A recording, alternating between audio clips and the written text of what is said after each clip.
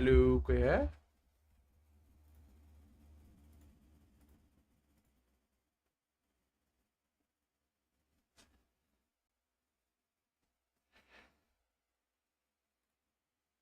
Believe what I'm reading on the prompter right now, which is that they're 220 map record. That doesn't sound real. I don't want to believe it. How can a whole region be that? I don't.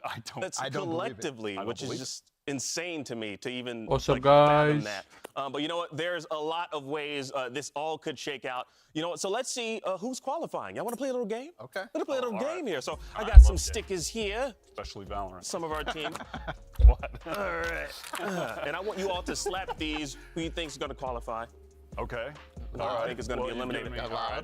All right. I'm going to save y'all time right now. Oh, okay. तुम लोग What is that बताओ one? तुम्हें क्या Oh, लगता that's है who's that's gonna just go? going right Left, up there. bam. Yeah, okay. I mean, they're qualified. Loud. I hate to say it, they're not qualified. 0-3 I just right don't. now? They're 0-3. They have to beat SEN, and SEN need this win. I mean, don't know. if there was anything the Loud could do to be a regular Loud, like, they would do that. I got EG. This one, Okay. I mean, you would expect it not to be where I'm about to put it, but No, I think it's there. I expect I think it's They're there. putting it qualified. Ooh, Yep. I think it's I am there. Very definitely- nice. I'm definitely expecting it. Yeah. Keep All right, bringing here we go. stickers. All right, what do NRG. we got? NRG. Give me your crew. Eliminated.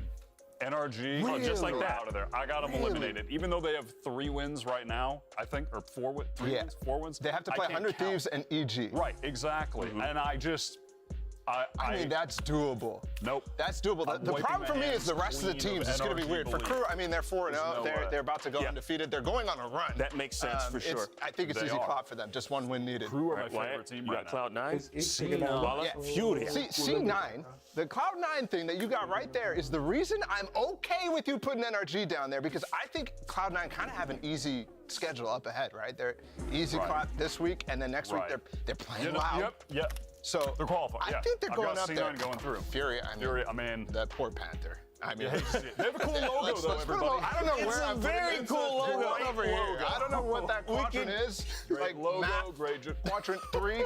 Yeah. We can give them that. All right. And then All right, what do we got? Oh, Give you Sentinels? Yeah. Ooh, They're, okay. Sen, Yep. they're running it 100 team. back.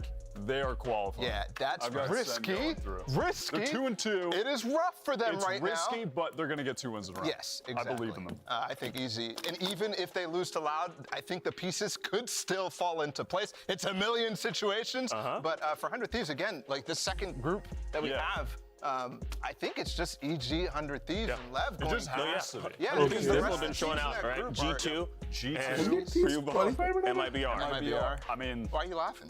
I didn't laugh. I didn't laugh. G2. There was no laughter. What are Is you this doing? legal? Can they still Wait. No, but yes. they're gonna qualify. I'm pretty sure.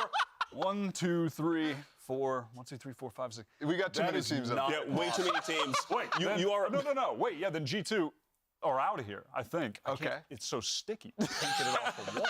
But yeah, then G2, I think they're out of there, Okay. right? Sure, whatever. If we're I don't running even with know what Crew- team is in which group anymore. Sen and C9. That would be the 3. The calculation. That would be the 3. So Yeah. G2 are out of there. But I don't think that's true, but that's fine. Have you like gone through calculus with this? What do you mean? I don't know. Brother, it's 7 plus 4. okay. Equals 11, which is the number of teams in the league. Did y'all pass math He's at all? being toxic.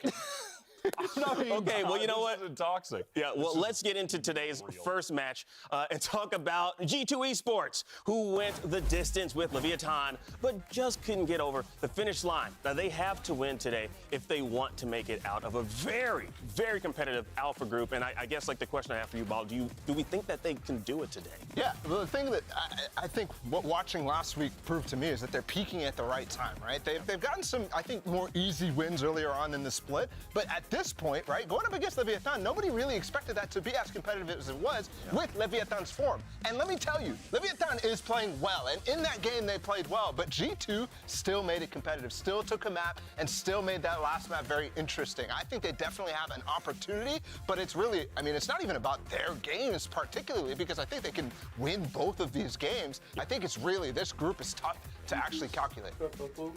Yeah, I mean, like, they're facing MIBR today, and, you know, I know things haven't been looking too good for MIBR. So some people, the streets have been talking. They've been saying that this one is just going to be a given win for G2. But, you know, you can't count anyone out, though. Yeah, absolutely not. Remember Goff, right? Remember that the wild card teams that made it into that tie-breaking group, G2 lost to MIBR. That was the whole point why that weird situation with G2 versus Sentinels was going on in the first place. So, I mean, this is history, and we've seen what can happen already. Absolutely, yeah. Well, we're talking, you know, collectively about G2, but let's talk about one person in particular, and that's Leaf, who was nuts, and I'm saying nuts in a good way. You know, in the last match, he was playing Sentinel, but he was putting up star duelist numbers. And Bhau, we were talking about this. This isn't necessarily a surprise to us. No, absolutely not. Because he's played the star duelist role in the past, right? Yeah. That's where he was on Cloud9.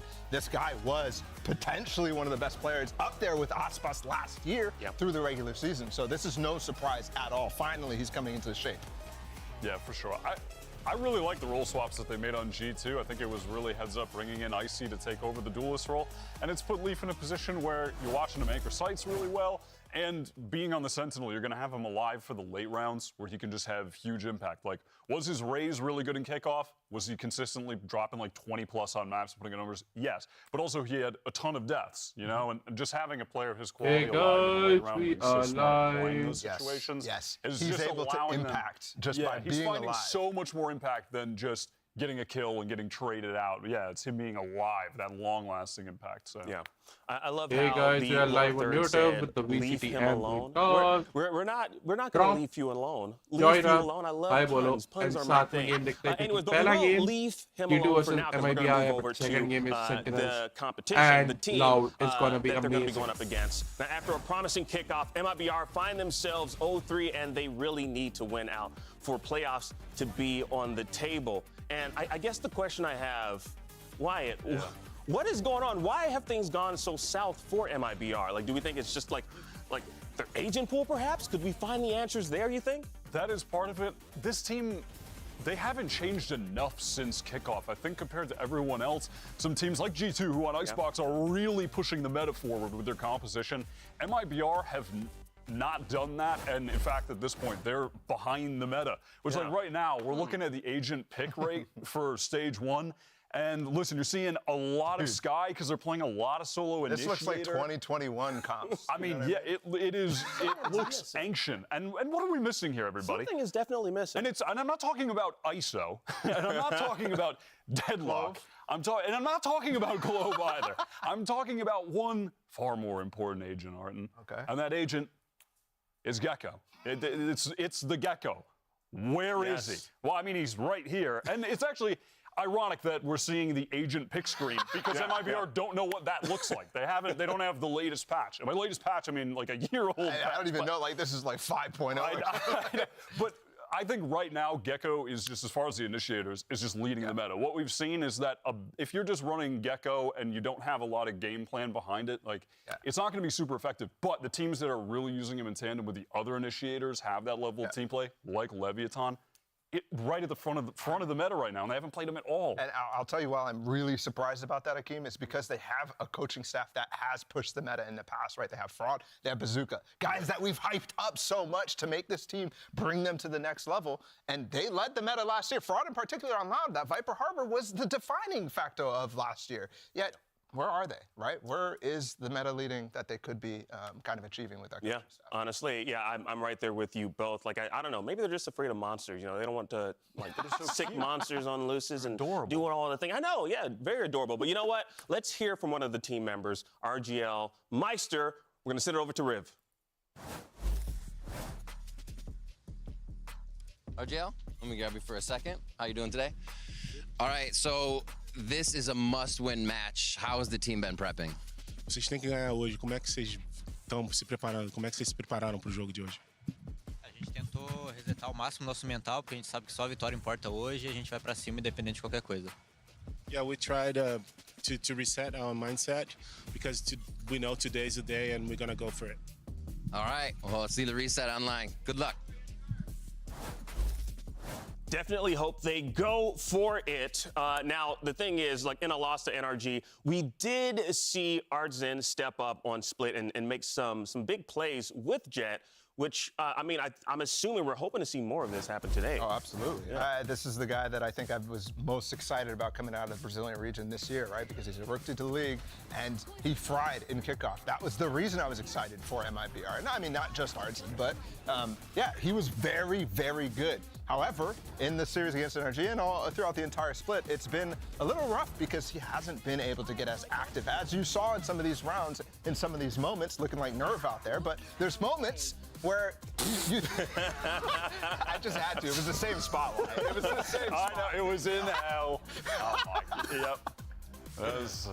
This is the guy that you were excited for if you were MIBR, right? Yeah, for sure. The promised one, in a sense. In that game against NRG too, on split, especially when he gets an off on defense, he was getting a lot of first kills for MIBR. They just struggled to convert 5v4s, which is a massive issue, obviously. But, you know, if they can fix that problem, he is definitely doing what he needs to be doing for the team. I think stepping up in those situations. I think the team needs to be a little bit more proactive about getting him moving in different places, because oftentimes in NRG, obviously that's a team with a lot of experience. They're going to be able to isolate the Opper. They're going to be able to isolate and push Artson, make him a non-factor. Yeah. That's what they were doing consistently, despite the fact that, yes, in the moments that they couldn't push him off, he was getting some value. That's the thing that they have to avoid, I think. Yeah, well, we know our players and we know our teams. Let's find out where we're going. We're going to send things over to the coaches and get today's map picks and bans. Hey guys, welcome. As you know, teams were decided via coin flip. G2 will be Team A and MIBR will be Team B. G2, you will have first map ban. We'll ban Sunset. G2 ban Sunset. MIBR, what would you like to ban? Ban Lotus. MIBR ban Lotus. And what map would you like to pick? We'll pick Icebox. G2 pick Icebox. And would you like attack or defense? Attack. MIBR select attack. And what map would you like? Bind. MIBR select bind. And would you like attack or defense? Attack. G2 select attack. And you have one map ban.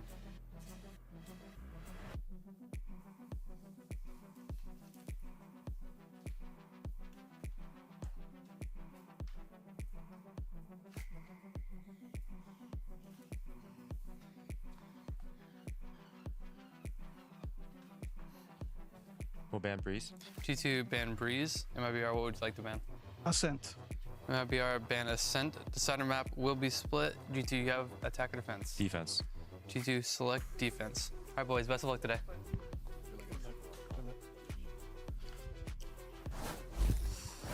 All right, we got our maps. We're headed to Icebox first. What are our thoughts? How are we feeling? It's going to be pretty cold out there. Our thoughts are one that, of the teams. my thoughts are that I hope MIBR are really good on bind. Those are my thoughts, because they're leaving in, I mean, we saw what G2 just did to Lev last week. Like, I mean, MIBR. Yeah.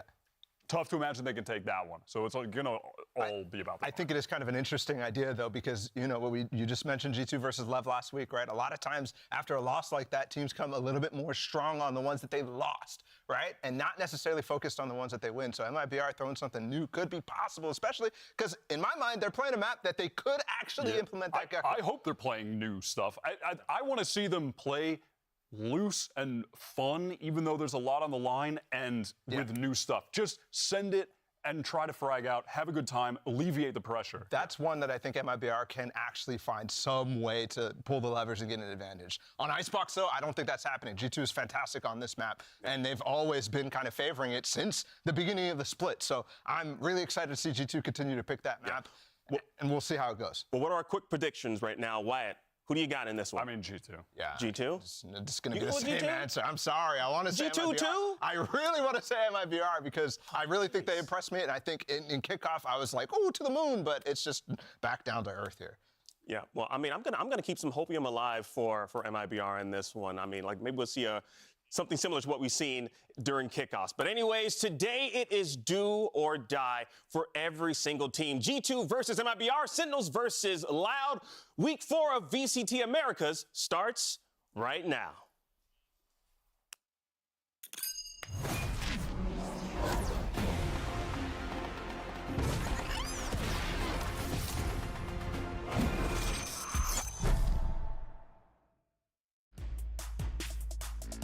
Landing from Val and a reload. Even time for it. Sky is just working them into neutral. Zinho tá bem posicionado pra punir ele. 3 kills do Art. E ele quer mais. Olha o Artzinho! Yo guys, Hemant Pal é um time que a gente já jogou, né? No kickoff, então a gente conhece Lights pouco का o jeito scene que है eles आज jogam. थोड़ा A gente lights tem que dar नहीं uma है analisada nos jogos तो deles pra ver se mudou muito o करने वाला है playstyle उस चीज deles. का It's a revenge match for us.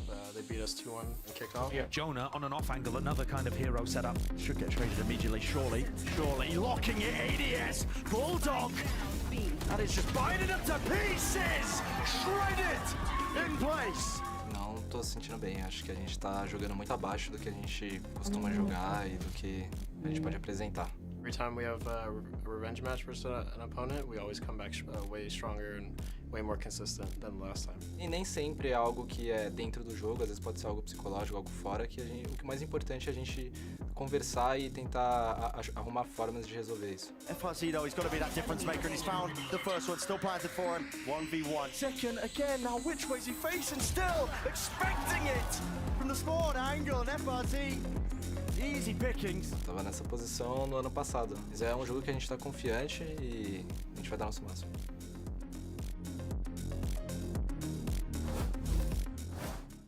Riot Games Arena! Let's get this week started. Make some noise for your first team, G2 Esports! Just follow in the herd, we don't have to. Let's forget about what you heard, probably ain't true. This ain't go-to, cause you know it's G2. Can't be called a newcomer, we've been up for several summers, seeking how to step in commas. If you with us, buy the bundle. Say you should buy the bundle, barely time to buy the bundle. For this turn of errors rumble, cause you know we titans in this game, ain't no contest. If we take it to the game, turn the Wild West. We ain't faking what I claim, it's a wild threat. No rook, we been a vet. Now check the mindset, by the name of G2. How to take over the world, how we come through. You just follow in the herd, we don't have to. Let's forget about what you heard, probably ain't true. This ain't go-to, cause you know it's G2. How to take over the world, how we come through. You just follow in the herd, we don't have to. Enquanto tiver chance, eu acredito. Recebam MIBR! मैं गया pronunciation Brasil original, nós leva a vida dura, mas sempre no alto astral. Mas admito, sou brasileiro, trabalhador que vai à luta, não desiste, merecedor dessas conquistas. Nascidos para o mundo, trago o Brasil no meu peito, em busca das vitórias. Responsa é com nós mesmos. Quando me perdi, encontrei comigo mesmo e tirei forças, eu não sei da onde. Amigos eu ganhei, perdi, são coisas da vida. O que me dói é a minha família longe. Torcedores vaiam, outros me motivam. Vou persistir nessa longa estrada da vida. Vencer é obrigação, derrota é uma lição. Desistir pra nós não é mais opção. Well, it's almost showtime. I think I'm going to keep the hopium alive for MIBR in this one. You have to, yeah. I mean, not only do we fans have to, I feel like the team has to. Like we saw them. We're looking at them right now. They definitely have like their game face on. Hopefully, we're seeing something special. I hope I hope we see something special. And by something special, I mean Gecko. I mean, not what they were running last time. Last time they were on this map, they were running the Harbor Viper, double controller, Jet, Sova, KJ.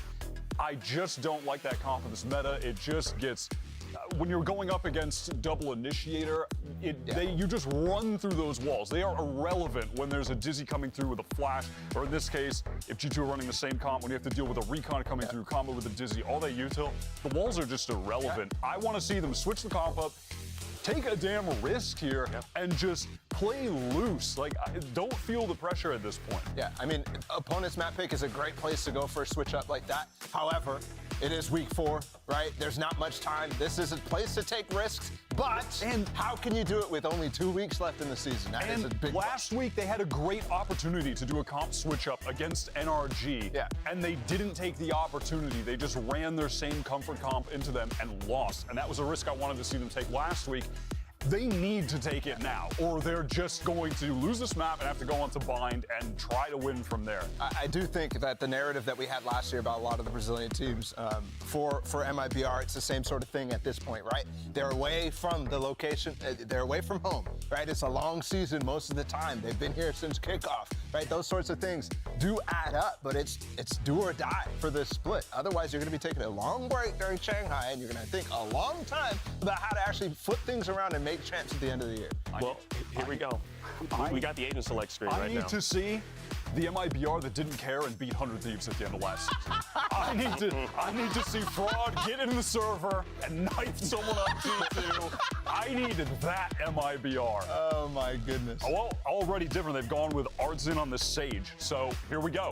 Yeah, we're gonna have something new. They're cooking something up. Or the oldest thing, the least new comp, the oldest one in the book potentially. I mean, I've been. Okay, there we go. There we go. All of a sudden, I have hope. All of a sudden, I'm awake. You see, they're giving you what you want, Wyatt. They're giving you what you want.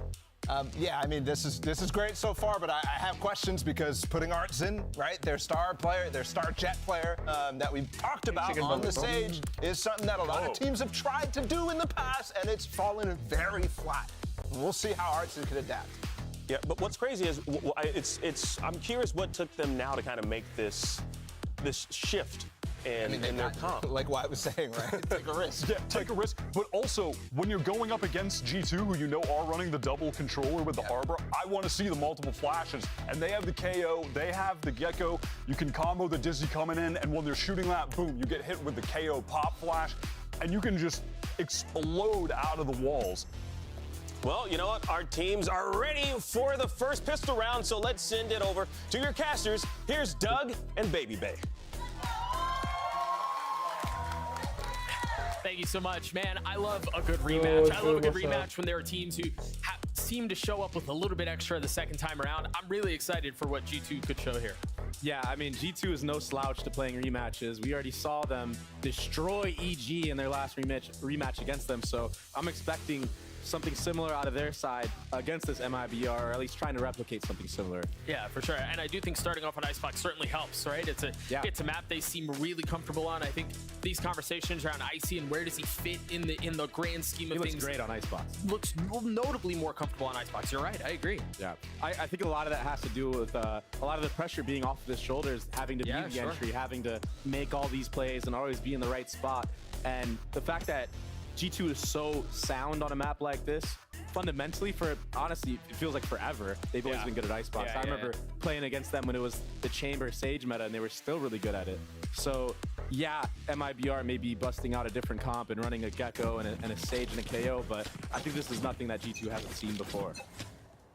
We'll see how they handle it on the defensive side. It'll be interesting to see how they choose to approach this. We saw G2 play this half on this map just a few days ago against Gaitonde, and what a banger of a map that was. But this is very similar to how they like to set up. Yeah. Instead of the Harbor being here at A, though, he's playing in the middle of the map, allowing the KJ to play more of this A. And this is all to deny the Sage bomb plant on the A site.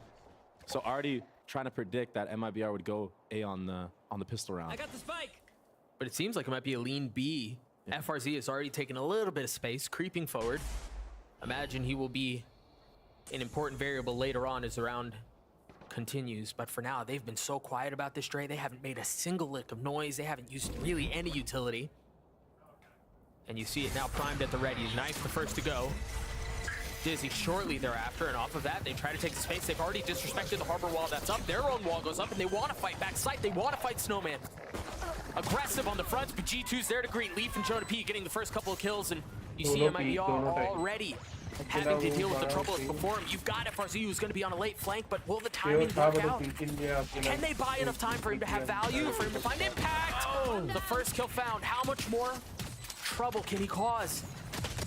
A late lurk around mid, and the repositioning might have been his death. FRZ alone here with 51 HP gets one. Val's going to get it all the way, though. The kills are flashy, but the round goes to the defense. That was beautifully played from G2, and it's just like I said, the fundamentals and the way that they play this map is so good. Valen got so much value there with his Harbor wall. It not only blocked off the actual site, but it kind of blocked off a little bit of the actual wrap in the back site, and that allowed everybody to just bunker here and take these duels that FRZ took against G2, but in the opposite way. So it was really well played by G2. Leaf just getting out of there. with Jonah P and just having a 4-man, basically just straight line on everybody that would push Snowman there. Very well played from G2. It's so difficult for MIBR to deal with. See the buy here after that pistol is really non-existent as Sheriff for FRZ. Yeah. And a heavy lean B once more. Yeah, I'm already seeing a game plan change from G2. A lot of their last series was having the double initiator and harbor towards the A side of the map. Now they're playing more towards the B side. And again, it's contact. And once again, they're already ahead of the wall. Icy shots go a little sideways. Mazine is there to punish, and a weapon is upgraded. And he's been struggling in this stage specifically, but his team has been able to bring him back. Yo, hello. He just needs a little bit more time in this match to warm up, it would appear. But that's a big gun to get. I mean, a Bulldog in the hands of Artisan, who's supposed to be the spark for this squad. Oh, it's a great molly to take space too, and Jonah should be dialed in on this angle. Only one is found. The trade being problematic as they continue to crumble. They continue to fall apart. Leaf is left alone. A 1v2. 30 seconds left. He's got some weaponry. Can he find something a little bit better? Enemy remaining. Switches over. RGL with nothing but a classic. He does have a molly though. So if Leaf doesn't press the issue and just tries to tap bomb, RGL does have a chance, but as I say that. First couple of shots go wide. You see the utility go down. Trying to bait out the molly. It hasn't been committed yet. Still has it, finally. Invested, but it missed. It went wide right. He's gonna stick the defuse. Woo! Ice cold from Leaf. Clutching it up for his team, 1v2, and he was a big factor in their win on this map against Lev. Yeah, he was nuts. I mean, he had like almost 30 or something, I think, at the end. And it's because of stuff like this, his ability to clutch, close rounds out for his team, but that was really, really costly. And MIBR did a great job. Wow. Getting that Bulldog to get value, honestly. They got one gun, and Artisan got 2 more kills off of that. So that was almost really scary for G2 there. And that's why you see this kind of weird, scrappy buy. The effects of that kill by Kello being felt into the next. MIBR with full rifles here. RGL with the Bulldog. Trent. Oh, it's a 3-man push. G2 does really well with these mid pushes. The timing on the Dizzy's got to be big for them to have a shot at this. There it goes. You see what the intention was there. The setup was nice. And they're going to try to grab this gun. Oh, no. Not messing around. I think that's the wise choice there. It's not worth dying over the gun. Agreed. Vandal would be nice, but you're already up 5v4. Trent has full util. Same with Icy. You can actually do a lot of stall with that. So with shock darts, Gecko Molly, and whatnot.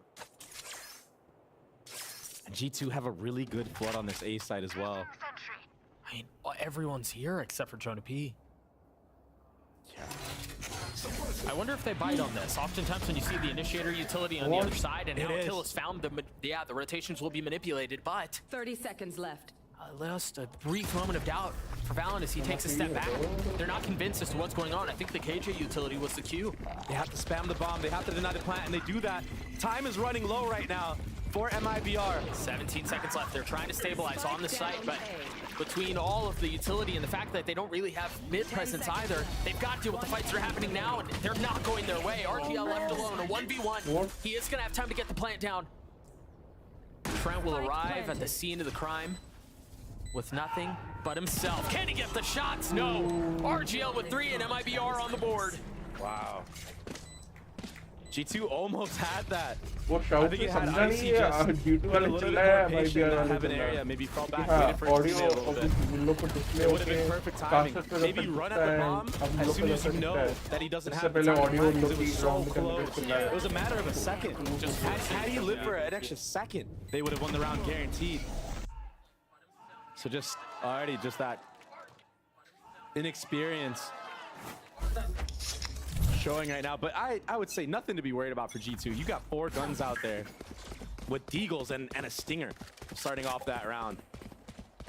And they showed cool ideas to trap play mid. Yeah. Knowing that they were on a pseudo eco. Yeah.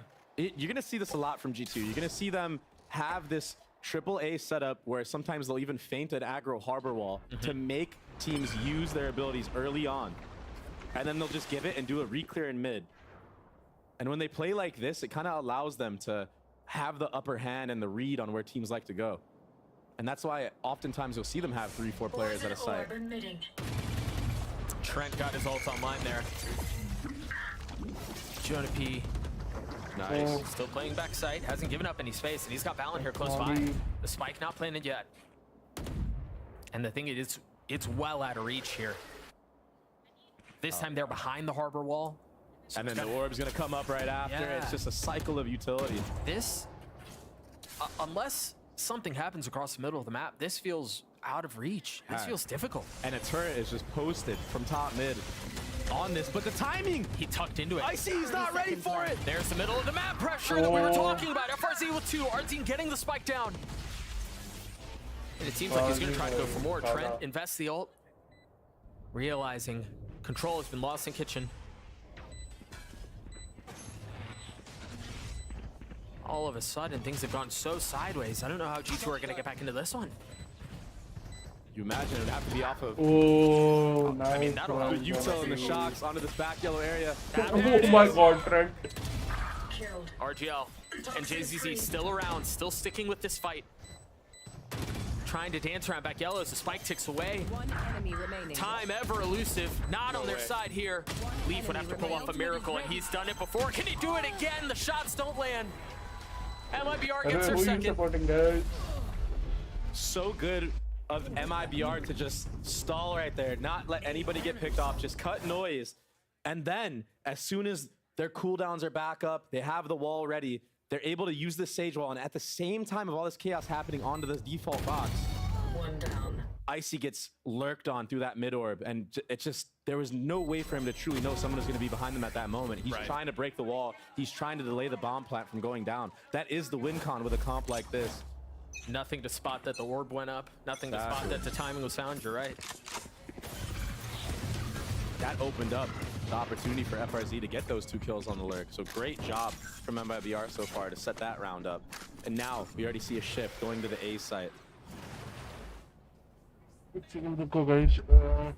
वो पोल add कर रहा हूँ मैं camera angle से बाहर रहूँगा मैं camera दूसरी जगह कीबोर्ड बहुत दूर रखा है Seems like they want to try to dig their heels in the sand a little bit further up, and that's exactly what they do. ये क्या कॉपी हो गया Is it gonna be enough though? They still have sheriffs and they still have a ghost. In the face of 2 vandals, FRZ has his ult. Yeah, so does Leaf though, and I wonder, it looks like he does want to invest it.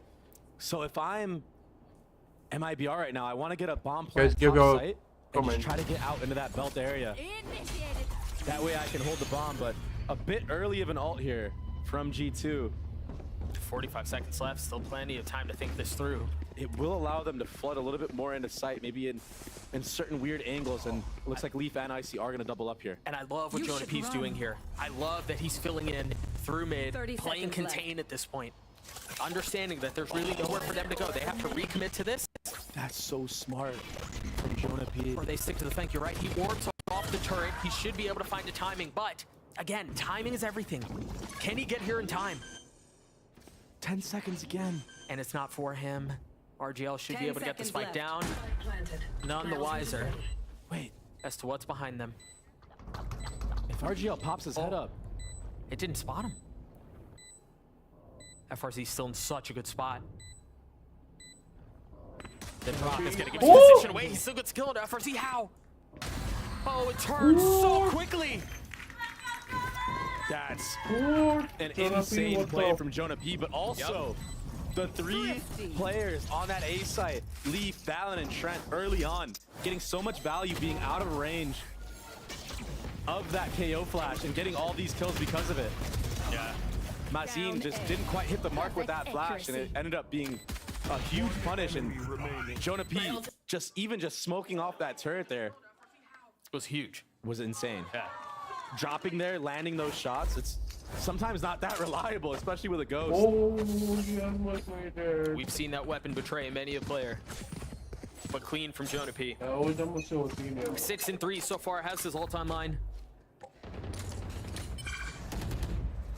And this time, the orb that's been going historically into the hands of Trent goes over to Icy. Thrash online now. And another reaggro mid.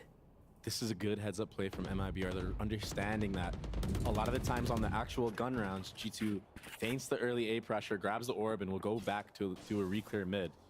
But they do it on purpose. They're willing to play a retake on A. They're so confident in their retake. Oh, they have such good utility for it, too. I mean, you have Valen's ult, you have Icy's ult. It just causes so much chaos on the site. They found the timing. Reckoning invested. A recommendation to reposition. Now Icy on the swing out. Spike's still not planted. You see the wisps lighting up where MIBR members might be. Once again, much like a couple of rounds ago, we've entered a bit of a stalemate. Just a momentary pause in the round. Yeah, and the crazy thing is that that bomb got killed within the Viper ult, so G2 don't truly know if MIBR was falling back with the bomb or not, but now they will, and it's a full commit. JCC ulted on that. We'll see how much value can get out of it. What a shot! Holy smokes! That's his third 1D in the round. Valen and Trent have to find a way to try to bring this thing back. Our team's been upgraded to weapon 4 on the round. The ace on the cards, and it will deliver. The iBuyPower ace for MIBR. And the desk was talking about how Artazine has been that guy, or he should be that guy from MIBR. And he just proved it right here. He's 10-5 on Sage right now. He's owning, look at this, from the start. Clean shots. Oh my goodness, all headshots. That's gonna cause a timeout for G2. They don't want this one to slip away. Yeah. They're so good at this map too, so I think they're really shocked at the timings that MIBR have taken, specifically with that mid lurk play from FRZ, and now the entire team actually getting through on that A site. They were all pushed up and holding angles that they know G2 like to walk back into off of a certain clock, a certain timing. Yeah, they've done their homework. So you're right, that's gonna cause a timeout. Also, a friendly reminder for those of you who are watching at home, follow at iBuyPower on social media. They'll be giving away a PC every single time an ace is scored. So make sure you thank Gardiaun, use hashtag #UnlockYourAce to get a chance to win that PC. So we're tied at 3 apiece. You mentioned Gardiaun and how incredible he's been. This feels like the Gardiaun 2 that we saw flashes of in kickoff, and who's, I mean, to be honest, who's kind of been absent for most of the stage, but showing up at just the right time. Yeah, exactly. I mean, this is a must-win game for MIBR. There's so much pressure on this, but we've seen them before thrive under that pressure. Elimination on the line. They've got to find a way to win this one out if they want to keep hopes of a playoff bid alive. And I think for G2, the tough ask is, how do you deal with all the utility that MIBR's composition has? Because a lot of the times G2 play this map, it's against a team composition that they have a duelist or they have limited utility. But now they're playing against a team composition that has arguably more utility than theirs. So we're already seeing them struggle just with that fact in itself. What an interesting start to the round. They used a cascade up mid, or down mid, excuse me. Leaf took the space down tube. And they're stacking B. Yeah, I don't blame them for stacking B either, because every other eco round, G2 has played heavy A. So I wouldn't be surprised either that you would think that MIBR would go back to B for the next eco, but they don't care. They just stick into the game plan. Leaf put in a fight that, I mean, he really, very little chance of winning. RGL now understanding where the rest of the pressure is coming from. Just a little throwing of the shoulder to confirm the suspicions, and there they go. They're found. Instead of taking the fight, takes the space. They're doubling up here, Doug, too. Yeah. I mean, potentially tripling up. JCZ is not far off. Oh. That's a big opener. Oh, those two should secure things. Enemy remaining. Dude, Artzine's crispy with it today. Crispy right now. He's looking like Aspas the other day. Yeah. In the back sight. That was clean. Good anti-eco from MIBR. And FRZ played that really well, jiggling for info and then dropping. Sorry, RGL played that really well. Jiggling for info after you got that first kill in mid, and then doubling up with FRZ and just baiting for him. Yeah. It worked so well. Small things like that go a long way for teams. You know, it feels like the biggest difference too is from the MIBR we've seen in the past to this one is that they're doing the small things well. They're doing those small things better that have been lacking in the past. And which is weird because that's something I when I watched MIBR, I took pride in them. I was like, it looks like they have a good game plan early on. They have good defaults. But you're completely right. The last couple matches, it's kind of all fell apart for them. No, JCC fell apart there in that fight against Leaf, but the res is going to trigger a cascade of ults. Wow. Trent using his, JCC has to die again. That's tough. But FRZ off of all of that takes kitchen control. And that's what caused this drone to come out, and I think the drone doesn't clear him out. Yeah, but they have to understand it's weak, right? Yeah, they know. Icy just invested his ult. Beautiful. It's going to be the freest kill of his life. He's accepted defeat completely. Yeah, what else do you do? But off of this, MIBR again are starting to take some space. Icy should have been able to pick the ult back up, so Thrash, depending on how late the round goes, will make another appearance. RGO is really far up. What an awkward spot to be in. He's stuck right now. Yeah, he's trapped. He has to pull a miracle, and that Gecko's gonna not allow that to happen. 2 for 2 on the Thrash. That's all that'll be for now. Mazine and Arzine. Rumble. Right on cue. Leaf with 3 and G2 strike back. It's so impressive to me how a player can take over to the equivalent of like how I feel Les would take over on that Sentinel role. Leaf really, agreed, can take over on this role, especially on this map. He's so confident in taking these fights that you would see a Jet normally taking. I don't know if it's the experience that he's had before, playing the duelist role in general, but he makes it look so good. And then even just a heads up play to jiggle that yellow person on Snowman, right? When he's at Snowman and he jiggles the person at yellow, it's perfect. Small things like that so he doesn't get insta headshot. Just lines up for the double swing. He plays situations so well. Yeah, you see why they wanted him on the Sentinel role. I get it. Every time I see it, it makes so much sense. He seems so comfortable in that space. This was the early harbor wall that you were talking about a couple of rounds ago, right? Suggesting that they're taking aggression B main, and then they actually like to refled mid. Exactly, and that's why you see this reclear of the drone coming out. Enemy tag. And also, when you do early wall like that, if a team is scared, if they're defaulted outside of A, they're more than likely going to use utility to re-clear the area out. And that can also be a cue for you to get info just off of that. So G2 have a good system of how they like to play this A side. Icy getting peppered through that wall, manages to stay alive, takes a little bit of damage, but all the warning shots were delivered. So now, because of the way that the beginning of the round played out, this is what you were mentioning earlier, Dre. They have to use utility to clear space that they would normally have for free. Yeah. FRZ's doing a great job right now, throwing utility towards this A side of the map. And this might be a mid to B. This would be the perfect call to flip the Viper ult. Icy knows. There's a lot of firepower on their side, but oh my god, P could be perfect. They want to take the fight. But can that floor, Leaf joining in on a Trent, not far off. Valen there too. And who else but Leaf to hold the line? Meanwhile, through all of this, Joan P's been playing in the pit, but FRZ has slipped the net. Looking for the owner of the pit will be found. Now that that's down, what do MIBR do? FRZ healing up a little bit. JZZ is reflanking. It's planted for JZZ right here. But the shots don't connect. It got a little messy. FRZ was so much to do. Trent's already gonna take the defuse the entire way. Oh, that was close at the end. It was a good try bringing the round back there in a 4v2 for MIBR. I liked what they were cooking up, just a whip at the end there. That's tragic because the idea was great. Yeah, and no one was there quick enough to actually get that trade. So had he hit those shots, it would have been perfect actually. And they would have had a bigger chance to win the round.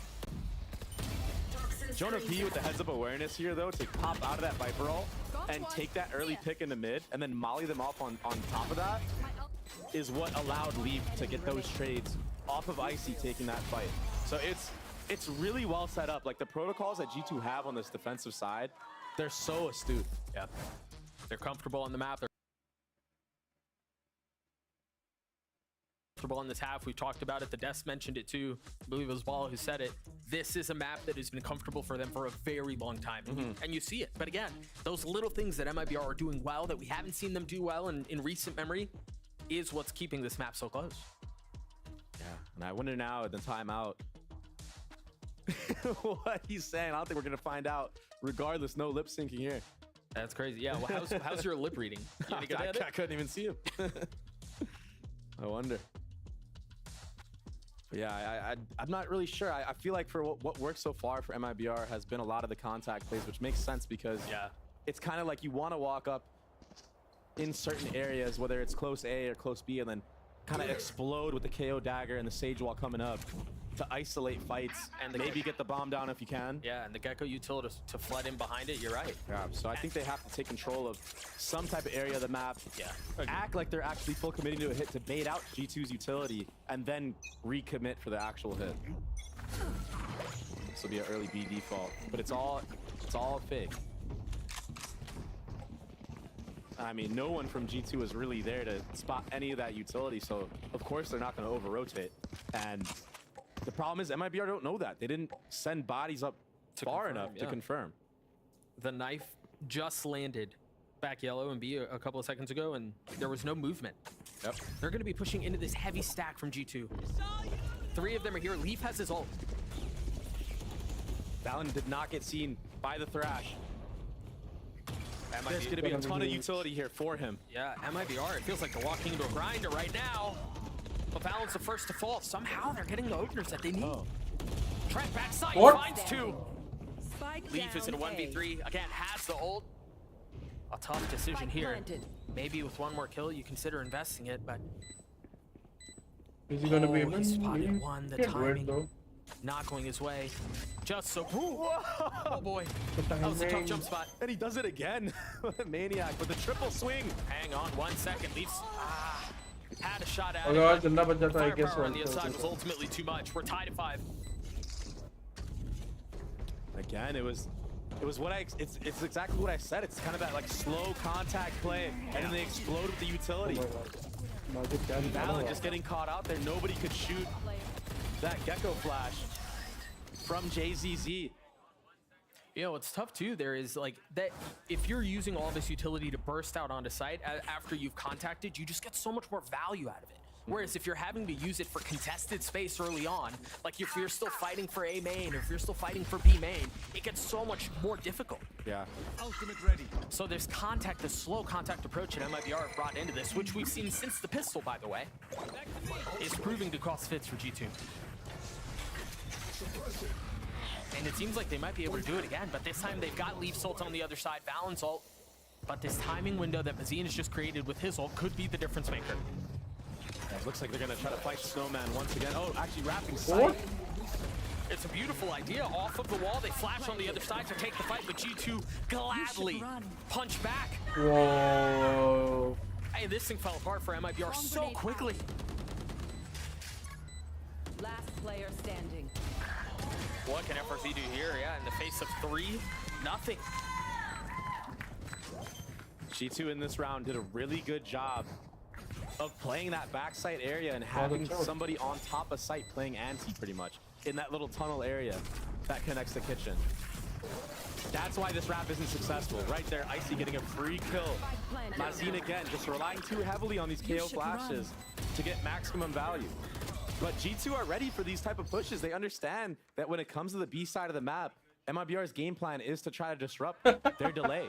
But when you pop KO ult like that, you don't need to go for these crazy plays backside or pushing Snowman or anything, because nobody can use the utility to delay. So just get the bomb down in those scenarios and play a good post plan.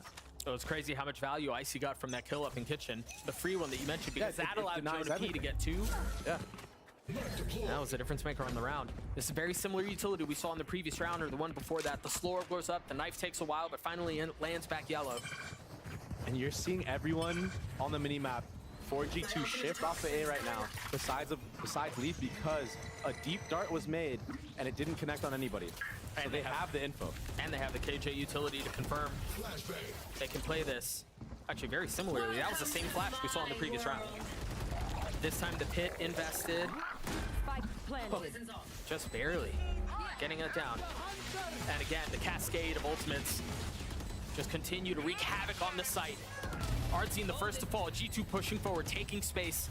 They still have to deal with the pit. And it's a pesky one. Put the little guy on the bomb! much work can they do? RGL with 2. Now FRZ left alone, and he's so far away. Icy's just gonna hold it. What a beautiful setup. Nice. FRZ was taken out of the round. That was such a good soul ball from Trent as well to open things up on that retake. Connecting on the leader of MIBR in terms of score, at least. Shutting out Artizy, not letting him get anything in amongst the chaos of the retake coming in. Nice, he's stepping up. Stepping up and stepping forward right when the team needed him to. It was him taking that space, fighting for back yellow, that really allowed G2 to get so much more comfortable there. So a 7-5 half in favor of G2. We're gonna throw it down to the desk to break down the first half. Geek, you take it away. Well, I mean, it looks like MIBR is online, and I gotta ask you guys, like, how's this comp working out for MIBR? I mean, great so far. Yeah, I've been very impressed with a number of things that they've done. Yeah, I think that honestly, this could have either been a 6-6 or MIBR possibly being up had they just played some of these B post plants differently. They were so committed to trying to push back Snowman, but early on, they were having some really big individual plays too that were taking them over the finish line. RGL with his 3K, Artzun with the ace. I like what I'm seeing so far. This was a good round on B where the wingman went down and then they cycled the wall, got the sage wall up, retrieved the spike. This was one of the good B rounds, but yeah, overall still satisfied with this half from MIBR. I think especially early when some of those gecko plants failed, they had many layers where there was constant, secondary approaches, right? Where they'll go and flash, where they put the sage wall down or something like that to recover the spike and put it back down. But where it was falling flat for me was everything else. Yes, Artzun was having a fantastic game, but in terms of like them, I don't know, man. They were doing stuff like that we know does not work on Icebox since 2021.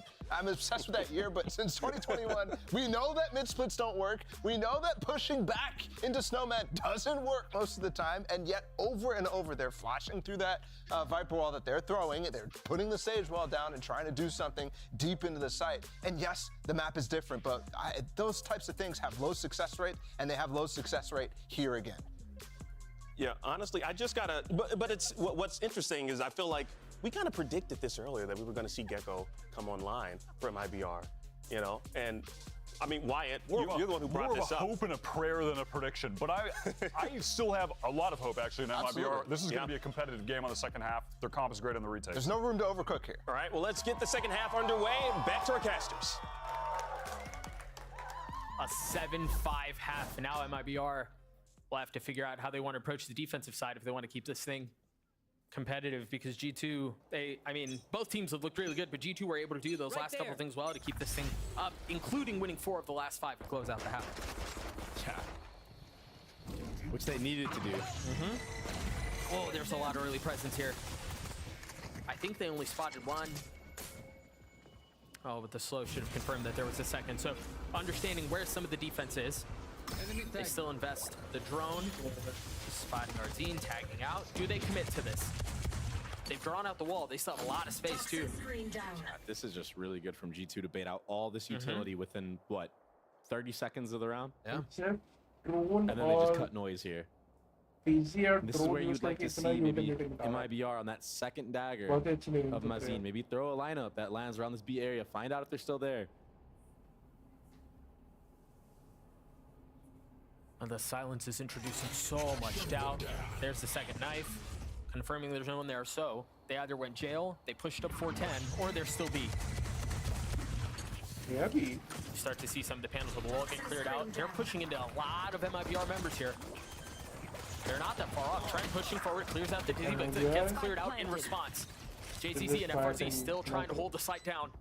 Oh, Leaf found a timing in mid. Can he find value? I think they're kind of aware. I don't know. RGL's trying to clear this. Yeah. Just saw him. Paranoid of what's on the other side. Val gets 2 kills. Jonas P not able to land the shots, but the damage has been dealt. Oh, Leaf has been so good. Oh! As I say that, I cursed him. I cursed him. Can Val pull this off on his own? The spike has been taking a long time, so all the onus is on MIBR. They have to take the fight or stick to the defuse. RGL's gonna get the shots. The defuse will come through. MIBR get their 6th. I mean, good play from MIBR to not take the bait on that cut of noise. Yeah. that G2 did after baiting out all that utility. And honestly, I thought it got really scrappy there towards the end. A lot of players just running out of that Viper wall individually. One from MIBR. They kind of got blessed that the trades went in their favor. I mean, this kill. This is tragic. Yeah, that was the icing on the cake for them at that point. I feel like we played that round so well on the lair.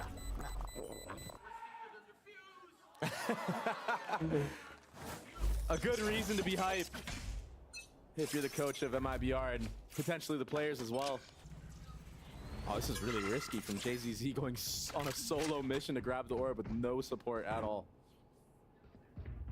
Mission accomplished, one away from the ult. But you're right, though, with a Bulldog there by himself, that could have been disastrous. Either way, though, not the case. And of course, he's greeted, he's gifted with a kill. JZZ has ult already, too. I was off of getting that orb, but now the kill on Valon opens things up so much. Now you imagine they try to get through this round as cleanly as they can so they can use it in the next. And that's exactly what they do. So we're gonna we have a really interesting opportunity here for another crazy snowball to take off, because you saw MIBR got through that very cleanly. I think they still have 4 armor on 4 members. They have the Thrash ult on mine, and they have what, 4 Bulldogs? So all of a sudden, because of the way the game is kind of playing right now, because of the fact that we play on 12, there's this insane opportunity for MIBR to run away with this half if they can convert on this bonus. Bonuses aren't really a thing the same way they used to be. Yeah, and the scary thing too is that G2 has 3 players on light armor. Almost उसकी 2 ult ready हो जाती है अभी. 3 Bulldogs and all this utility, damage utility too. KO Molly, Gecko Molly, Viper Mollies.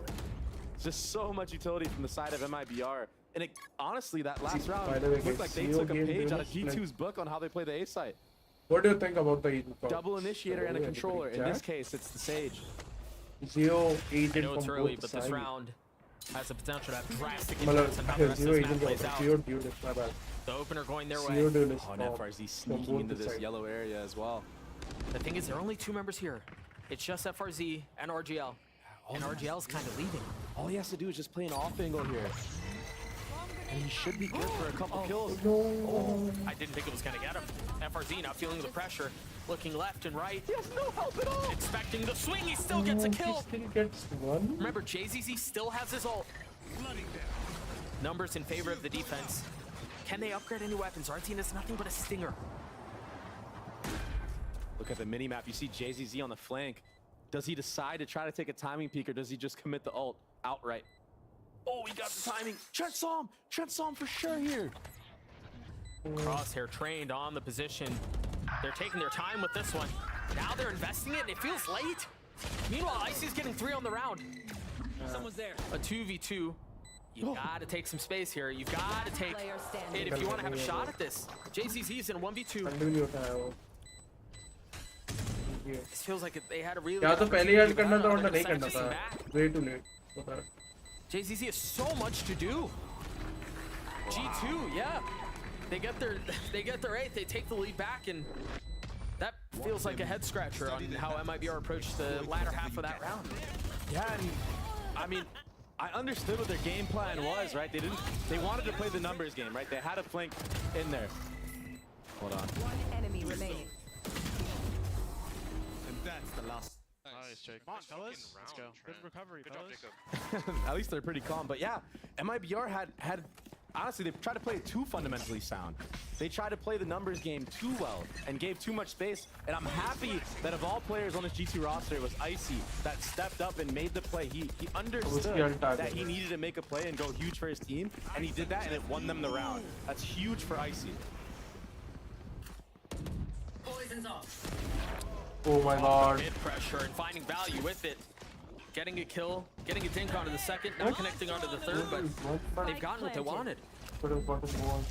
You want more? Thrash clearing out a little bit of space. Look at how far up Leaf is. I mean, he's a duelist. Yep. He plays like one. What do they have to try to get back into this? Swingman, Dizzy, and both of them have been cleared, yeah. But they still get the kills.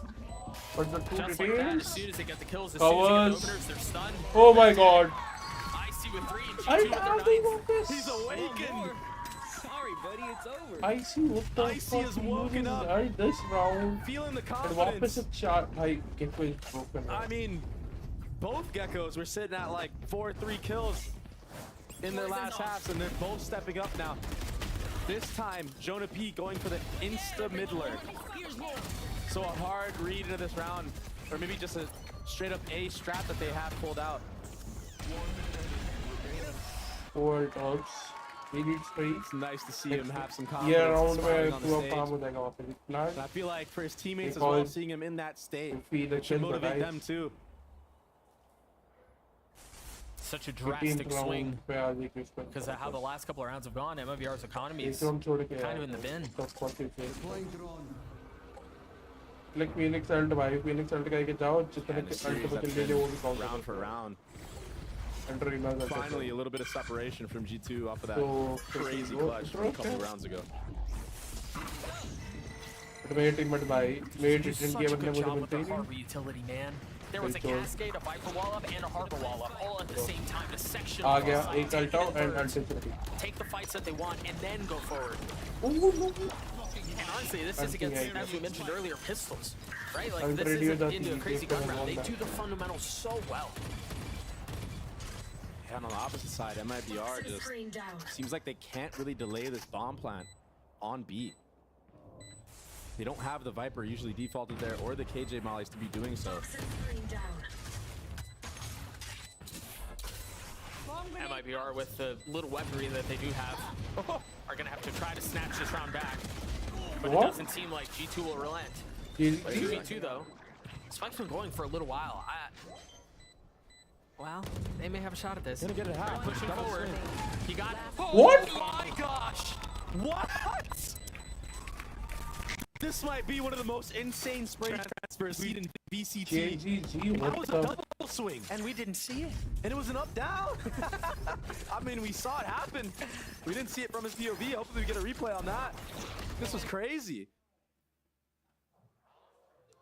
This was a replay of the beginning of G2's demise, ultimately. I mean, right here. Oh my god, JGG. I mean, this is just another crazy game. And honestly, in those moments, MIBR for the first 2 weeks in the stage fold. But that clutch moment keeps them in this map. Oh yeah! Monster on the loose!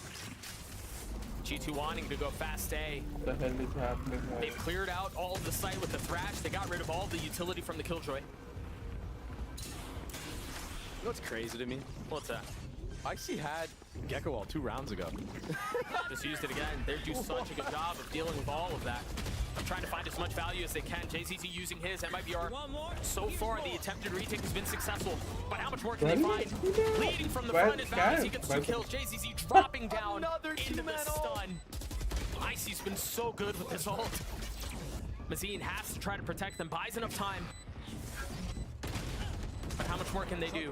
Tren on the first. You start to see the defuse go through. JCC holds the line once more. This has been so impressive from MIBR, man. Honestly, both teams are playing a really good Valorant right now. Even again, Icy getting almost max value with all of these scenarios. Valen did a great job to even the numbers there. Was the factor in this retake. Protecting his 2 teammates that were under the threshold and delaying, not dying, doing the pop flash to allow his team the time to just come out of that ult and ultimately have JZZ just clutch it out for them again with another kind of similar up-down spray, but this time just not as coordinated for G2. The buy for the attack side is less than stellar. We'll see what they can do with it. Got the Viper wall just going towards B, the Cascade. Once again, splitting the site so well. Previously, we've seen a Harbor wall go out at this time, but not the case here. And this is a full push on the flank. Dude, they've taken so much space. Oh, and the turret actually went down for a second. They almost didn't have to shoot it, but they decide to do it anyway. And that will give G2 the heads-up awareness. Planted. But there are players in this mid area. Leaf will be first contact. A stinger at that distance. It's just tough. Now you've got the soul bullet you're gonna have to deal with as well, and it's tagging up a couple of members. Can Jonah P find value here? Gets 1 kill. Checks for the second, that doesn't arrive, but the gun has been upgraded. And now with that, signs of life for the attacking side. FRZ dancing around the ult, trying to find a little bit of time. This is chaotic. What is MIBR doing right now? I don't know, but they've got to do so quickly, because if this doesn't work out, you still got Jonah P, who's going to be on a late flank with the weapon. RGL with 15 HP. The molly at his feet will be too much.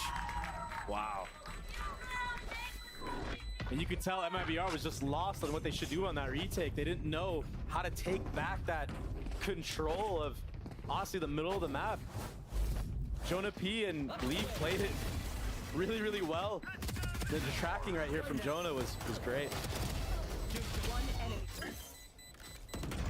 What's concerning too is that that's not the first time this game where we've seen MIBR just kind of lock up a little bit, maybe have a little indecision of how they want to approach the round. Yeah, you could tell they had no answer into it, and that's why you see a timeout coming out as well. Hopefully Bazooka can instill those retake fundamentals and stuff like that for if this happens again. Because so far, I feel like G2 have gotten a lot of value in mid. And, we saw Jonah P do that insta mid lurk when they did the A hit. This time, Leaf and Jonah P going through the mid orb towards that kitchen area, just holding that space. They don't even have to do much. They just listen for the rotations and just be a thorn in the side or the back of MIBR. And it worked perfectly. It was honestly the perfect strat for the moment. Stealing that round away, breaking the economy of MIBR. And when you do timeouts like this, it's good to do it around early because you kind of want to mentally prepare for the actual gun round. I don't think you're going to see anything too crazy on this eco round from MIBR. This isn't the main reason for the timeout. It's for the following gun round, which is a must win. So if things go smoothly, G2 should be up 11-9 after this round. They have 4 ults. I imagine the focus here is get JZZ as many orbs as you can so that you're running with 5 or as close to 5 as possible in the next gun round. Yeah, and they were lined up to try to take that A orb, but G2, too many members here. Wise of MIBR to back up. FRZ is taking a lot of space mid, and he's going to get bored because the turret's so deep. Trent is holding the flank, though. This is good for FRZ. All he needs to do is sit here and just listen, find his timing once the actual retake comes in. Leaf is going to stick this. 45 HP. There's the timing that he was looking for. FRZ tried striking as soon as the spike went down. You assumed there was chaos on the site that would serve as a distraction, but it was just too much. Now, how do MIBR attempt this retake? Leaf investing his ult, trying to secure the round. A lot of ults committed in this round from G2. Yeah, a surprising amount, to be honest. Leaf on top. Tragic timing. Ultimately will fall. Mazine and JZZ, you imagine they will join in just a moment's time as the spike ticks away. Mazine trying to see if he can find any exits, any freebies on the way out. And he might get one. He does. Back of the head, assassination styles. Valen falls. Mazine got what he wanted at the end there. And it's tough with rounds like this. It's like, do I invest the ults? Do I not? Because at the end of the day, a round win is a round win. It's really important, and especially late in a game. If you lose this round, I mean, that's like basically selling the map. Yeah. So I'm not against using ults to win rounds. If you can get a W with it, it's worth it. Maybe a little bit too many, but whatever. Now they got the round one round away from match point. Right. Valen's already close to another harbor ult. He's been having a really good map. He's been honestly killing it with the walls that he's been putting up, especially on the XX. I feel like they've been min-maxing their ults really well across the board, not just Valen, right? We talked about how many IC has had. Trent has had a ton of Yeah, MIBR can support though. That's why line up. Yeah. No, on the opposite side, if My team MIBR depends can win these rounds by just stringing their ults, not comboing too many of them, MIBR they can really put themselves in a good spot to bring a comeback and potentially win the map. It almost becomes like a mini game of how many can you get away with not investing while still winning the rounds. There's the first. Well, there's the second. They've used both the KOL and the Viper Spit. And the third. Oh, and they get a free kill on the Icy. I mean, they've thrown everything into this. Valon's gonna stay, try to get as many as he can. What a weird ball! He gets 3! What? Oh, it's a disaster for MIBR. That stage wall's full up. Oh, it's not enough. Half. I believe he got half. FRZ still with so much to do, and now the drone in his face. Waiting for the swing, waiting for the challenge, and it just never comes. Oh, that's fancy footwork, drops him that round. Shivee was by that side. And again, it just seemed like there was confusion. A late Viper pick coming out and then dropping it way too early. The KJ out wasn't through yet. This is a play that I feel like a lot of ranked players make a mistake of doing. They rush the site too early before the KJ out truly goes off. I mean, this is a free kill on Valen if they just wait. This is why you don't cut corners. And this is so uncharacteristic of MIBR. Like we were talking about, we like to, a team that thrives off of doing everything the fundies. by the book. And the Valen was able to find back site too. Yeah, just they insane. need this today.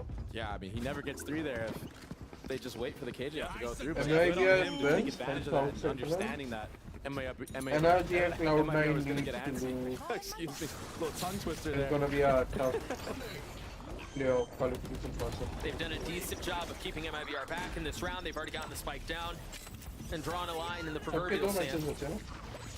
Now, what do they do off this? Our team has his ult, but that's the only thing. Again, they invested everything they had into the last. So far, they've gotten one. A tap on the spike, and it's nothing but a threat.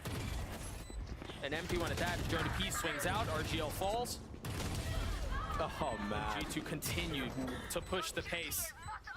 The res back gives numbers in favor of the defense, though. Icy still with his ult online. And that should be the difference maker there. There's not a ton of time. They still have all of the time to play around. Mazine is left in a 1v3.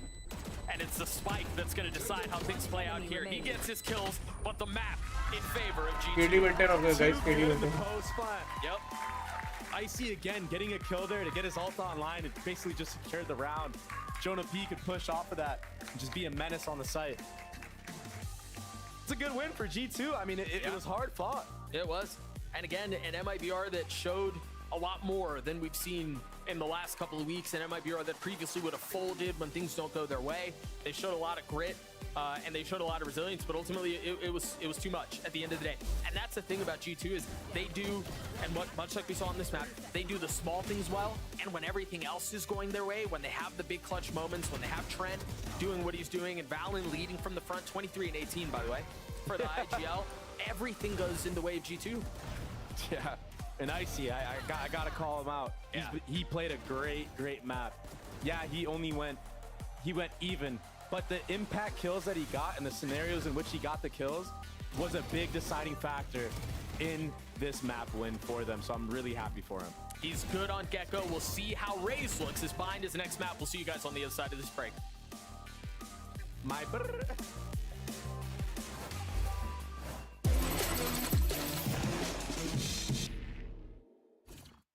Excuse me, would you mind taking a picture of us? Oh, no problem. Thanks. Ooh, yes, problem. You need Verizon. Trade in that old thing and get a new iPhone 15 Pro with tons of storage, so you can take all the pics. So many selfies. A preposterous amount of panos! That means panoramic. And as many portraits of me as your heart desires. How about none? None, yeah, none feels right. Trade in any iPhone in any condition and get iPhone 15 Pro on us. Only on Verizon. मैं आया नहीं कुछ खाने के लिए लेके आता है Red Bull gives you wings. मैं थोड़ा इसका ऑडियो म्यूट करूँ because like copyrighted तो मैं थोड़ा MCS बता दे रहा हूँ पीछे बैकग्राउंड में while I go muted MCS songs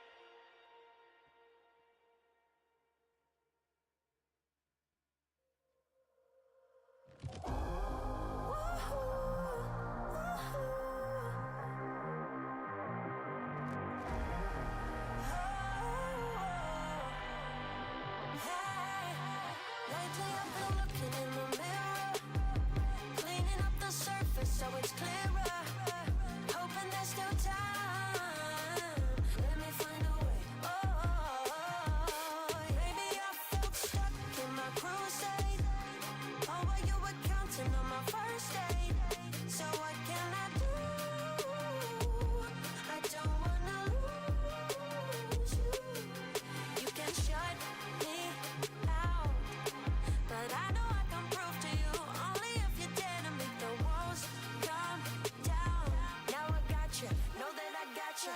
Know that I'ma be there. I'ma be there for you. I'ma be there. I'ma be there for you. I'ma be there.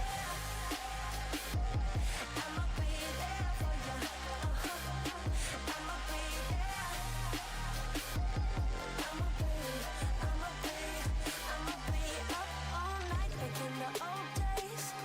But we've sobered up, we've come a long way. Wherever we cruise, I'm riding with you.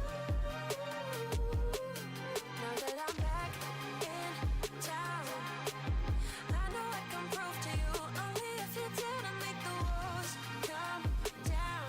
Now I got you, know that I got you, know that I'ma be there. I'ma be there for you.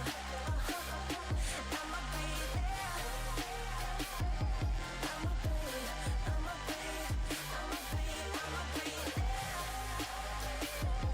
I'ma be there for you. I'ma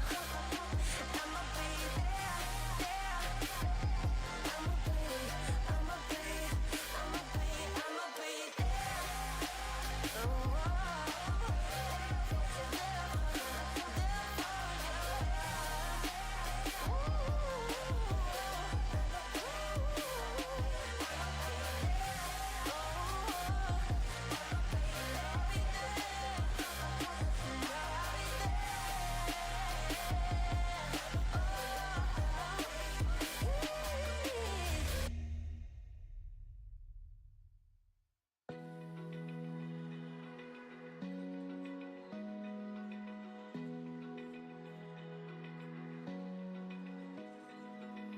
Open eye, feel the waves cut through me, hypnotized by the sounds I'm breathing in. Hold tight, chemicals collide.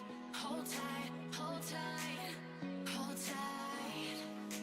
Dripping lights paint the skies, all because of you. Dripping lights paint the skies, only you can make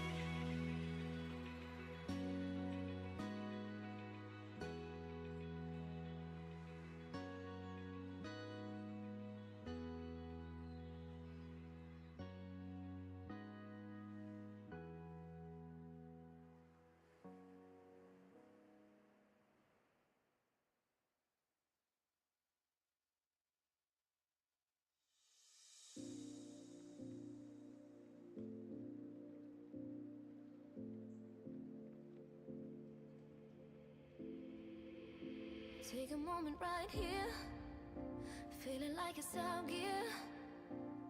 Driving towards the sun with a rose and a gun. Feel the wind in my hair, going nowhere I swear.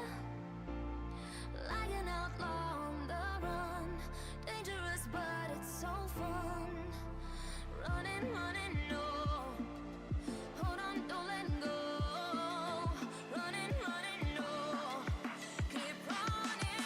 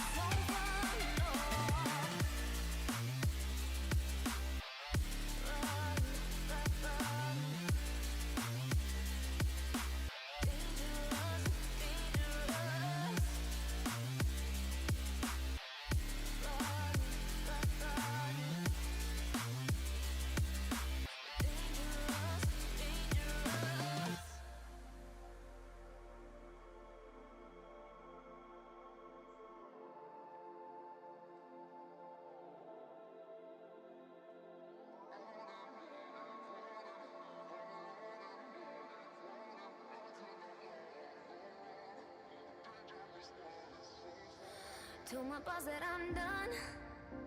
Had no luck with my mom. Say, what will you do with your life? You know it's hard to survive. A cigar in my mouth. Maybe guilty but proud. Now I'm an outlaw on the run. Dangerous but it's so fun. Running, running, no. Hold on, don't let go. Running, running, no. Keep running.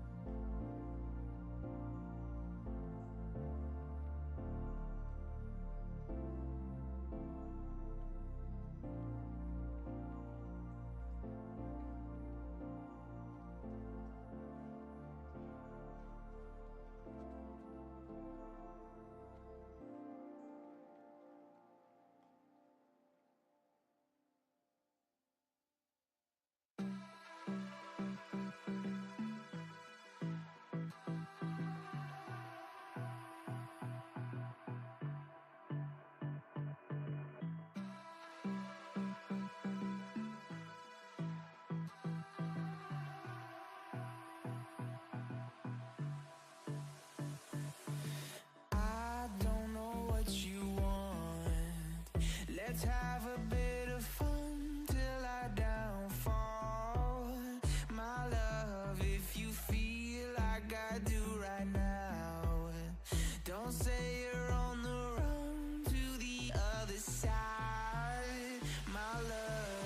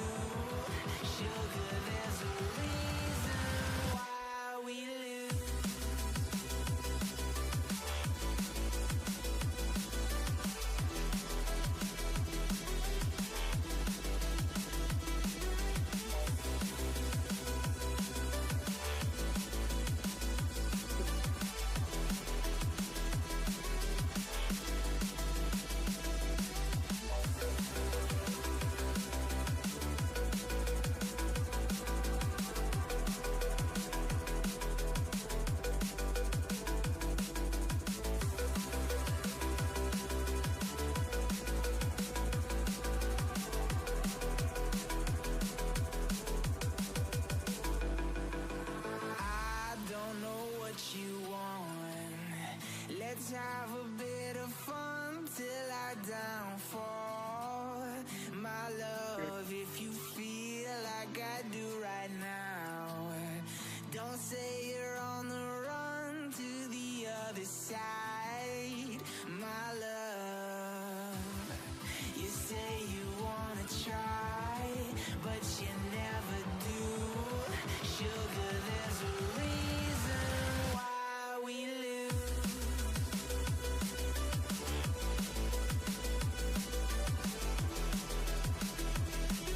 What?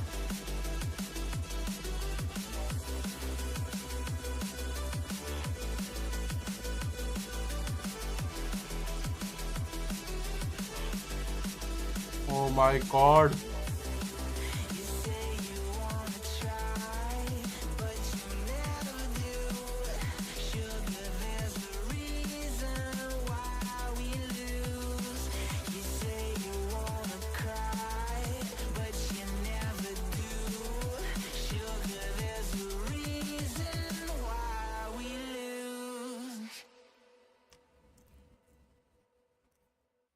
ये देखो body cover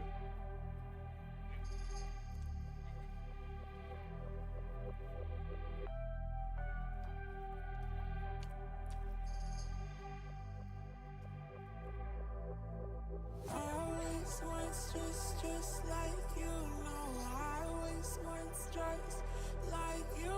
I always want stripes like you.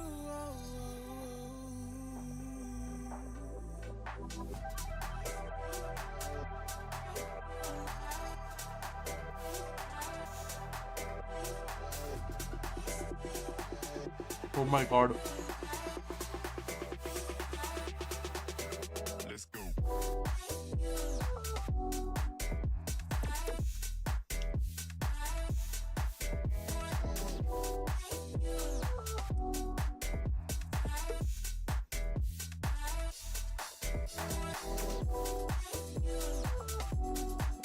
He didn't leave था ना वो पहले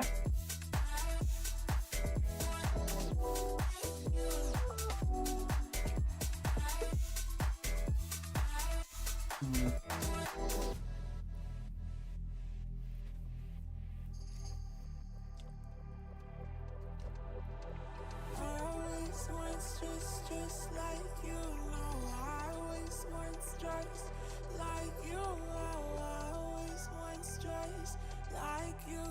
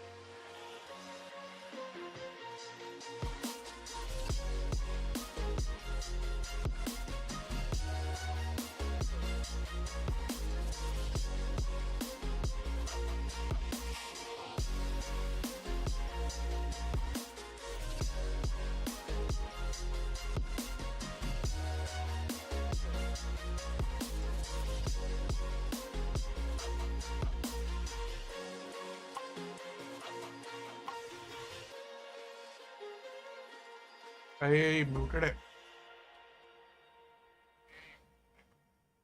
They've gotten punished. But instead, MIBR forced the dagger and tried to take TP, and again, Valen just kind of farmed there. So MIBR call a timeout, down 4 rounds early on. And this is, again, the snowball, it's starting to grow. 4 rounds already, still plenty of money. We'll see as soon as we get back into the action. G2 have a couple of members close to hold still, so this has the potential to get out of hand. Yeah, and I mean, this is what happens when you lose such close rounds, like the way that MIBR have been losing some of these. Yeah. Where it comes down to like a 1v1 or even on the retake, right? Leaf getting that kill amongst 3 players shooting. You start to put self-doubt in you, in your calling, in your protocols, everything like that.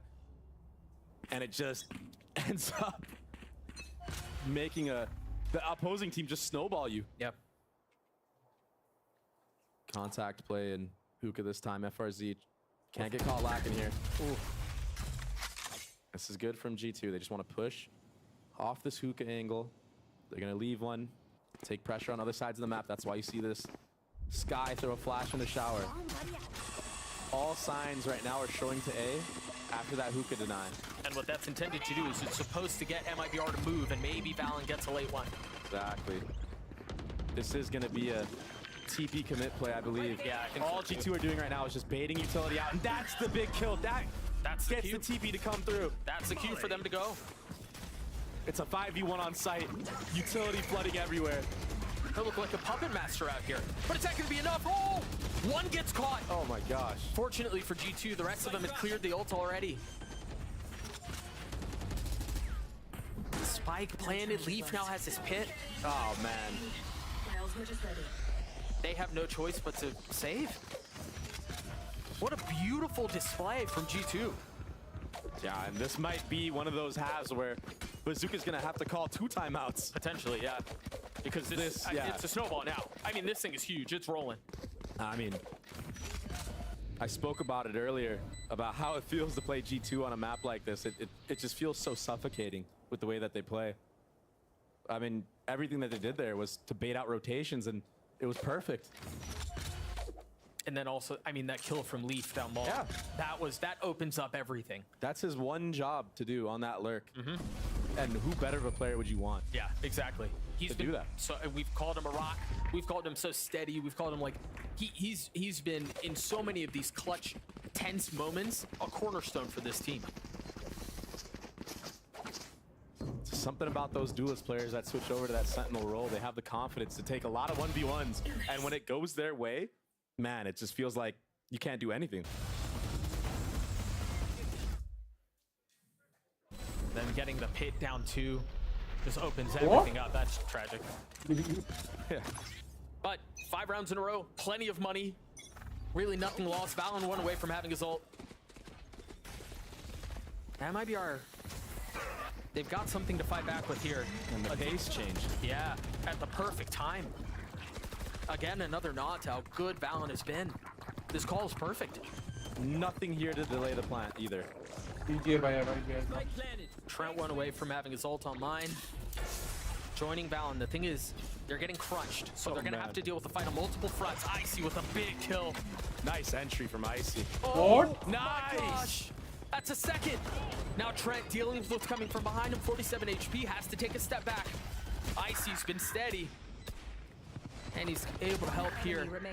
3 in the round. Holy smokes, this is falling apart for MIBR. Learning from previous mistakes of other series, repositioning really well this time. I feel like a lot of the times when he gets the first kill, he kind of gets punished, trying to get the second. But this time, he knows he doesn't even need to do too much. Get your first kill, fall back, play with your team, let them come into you and just hold. Enemy down. I mean, it sets you up for free kills like this, and when you have the star roster of some of these G2 players, you really don't need to do much to look good. And again, we talk so much about confidence in Valorant and how series can be won or lost because of that. Yeah. Because of confidence. And for G2, particularly for Icy, he feels good. You know, especially with these young guys, you know, you're like, oh, what version of them are we gonna get today? For C9, it's, are we gonna get Scrim Oxy today? I think we're seeing Scrim Icy right now. Yeah, I would agree. And, you know, we haven't talked about it as much, and, you know, he hasn't necessarily performed the same way, right, as people would have expected, but what I'm hearing from the streets is that there is a scrim Icy, and he's a freak too. Yeah, I played against it, dude. I know. This guy can drop 30s just as easily as Oxy. It's just a matter of time before he can translate it into these matches. And One enemy remaining. He's doing this could be a great, this could be a start to something great, I should say. It's been a start to a great map for G2 so far, 7-0. Plenty of money, plenty of ults. This is a full-blown avalanche at this point. Yeah, G2 just look like they can't handle the weather right now. I mean, sorry, MIBR look like they can't handle the weather right now. That's done. Let's go, Icicle. Big dog. And again, teammates can feel it too. Yeah, you're gassing up your guy. He's been such a source of conversation over the first couple of weeks for G2, and you know, can he deliver because he hasn't, and you know, is he the right fit? And we talked about how he seems comfortable on Gecko, but how is he going to perform when he's the only duelist, when it's on him to create space, him to go? So far, so good. What can our team do to counter, though? An ult online? Oh, he's feeling it for sure right now. They've crossed paths, and Icy gets 2. Leaf with the 3rd. Off the rocket timing of Artzine. You just saw Icy go flying over truck, killing 2 players in CT. Oh, 1 player in CT and 1 behind him, so he pulled a 180. He's a little freaky right now, I must say. And nothing going the way of MIBR. They just have no answers right now. Meanwhile, Scrim Icy has arrived. How many kills is he at so far? I think he's at like 9 or something. He's been getting back-to-back multi-kills as well. I think that's the key difference. Yeah. In general, he has a pretty good first kill, first death stat line. It's just he was getting traded quite a bit against a lot of these other teams. Sure. Right now, he's able to string 2, 3 kills together, like a lot of other star duelists in the league. So these are really good signs for G2. And it's only, I mean, it's only getting worse for MIBR. They couldn't even save a ton of weapons. They're only able to carry 1 weapon into the next round. No, so even the little things that they need to do to try to keep this competitive aren't going their way. There's that satchel that you just mentioned. I see off of the queue from our team using his satchels forward, gets 2 kills back sight. That was sick. And there's just no control for MIBR. I love how the one MIBR highlight in this clip was just JZZ killing someone not looking at him.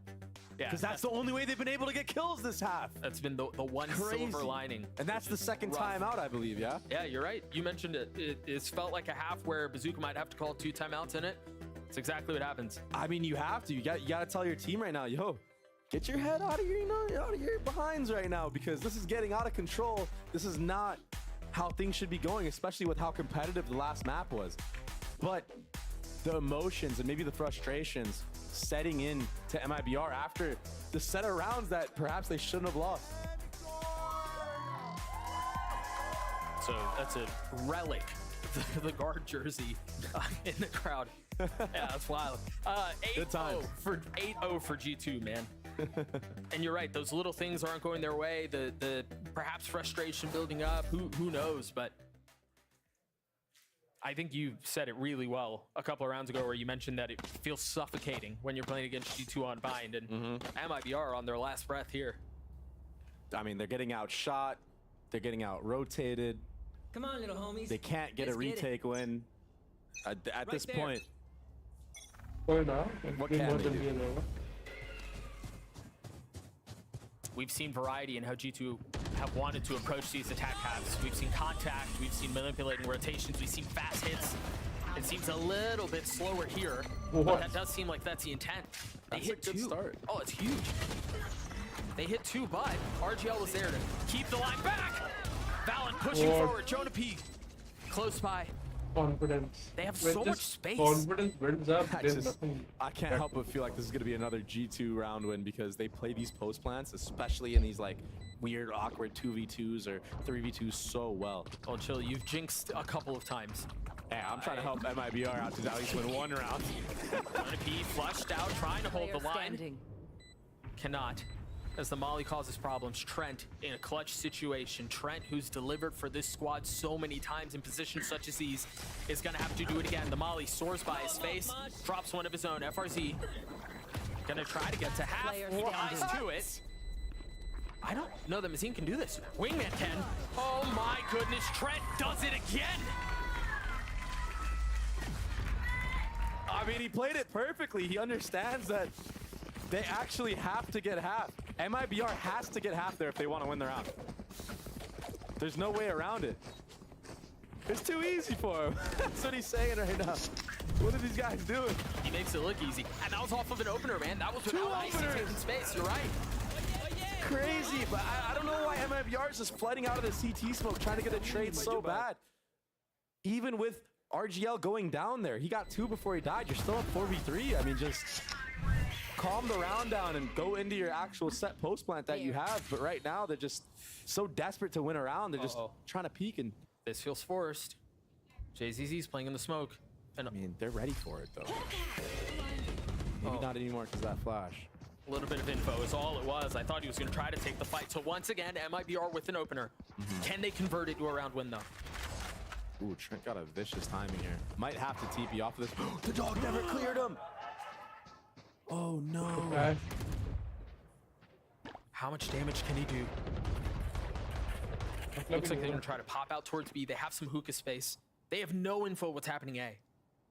Yeah, it's tough because the Viper's pit went down. So they might have an idea that there is a Viper's pit somewhere at A.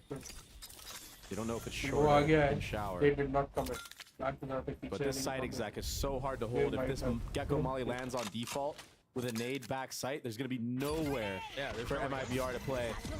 Icy satchel. There's the Gecko Molly. There's the util that you mentioned, and they cracked the side open again. It's impossible to hold against that. But Mazine, he's the only one here. He's got so much to do. Can he contain? Can you imagine, dude just plays his life. Ice creeping forward, trying to get the kill, finds it. Oh man, he's looking so good right now. I'm so happy for him. 2v2 though. Not out of the woodworks yet. They've gotten the spike down, but they're both so weak. The reposition too. 104 HP across both of them, and is that going to be enough? FRZ left alone. That Molly. It's a great Molly. Oh, Leaf is so weak. He dies to it. Icy on the swing. Can he land the shots? FRZ clutches it out. Oh my god. Oh, they finally got around. I feel like we get so close to seeing a 13-0, and then around 9-10, the enemy team wins a round. It's like clockwork at this point with me and you, Doug. But, I mean, great job from MIBR to finally slow it down in that 2v2. Yeah. It almost got scary, though. And that was, again, off of an opener. They find themselves in these numbers advantages, and then it's heroics off of G2. It's ridiculous moments. It feels like MIBR are kind of letting go out of their hand that keeps it competitive. They need to use this momentum to string these last couple rounds together if they want any chance of making a comeback into this game. Even then, the chances are slim, bro. Yeah, it's a tough ask against a defense side of G2 who honestly will just delay the bomb for like centuries, it feels Forever, like. yeah. They've taken some space showers. They're proactive on denying space, denying the map, which is well done. And they're playing soft on B, so. Oh, this rocket, is this damage? Nah, no damage on the JZZ this time. Tucked around the corner. So what did G2, or what do MIBR have, excuse me, to try to take this thing back? The only ult they have is JZZ's. They've got to know the sky is close. They're really taking their time with this. Maybe too patient? Icy still gets, oh, it was Valen who got it, excuse me. Either way, they're getting a couple of kills that they need, but G2 refusing to relent. One enemy remaining. Man. It's just too clean from G2 right now. The teamwork is in full effect. Yeah, and it on the side of MIBR, I hate to say it, but I feel like we're watching a different team from what we saw on Xbox. Yeah, they've definitely broken down. Too clean. I mean, that was an MIBR that we talked about. Winning clutch moments. Our team looked incredible. They were doing the small things well. They were playing the map perfectly, and they're still trying to do some of it. You saw them take a ton of space showers right at the beginning. They, you know, are trying to contain what G2 are doing, but once it gets into the messy moments, once it gets into the chaos of the gunfights, they're just not landing the shots. One enemy remaining. Yeah. Leaf, although he was smoked off there, it makes it obvious that the retake is coming in and they can only come from one spot. So as everyone on the site is actually fighting, Leaf just needs to just spam in that general direction and just create even more chaos, maybe get a kill or two or a couple tags to mess up the peaks of MIBR on the entry. So it's just really good play from G2 right now, playing really well together. They were so effective in the chaos on Icebox, MIBR were, but this is a shadow of what we saw previously. I mean, G2 have been so committed on these last 5 rounds on where they want to go and what they want to do. I mean, G2 can do no wrong here. Yeah. It's all because of how G2 started off this half with all the lurks that they had and all the different layers that they had. It opened up the later part of the half for them to just full commit onto site splits or just site hits off of one lane. And even just look at this moment right now. They're having to use these mollies. They're having to try to find some space from so far away, where it feels like, much like the entire half, they've been suffocated out. 11-1 in favor of G2, and yes, it was a 2v4 at the end there, and the spike was planted, but that just felt like a perfect representation of how the half has felt for MIBR. Yeah, and if you're MIBR, this is basically elimination from Shanghai. Oh, yeah. I mean, this is heartbreaking right here. With backs against the ropes, they looked formidable on Icebox, but again, a shell of the team that we saw just, what, an hour ago? We got 5. That's big. And again, not to take anything away from what G2 are doing, because they're playing it perfectly. I think there's a whole lot going on here on both sides. So G2 11-1 at half. That scoreline really tells us everything we need to do. Let's take a listen to Icy. We got to chat with him and find out how he feels about his performance here in stage 1. With this being my first year in VCT Americas, my personal performance, I think the first 2 games, I was kind of just getting used to the stage, you know, like I had some jitters here and there, and I think like slowly, like each game, like I'm getting more comfortable playing on stage, and within the team, like I just feel like I'm realizing my role and like what needs to happen, and yeah, I'm getting more and more confident. Well, he seems far more comfortable than the first couple of weeks. Like you said, if there were jitters there, if he was just getting comfortable with the stage, it seems like it's gone, right? Because he's playing well, and he's playing well on both roles. We talked about the Gecko and how that's such a different ask. Now he's on the raise, he's creating space, he's going forward, and he's winning out these duels that, quite frankly, week 1 and week 2, we would see him lose every time. Yeah, actually.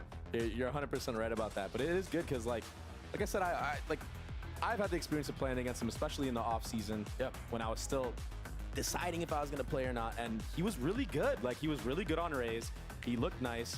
I haven't got to really play against his jet too much, but he's solid on raise. That's why G2 picked him up. They needed a raise player. Right. And obviously, Leaf is a monster on this Sentinel role, too. So it's a good sign when Josh is laughing at halftime. I can't even imagine what they're saying right now. They're like, can you believe the first map was that close? The duality of man. So Josh laughing and Bazooka with, I mean, I can't imagine what he's saying to his team, but I'm sure it's not nearly as encouraging or as happy as what's happening on the other side. That's so tough. They, like, in kickoff, just like the Death said, that, like, I thought they looked really well and they had a lot of bright sides to look forward to, but they just haven't really been able to put their foot down and have any type of actual success outside of just some close games, maybe a map here or there. I mean, that timeline is dreadful. Yeah. Right, and so much like MIBR in a must-win situation, not just in the map, not just in the series, given playoff implications, but in the pistol. This goes without saying. Trent just sitting there for a lineup? Yeah, I think so. They have to win this round. They have to. I think this is like almost a play out of Hunter Thieves' book from the other day, where it's like basically a Sky playing an off angle and then a double flash play to pinch anybody B long, but MIBR reading into this, they don't want to mess with that B long at all. I don't blame them. Yeah, they knew something was up. And they're picking the right side to hit here. And all Icy's job is here is to just throw that nade to delay the Gecko plant. That's it. He needs to nade little buddy. Hopefully buy enough time for his team to rotate in. And right on cue, he has the nade out. Oh, such a weird plant spot, though. I don't know if this will actually kill. It does! That's huge! the guy's doing his job. You mentioned it, and now they're going to be applying pressure in from showers, and they have to go forward if they want to maintain control of the site. And he knows.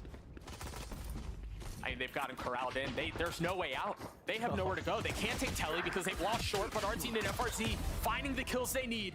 13 seconds left. Options are limited. Time is brief. Can they get this down?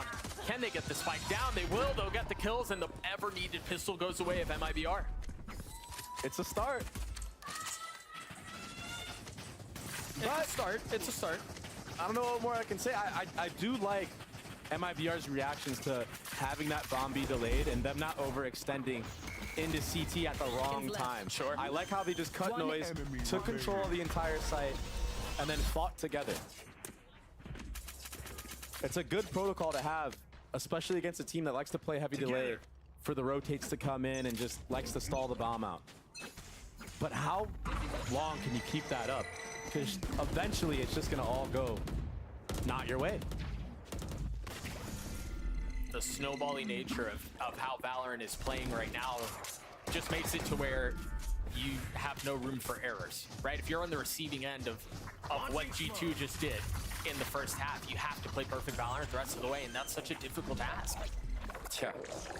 But again, the snowball can go either way, so we'll see how it plays out. MIBR get the spike down. G2 choosing not to invest at all. Maybe get a couple of exits on the way out, but this round should go off without really any sort of drama. Ooh. Naturally, as I say that, a kill goes in favor of G2. Leave it to Leaf. He's so good, man. Yeah, he's unreal.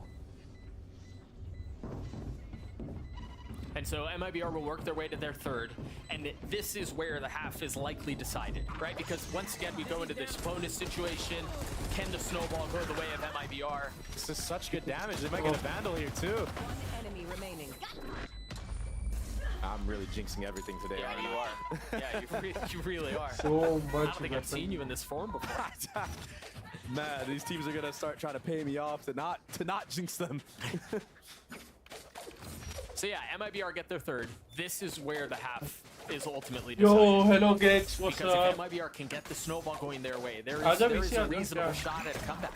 Stop it. And they know that too, and that's why you see a big investment on their side. They know that they have to buy into this.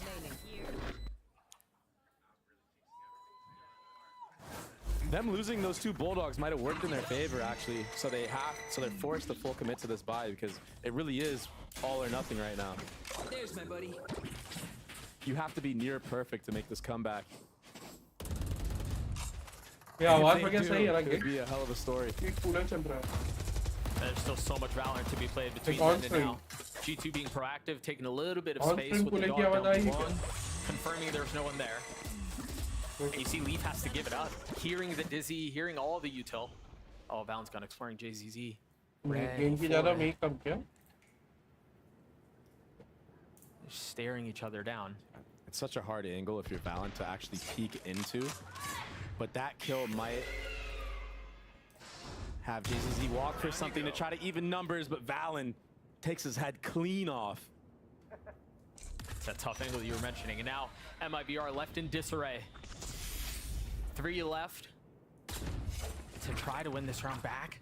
In the face of Trent's ult too. अब देख frame And पे all एक these smokes that Valen still has up. I mean, this is the delay that you were mentioning, right? Between all of the अब utility that ठीक you है have कि at their मैं मतलब make disposal. कम आई है कि There's क्या really no options to get into the site. So hard to play What? against. आई सी आई जी कोई नहीं सेंटिनल का गेम थोड़ा जल्दी देखेंगे और जल्दी सो जाएंगे बस सेंटिनल 2-0 खेलते Trying to बस get away. Look at it. Get a couple kills. हाँ No bomb though. Yeah, and no खेलते भाई time. बस Yeah, all Leaf has to do here is just live. Icy takes RGM. नया league देगा क्या? Off as well. And so now G2 find themselves on series point, but I think on top New of skin that, leaks we've got देखी to कि नहीं discuss देखे? the possibility of, I mean, MIBR find हाँ? themselves staring down the barrel of तुम playoff जब मुझे elimination. And Trent has वहाँ ult. से ऑडियो बढ़ाते Jonah P is और what, 2 उसके लिए off? कम I करते mean, हैं even if you string a couple rounds वरना together, तुम लोग को समझाइए बट मुझे you're gonna नहीं go up समझ against a G2 who plays their utility so well on this map, and then you're adding 3 different ults into the mix potentially. कुछ? Yeah. I mean, it's just there's not a lot of hopium right now for knife देखा क्या but fans. Such a dire situation. Knife बहुत अच्छा है. To consider the possibility of your stage being done, Shanghai being off the अरे video है जब मैं तेरे को लिंक भेजता and you're down 3-12. Trent's gonna get a little bit of info. He's gonna tag JCC. He gets the kill. Oh my gosh! What? There's the brim ult, right? Front side. I thought he was gonna do it into U-Haul. No need to. I mean, this is Raps. They know someone's in CT. It's been Raps for a few rounds now. Mazine, the only one left standing. And MIBR go home. Flawless by Flawless. 13-3 on Bind. They get destroyed. And just like that, their stage is over. Yeah, that's a feels bad manner for MIBR, but if you're looking on the other side, this is a big win for G2. And the way that they did it. Yeah. Especially on that last map. Yeah, the first map was back and forth. It's good that they brought it back and won. But to come here in the second map and the performance that Icy had in the beginning of this like attack side, I mean, he was a main reason why they won a lot of these rounds. Yeah. He was getting in there in the chaos and thriving in it. That's something we didn't really see him doing much often. Oh, 1000%. Yeah, that's my big takeaway from the series, because I think you look at this and you're kind of favoring G2 over MIBR, right? All things considered, but for it to be done in this fashion with Icy looking as good as he did on the Rays, taking space, getting openers, and then obviously when you have all the other pieces working as well as they are, Valen is calling out of his mind right now. You know, Leaf is one of the best players in the game. Like, Trent, Jonah P, they're steady for the team every single time. Like, this is a G2 that feels like they're hitting their stride, and yes, it was against an MIBR who struggled, but everything came together today for them. Yeah, and when you win with scorelines like 13-3, you don't show everyone else that you have to play for the rest of the split your entire hand on the map. We didn't get to see much of G2's defense, and that's going to work to their benefit going into the next series when they play Bind again, and etc. So it's always good to win maps like this because of that reason. Yep. As we near crunch time, as we get to the end of the stage, so much to look forward for G2. He's answered questions about Icy has about how he's going to handle the Rays. He gets more and more comfortable. He mentioned it in that little video that we had with him earlier. He's getting past those beginning jitters, and maybe it's Scrim Icy, maybe it's not, but the guy was the real deal today. Yeah, I mean, I remember when I was a young player too, man. It was tough, bro, going on that stage for the first time, especially in front of a crowd and everything. It could be a big shock. Just drop my pen. Yeah, it could be a big shock. So shocking that it'll drop your pen. First time, Doug? Yeah, first time. He is getting acclimated. I'm getting a little nervous on the stage too. Let's throw it down to Riv on the stage for the Verizon post-match interview. Yeah. What's going on? We're here live on the stage. I don't even have to say give it up for Leaf. There it is right there. G2 Esports with the win. Leaf, it's so good to talk to you after a while. I gotta ask, what was your first reaction when you heard Leaf back on Sentinel? This guy who's been a duelist, pushing the front lines, known for all these frags, but still doing it from Sentinel. What were your thoughts? I mean, it was kind of my decision, not gonna lie. Okay. I've played it before on C9 the beginning of last year when we had the Ye and Vanity roster, so I was pretty confident in it. I think I'm obviously a lot better at it now than I was then, but I've learned a lot since then. But I think it's I think it's fun. I like it way more than Duelist. Why do you think it fits you more than Duelist? Because you can kind of just express yourself on Duelist, but you seem to be really good as LMS. I mean, I think I'm good at clutch situations, to be honest with you. I think even on Duelist, like, there were rounds where I had really insane clutches. And it's just nice to be able to not, swipe 800 times to clear 800 angles, and I just look at my crosshair and just shoot somebody, and I throw like a post-point molly, so it's pretty fun. Absolutely. Looking forward, you have Loud coming up in SEN versus Loud. I want your opinion on that, but also how are you feeling about that matchup? I mean, Loud's like the #1 team that you really just shouldn't count out ever. Okay. I mean, I think Sadhak is literally the best IGL in the game still. Like, he's still playing too. No discredit to Valen, but obviously, like, that guy is a legend of the game. So I think it'll be a fun game. I always like playing against Les. He's like the hardest player to play against too on LAN. So I think it'll be really fun. All right, with that then, next game, SEN or Loud, what do you got? For my sake, loud, because it helps us get to playoffs. But I know a lot of people are SEN fans, so but I just got to root for my own team. All right, Leaf, thank you so much for the interview. Congrats on the win and moving forward. We are going to take a quick break, but don't go anywhere. You heard it just there. SEN versus Loud up next.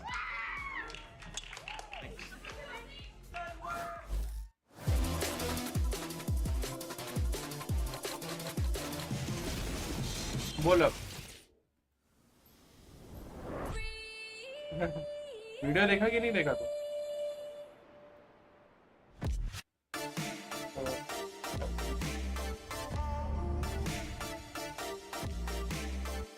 भाई देखा था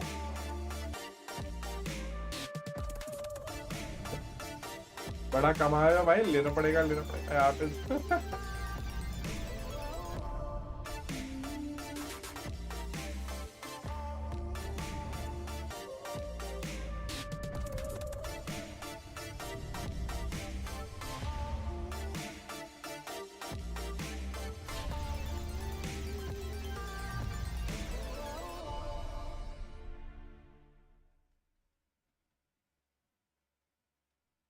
Look what I Well, just made. The perfect pearl. I Not guess too bad, but Radiant से तो सस्ता ही होगा. It would be like Elder cost. अगर महंगा ज़्यादा करना है तो फिर Z वाली Spectrum की cost.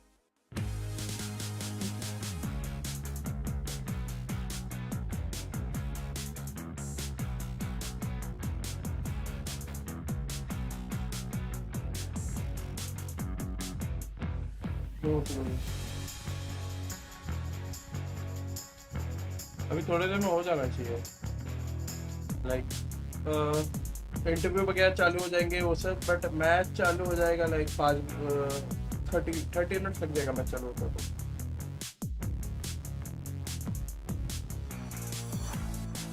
30 तो होगा ही होगा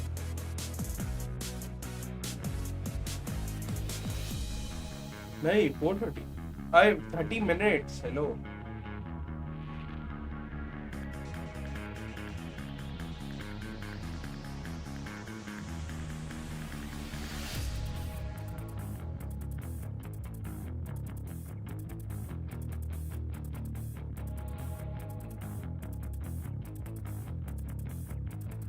भाई ठीक है नहीं खेल रहे भाई कोई नहीं खेल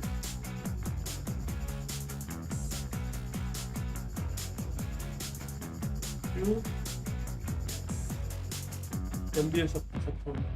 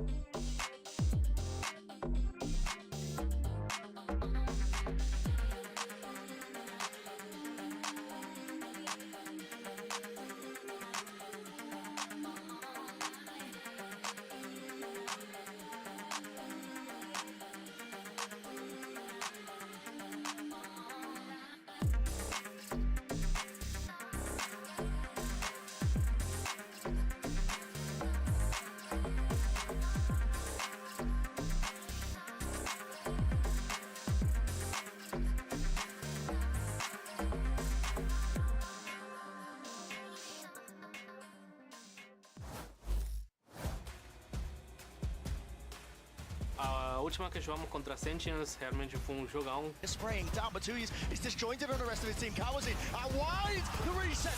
Rolling Thunder lifts him up in the air, sky high. Foram vários mapas apertados, mas lamentavelmente perdimos. E eu acho que novamente vai ser otro showdown. I've said it before, but it's just gonna come down to a game of like Sadhak and John battling out who's calling, who's changing what. It's gonna come down to the mid-rounding. It's gonna come down to the basics and fundamentals. Loud is never an easy opponent. John, chances, chances, chances, and delivers!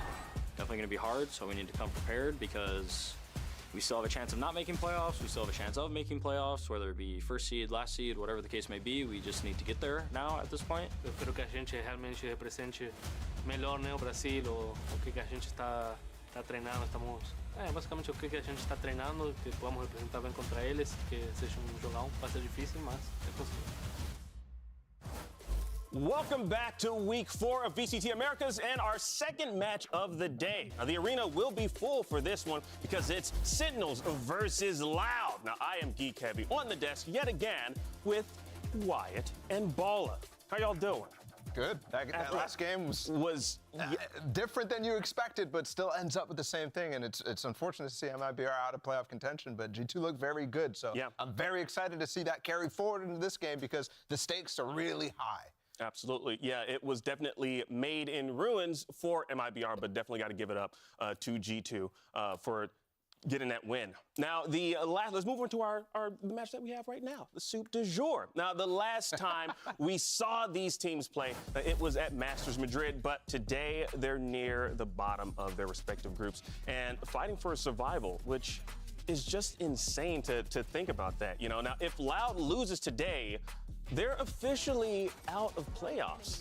Like, Wyatt, did you ever think that those words would come out of my mouth or any mouth? Like, No, it's insane. No. And the thing is, Akeem, no. Since the debut of this team, Loud, years ago, they have made every international event. And not just that, I mean, the majority of them, they were all making deep runs. Yeah. They've won international events. Like, this is just a team that you always think of being at the very top. You would have never expected them to be down in this situation 0-3. And it's not just being down 0-3, but in the way that it's played out is pretty shocking. You've just never seen them For them to be winless is crazy. But even still, like, this is a team that won every single regional title up until this year, right? For them, every single time. They were America's champions last year, right? So, yeah, it is shocking. It's very shocking. Well, you know, and honestly, I think it's kind of shocking to see where Sentinels are as well. Yeah, you know, definitely. now Sentinels, they say that they're ready and all is well behind the scenes. But here's what their social media posted. Let's check this out. Good news! After last match, the boys held a big team meeting and it went great.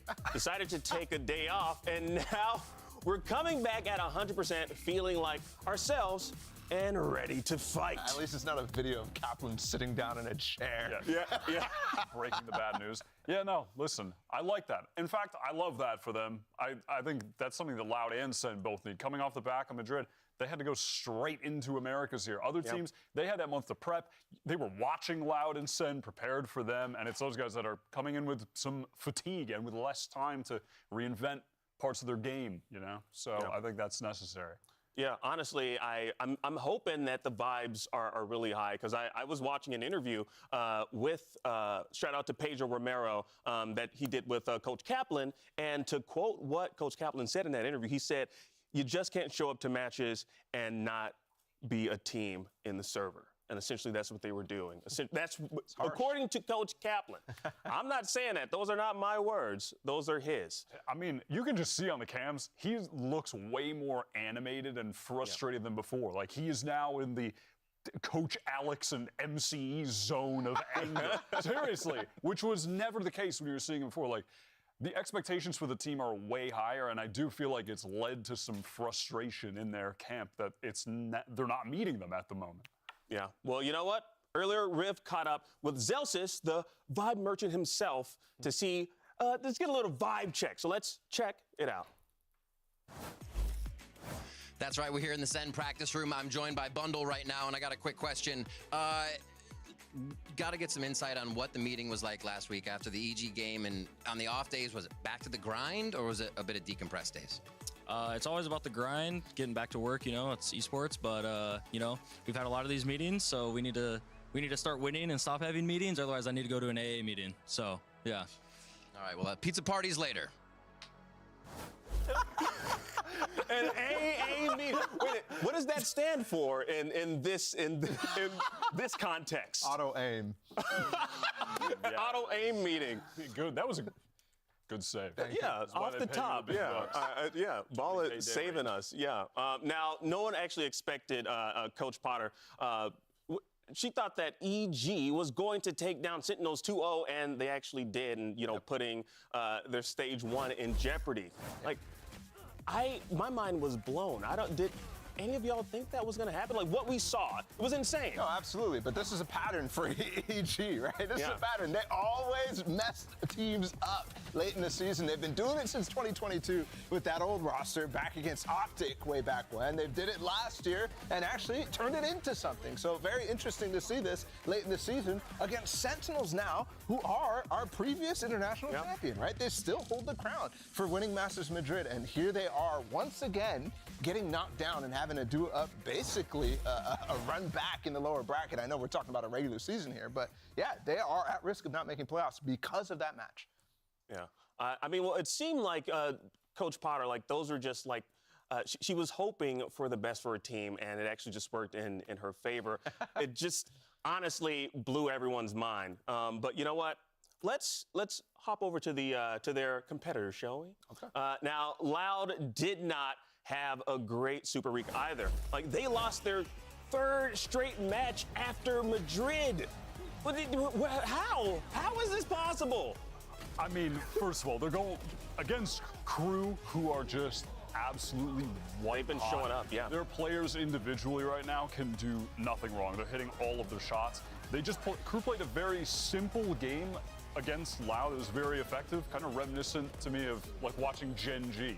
You can just expect a high level of mechanical skill from every single player, top to bottom right now, and the game plan's straightforward, and Loud just could not stop them. I think right now, on the opposite end, the juxtaposition being that Loud's firepower right now is just, I think it's lacking.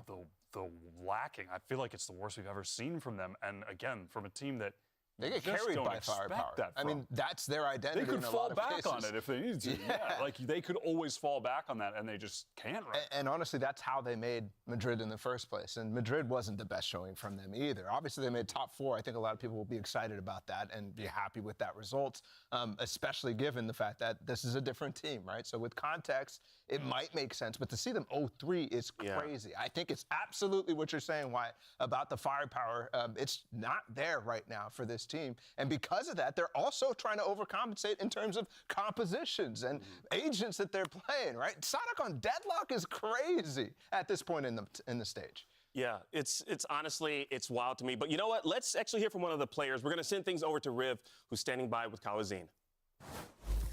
Thank you, guys. We've infiltrated the Loud practice room. I'm going to pick Kawanzine's brain real quick. He's given me a second of his time. Kawanzine, normally Loud is the top Brazil team. Everybody's looking for the strats from this squad. What do you think has been the biggest blocker this stage for the squad and being able to get those results again? Cara, acho que o Valorant está num nível muito alto e se você para de evoluir, basicamente os outros times passam por cima de você. Eu acho que os times brasileiros ficaram travados. Mas acho que, de modo geral, todos os brasileiros aqui nesse campeonato têm muito potencial para continuar evoluindo bastante. E acho que talvez no próximo split a gente consiga mostrar o 100% do potencial brasileiro. Yeah, Valorant is a game that keeps evolving, and when you don't evolve, the other teams will steamroll you. And that's, I feel like, what's happening right now with the Brazilian teams. We kind of blocked. But I'm still confident that all the Brazilian teams can still perform good, and we are very confident for the split, for the second split. Well, can't wait to see that evolution today. Good luck. Thank you. Yeah, well, you heard it there. You definitely have to evolve and constantly evolve because that's just what Valorant is. Like, it's constantly evolving as a whole. See, I agree with that, but like with the context of this team being 0-3, I don't agree with that. Well, I don't think that makes sense with how Loud has been evolving throughout the entirety of this year so far. I'm kind of taking that in the way that in their offseason, they tried to evolve by pushing this double flash, Phoenix, Breach, all that. Yeah. That had a short shelf life. Yeah. It caught people off guard, and then it expired. And after that, though, then they haven't really had a chance to evolve too much in the past few weeks, and post-Madrid having no time They were stuck with the flights, that whole situation. Yeah. And now it feels like they're hitting a reset button. They're playing some more default stuff like Deadlock aside. Yeah. Some of the maps are kind of going back to basics. QCK playing a lot more Raze. Yeah. But they haven't had time to evolve again. It feels like they've just kind of regressed. I see that, absolutely. And with that being said, like, this time that you're hoping for is leading to them being at risk of not even just at risk, at major risk of not making this international upcoming in Shanghai. And this is going to be the first time ever that happens for this team since their inception in 2022. Just look at this list right now. They've been to every event. They have, what is that, 5 top 4 placements? Yeah, 3 beautiful finals appearances. I mean, this is one of the greatest teams that we have ever seen in the game. I mean, after 2022, we were thinking this is the best pre-partnership team of all, right? Out of all of those teams, over Optic, over some of the other greats as well. They did it, and they've still been doing it up to this point. It's do or die now, or otherwise that record is going to get broken. Right, yeah. So I guess the question is, like, how do they kind of course correct so that they do still stay in contention? Yeah, I mean... I don't know if we got the answers here, but... that is tough, because one of the things I think is time, which has not been on their side, but also I think they've just misread this meta. I think the no Sentinel double flash thing, the power of Cypher right now in this meta has been on full display this year. It's so strong, and I think of dodging that completely has just been a misfire. Like, how are we playing no Sentinels except for Deadlock? Fellas, it's time to reconsider. Like, that's crazy. Yeah. So that is one thing I'm looking at. Like, again. Yeah, but they're not going to change that. For a bit of time. That's their identity now, right? Like, but it doesn't have to be. It's time. I mean, we can't just sit here and go the same thing for every Brazilian team. Like, please, Brazil, catch up to the just meta. shake them. That is the case, though. But it's 2 weeks. They got to get 2 wins in the next 2 weeks, otherwise they're gone. Like, but it's not like they haven't played with Sentinels before. Like, it's not. It's not so crazy to have to bring that in. Like what MIBR were doing, and again, I respect that they changed so much, but they changed everything, and we're bringing in new comps completely. For too much. You're asking I don't for too need much. that Akeem, loud. I'm gonna give you $10,000. Get this guy off the team. What are you talking? Seriously? I'm asking for a Seriously? cipher. No, I will take the 10K. No, I'm getting you up to. But you know what? Let's go to predictions. Predictions right now. Who's winning? Why? SEN. I'll go SEN too, just because I think they're closer to making playoffs here, and it's a cop-out answer, but Loud has just been playing very poorly the last couple of weeks, and I don't see it changing. All right. Well, you know what? I guess I'm going to be the advocate of the devil. I'm going to go. I'm going to go with Loud. I'm going to go with Loud. I just feel like, I don't know. I'm hoping for the best. Look, you know? I'll tell you, these games are always close between these two teams, right? Yeah, Like, always go to every single map. Yeah. Well, you know what? It's about that time, y'all. That's right. It's time to get this match underway. So let's send it down to the stage and see what's cooking up and who might win this one. Riot Games Arena, make some noise for your first team, Sentinels!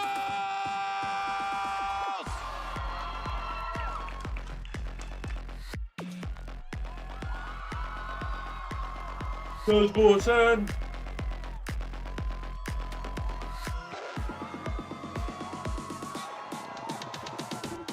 Fish is here, guys.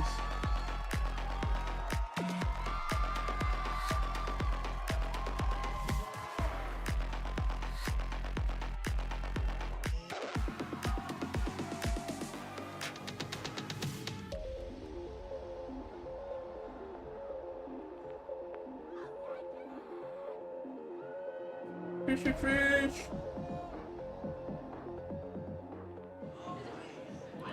Confia, porque ainda não acabou. Faz o L de Loud!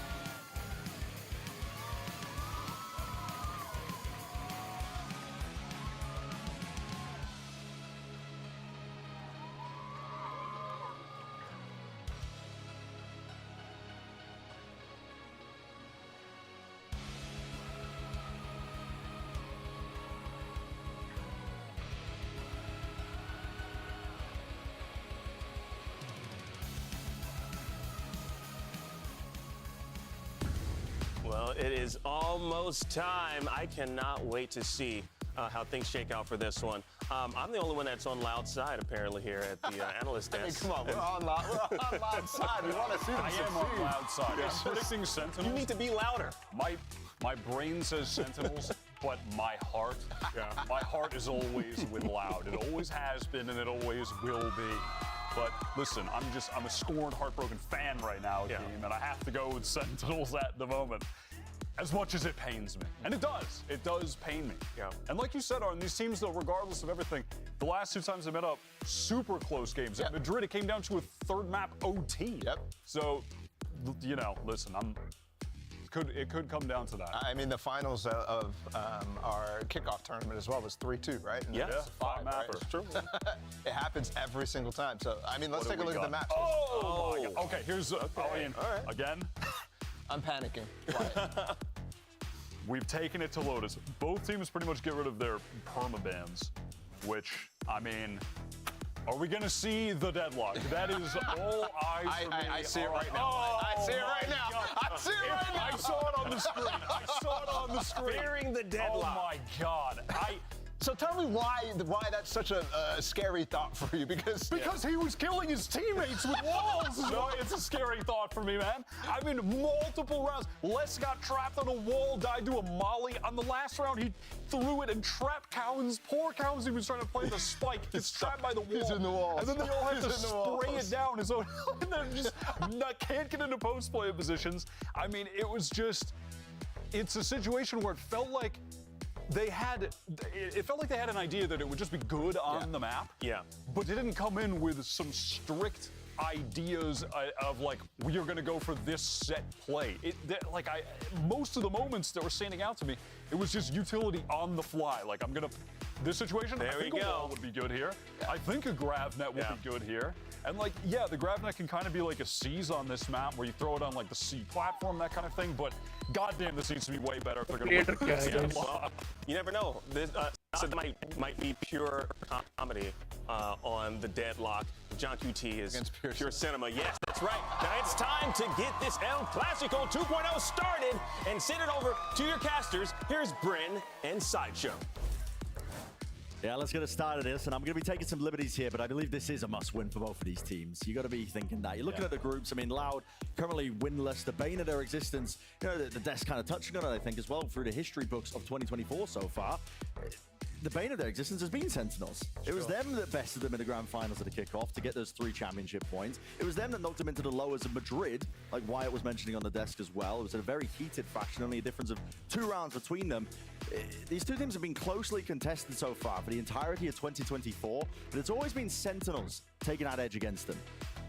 This match ends up being absolutely imperative, though, for both sides. Sen are also in an incredibly difficult group. And for Loud, they would miss their first global event ever if they get eliminated from these playoffs. And they put their hopes on Sadok's deadlock, which didn't work against Cloud9. They had some decent ideas, but the execution of it did look a little sloppy, as the desk was illustrating. And here at the start, we're seeing a fight over that front B territory as Sentinels go with that classic defensive maneuver we've seen from them recently of taking mount control and then opening door to flush out front B. Loud funneled entirely over towards A. Nanaswarm's going to be delaying this initial push. Take care of the turret, though. Horn flying forwards along with the boom, but a lot of utility being expended on either side, and still is a bit of a stalemate as we hit that minute mark in the round. One of the things that Sadok loves doing with the deadlock on the attack side is getting into an exec space and then throwing the wall just to make sure the retake all funnels through one direction. To me, one of the biggest problems in their game against Cloud9, though, was that Loud kept ending B, and the C9 retakes on B was so good. Completely overwhelmed Loud. So the more they can end on C like this, with only 10s at home, the better it'll be. Look at this lineup with the deadlock wall. Lovely into waterfall. 30 seconds left. It's a little more difficult to punish them for breaking that wall, but I think it's going to make most of the retake come through spawn. And Loud, this is where that deadlock can create the advantages.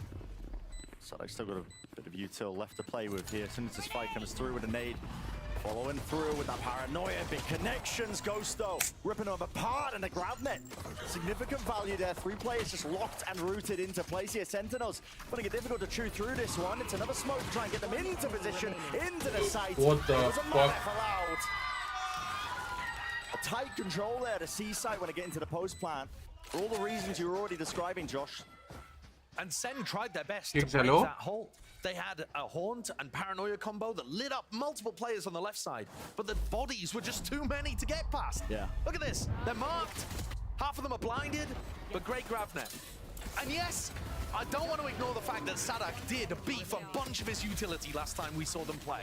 You heard Wyatt talk about it on the desk. He grav netted 2Es in one of the rounds. He locked out less with his wall at times. But I think the more you play with this, if it is a game plan they want to commit to, the better that util on the fly will get. It was honestly, he was just like flashed up and missing the util a lot of the time. It's simple stuff. It's easy to fix. We shouldn't see too many of those self-owns on this map. Well, maybe that's just my hope speaking. I'm certainly hoping for that. I mean, if there's one thing I know about Loud, is that you can never doubt this team. Even when they're looking down in the dust, beaten down over the course of this split, you just never know when they're going to come alive. And they really have been beaten into the dust this split, though. It's so rare that we see Loud in this kind of spot. Yeah. 2E's going to break that turret over towards C. It seems like from Loud so far, they're looking to apply pressure A and maybe have that avenue of ending C in the late round if they need to. It worked for them on the pistol. And Sadak is normally excellent at his IGLing of trying to find those holes in teams' defenses. This is the wall that they do when they go for their A exec, so this is making it feel like they're going to end A. It's a one-man fake, though, and a one-man show. Still, I mean, center on that half by go! Yeah, okay, well, someone was supposed to be taking contact there for John, but they'll maybe tighten that one up once we get to the rifle rounds. It doesn't matter as much here. Loud getting themselves into that C post plant. Sadak didn't give away a rifle or anything. And now instead of the wall going and flushing out waterfall, it's players in that direction. So again, the SEN retake all coming from one spot. Plan for Mound as well. You have Les is going to be taking point here. Onto the side, doesn't quite have the weapon for it, so he's not scared of playing aggressive. And they have flipped it. You can see just that positioning. QCK, it's been a bit of a nuisance here. They know that waterfall is most likely occupied. Zekken just seeking to dominate the smoke, but as it fades, the rifles going to be slinging those bullets across now and finding all sorts of value. 2 years eventually getting it slightly labored. John QT sticking this one. Sure, push back, yes, eventually so. But that's a damaging second round here for Loud. They managed their economy so that they bring those rifles into the next, at least 2 of them, but they did have 3 online. It's not that bad, though, because they didn't full invest into the bonus. They'll still have some damaging weaponry to work with. I think this is one of those situations where Loud should just be playing the bonus instead of trying to force up, but we'll see what decision they go for. We've seen some teams like G2 just decide to go for it in these spots. Good kills, let's go. Zelsa is trying to keep the vibes up early on. It was a decent or rather, decent eco round, I should say. And here we go into the tech pause early on. Okay. We've had a few of these with the SEN games recently. We really have, yeah. But I think it just gives us more time to talk about it. I was looking through the stats of all the teams that went to Madrid recently. Yeah. Of course, this being our rematch of those 2 teams that were in the grand finals that kick off, the representatives of Americas at Madrid.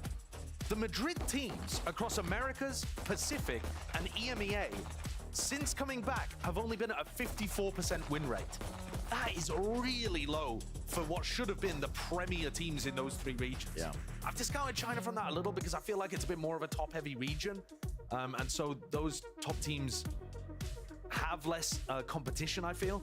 But I really feel like that stat in and of itself really showcases how difficult it is for teams to compete at these Masters events and come back and hit the ground running. Yeah, it's been really tough. Especially for Loud, who was stuck in Belfast afterwards. That's what I mean, man. And didn't even get practice. Sentinels greasing the palms of the immigration officers or something. I don't know, but here we go. Look at that grav net. Yeah. A lot of util being used to make sure that they can't take and contend that close rubble fight. But Tens, still stuck his let's way go. in here. Eventually will go down, but surely evened up now. 3-2-3 QCK. Drop down one bullet. Second, let's go. W second, bhai. In the middle of all that chaos, 2 years.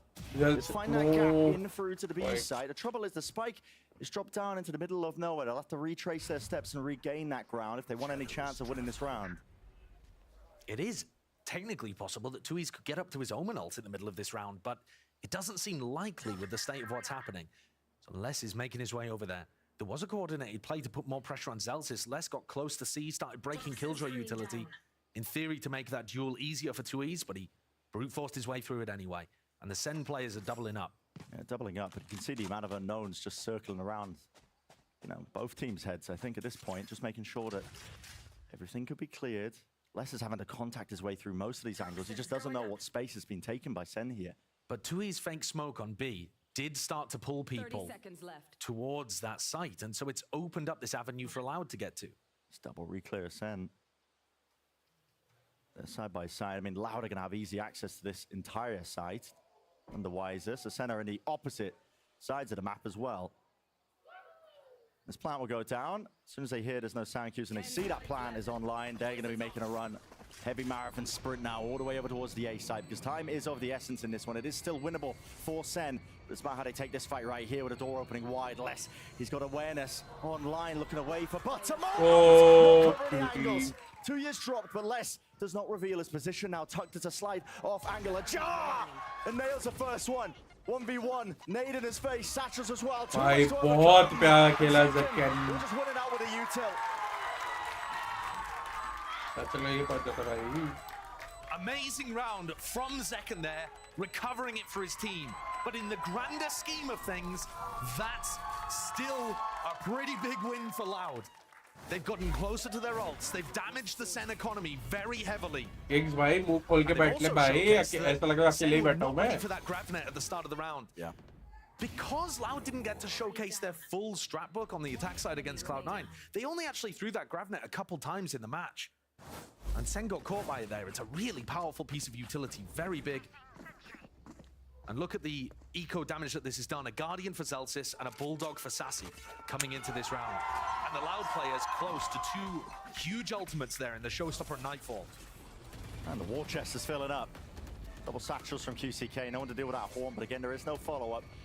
Sentinels. They'll concede that space in towards Rubble. 2 years as well have been taking a lot of liberties out towards B here. Will there be any follow-up? After the Prowler gets shot down and broken, it's a slide angle there. Pixel to work with. Prowler in his face too. Sends it flying with a util to seize. With a snake bite, but it's all dodged and ducked. Yeah, not comboed particularly well there, I feel. They've just sent that util in with no opportunity to follow up on it because there could have been other Loud players holding, and indeed there were, to make sure that Tui's didn't get punished. So Sadak's starting to really clear this space. He's a smart guy. He knows that after SEN have played that with 3 players, they're much more likely to back up and start to cover other holes in the map. It's calling a good round for them. 2 years. Only the one smoke to work with, but it won't be biting them. He hit the wall this time. He did hit the wall. No misplays, no fumbles. So into the post plant we go for Loud. And they played these B post plants way too passively against C9. So it's nice to see 2 players up and aggressive here, QCK and Sadak. And make sure to play those 4 positions. QCK inside the smoke, takes the timing. And with that, rocket earned. The kill gained. And this retake just looking really so unlikely for Sentinels. They realize it. Immediate backing away. Got to keep those rifles into the next if you want to stand any chance on the long-term plan. And all of that damage done on the bonus round. That's one of the reasons why SEN don't feel comfortable committing to that. Zekken with only 200 credits. They're cowering in spawn here. Loud getting up to a great start. QCK got his ult online by playing that more aggressive situation. I feel like that was one of the big problems that they had against C9. C9's flood defending on B was just getting so much space. And Loud, when you replace the Killjoy with the Deadlock, you don't have the ability to play off-site lineups like Sentinels are going to do once the sides are swapped. So they have to play in those pushed up spots. So we can already see the evolution of the game plan from Loud on the attack side. And this one, the replay from a prior round, has less gone down. But this is the one from QCK that cracked things open. Yeah, it's a big one. Just a prediction shot onto Sassy. It's QCK again. I mean, QCK, there's no pushback again from Sentinels. This been the game plan for them, just giving up this space for free as the door opens up again. It's the Nano Swarm to stop them in their tracks, but Loud have been doing a great job with the macro. However, that is overzealous. Less really did overstep his own boundaries. Another snakebite dropped down as well as that Prowler, but the door opens wide to that angle. John QT will fall in the midst of it. Really well supported by Loud. Yes, a little early from Les, but the rest of the team there to pick up the pieces. Drop down into pit silently. Here, though, the deadlock wall means they never need to worry about stairs, so they can afford to focus on pit. They shouldn't get caught by this. Paranoia sweeping through. Satchel and movement running and gunning. Just narrowly avoiding it. All that util to send flying forward. Sadak, he was unleashing that annihilation, but no connections. Here is a rocket to the face. Sentinels. It's overwhelming with the aggression. Leave it at just Kawazine. And again, double digits of health. One bullet will do it. Haunt tagging onto two. Plenty of chances. Satchel has to break it. And now Sassy trusting his teammates, sticking it onto second. The stalwart defender makes sure that the round ends in a win. That was very close towards the end there. Getting lit up, both of them, by the Haunt in that position because they wanted to stay guns out. But I think that's Loud's round that they threw away in that spot. They needed to be ready for Zekken to pop out. You see, the Gravnet is late, and then the Annihilation is aimed towards pit, and Zekken's already out of pit. Yeah. So Sadak just missed the timing there on two pieces of utility to try to support QCK. Otherwise, Loud should have had that one wrapped up. Getting into a point now and a half where the economy's a bit more balanced between these teams. Sen really offloading that one with the Paranoia. Make sure that they can take and hold onto that rubble control. Might cause a fast pivot of Loud. A fake there from Tui's, but he hasn't broken the Killjoy turret. He's been a nuisance, isn't he? They've done a great job here, though, of getting rid of that early alarm bot, forcing out both of the nanoswarms. Aseno really worried about the C-pop here, just as Loud go back to reclear A. How do you reclear 10s, though? Up onto this high ground position. He wants nothing to do with it. He's going to be backing away just in time as well. Aziz was hot on his heels. Out through the tiny little door there with a barrier mesh. There will be no taking up that space once more. It's give that one up. It's a bit of an awkward It's one. all over the place. I mean, Loud are scattered, and so are Sentinels. The call to contact reclear out through B main. 2 years, it's been capitalizing. They were already thinking about crunching Mound there. You could see it in the way that Sassy and Zekken were walking past. They didn't go for a proper wide swing to get themselves positioned onto the angle. They just slow walked out, already in their heads, assuming nobody would be towards B. There's good access for multiple players. 10s, yes, just a director's attention in precisely the wrong place there. I think that was 2 years just committing the ult. Impeccable take here. The entirety of the site dismantling Sentinels. Flawless. We've seen Sen go for some bonkers comebacks on this map. So I'm not worried. The Sen fans shouldn't be worried either. Come on, but there are improvements that they could make to how they're playing the defense here, for sure.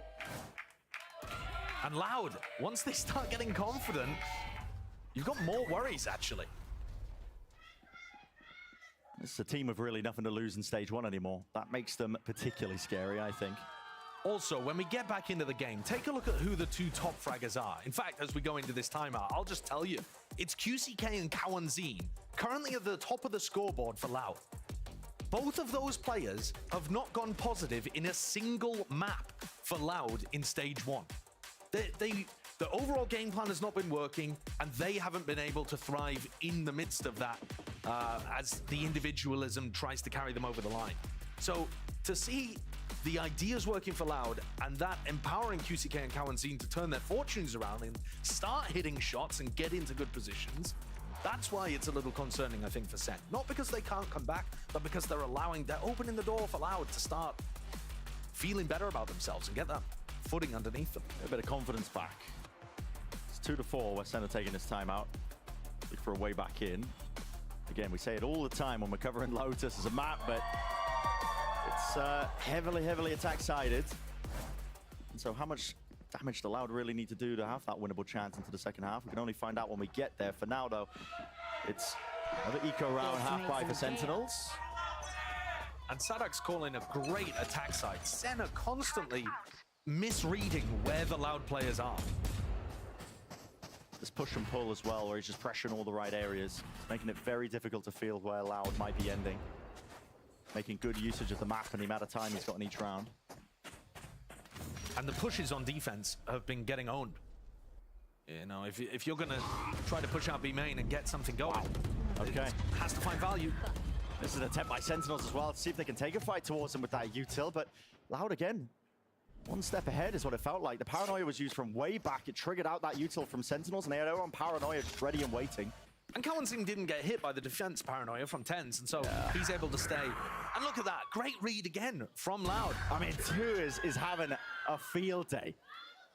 The SEN players hear everybody on Loud running away, so they try to backfill that space, and Loud just leave a single player there with a rifle versus pistol players, able to shut it down. I think they've got an excellent idea of how SEN are going to be working the map. Yeah. Again, we see that lineup coming through from the deadlock wall, cutting off Waterfall, and Loud get a nice plant down. The other advantage of throwing that wall, by the way, you can trap players in Waterfall. You can. You know, if Zelsis or John QD are going to be playing around that spot, but they're looking to try to play for retake, they can get trapped away from the rest of their team and separated from any reinforcements. You can go and push and take those kills. Which players often do, you know, seeking to just deny the plant from going down from that one angle. It's got a lot of layers to it. Some players do need to group up here. They don't want to save these guns into the next, so would like to go down to a few of them. At least to get a little bit closer to their own ultimates. QCK, head clean off. Sadak, though, most of these players are being squeezed, and they realize, yeah, we do need to go down here. Kawazine is the one to collect, which honestly, best case scenario for them. He already had the ult. Exactly, it's not optimal for Loud. Ideally, you actually, I mean, listen, Kawazine's ult is going to be fantastic in the next round. SEN, they've got the Viper ult online. Normally, you're going to see them Viper ult over towards C at the very beginning of the round.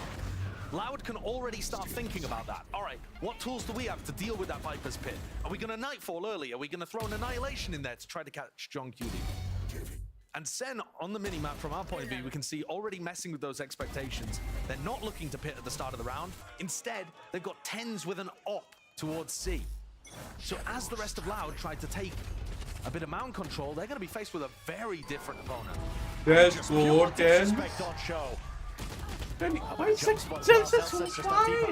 Couldn't quite get out of dodge there, so 1 for 1. It looks like he thought about crossing, and look at the space that Tuiz has taken in the meantime. He will take these liberties if he realizes that it's empty, but John QT is caught up to his plays and his ways. Do you expect the second player?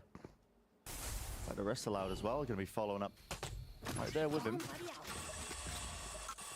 CK getting the plant at least, but this might be a flood attempt here by Sentinels, at least with the Nightfall. Stops the defuse. Less nade, dodged away, just can't quite hit the second with the spray. But still, all sound cues cut away for Kawazine.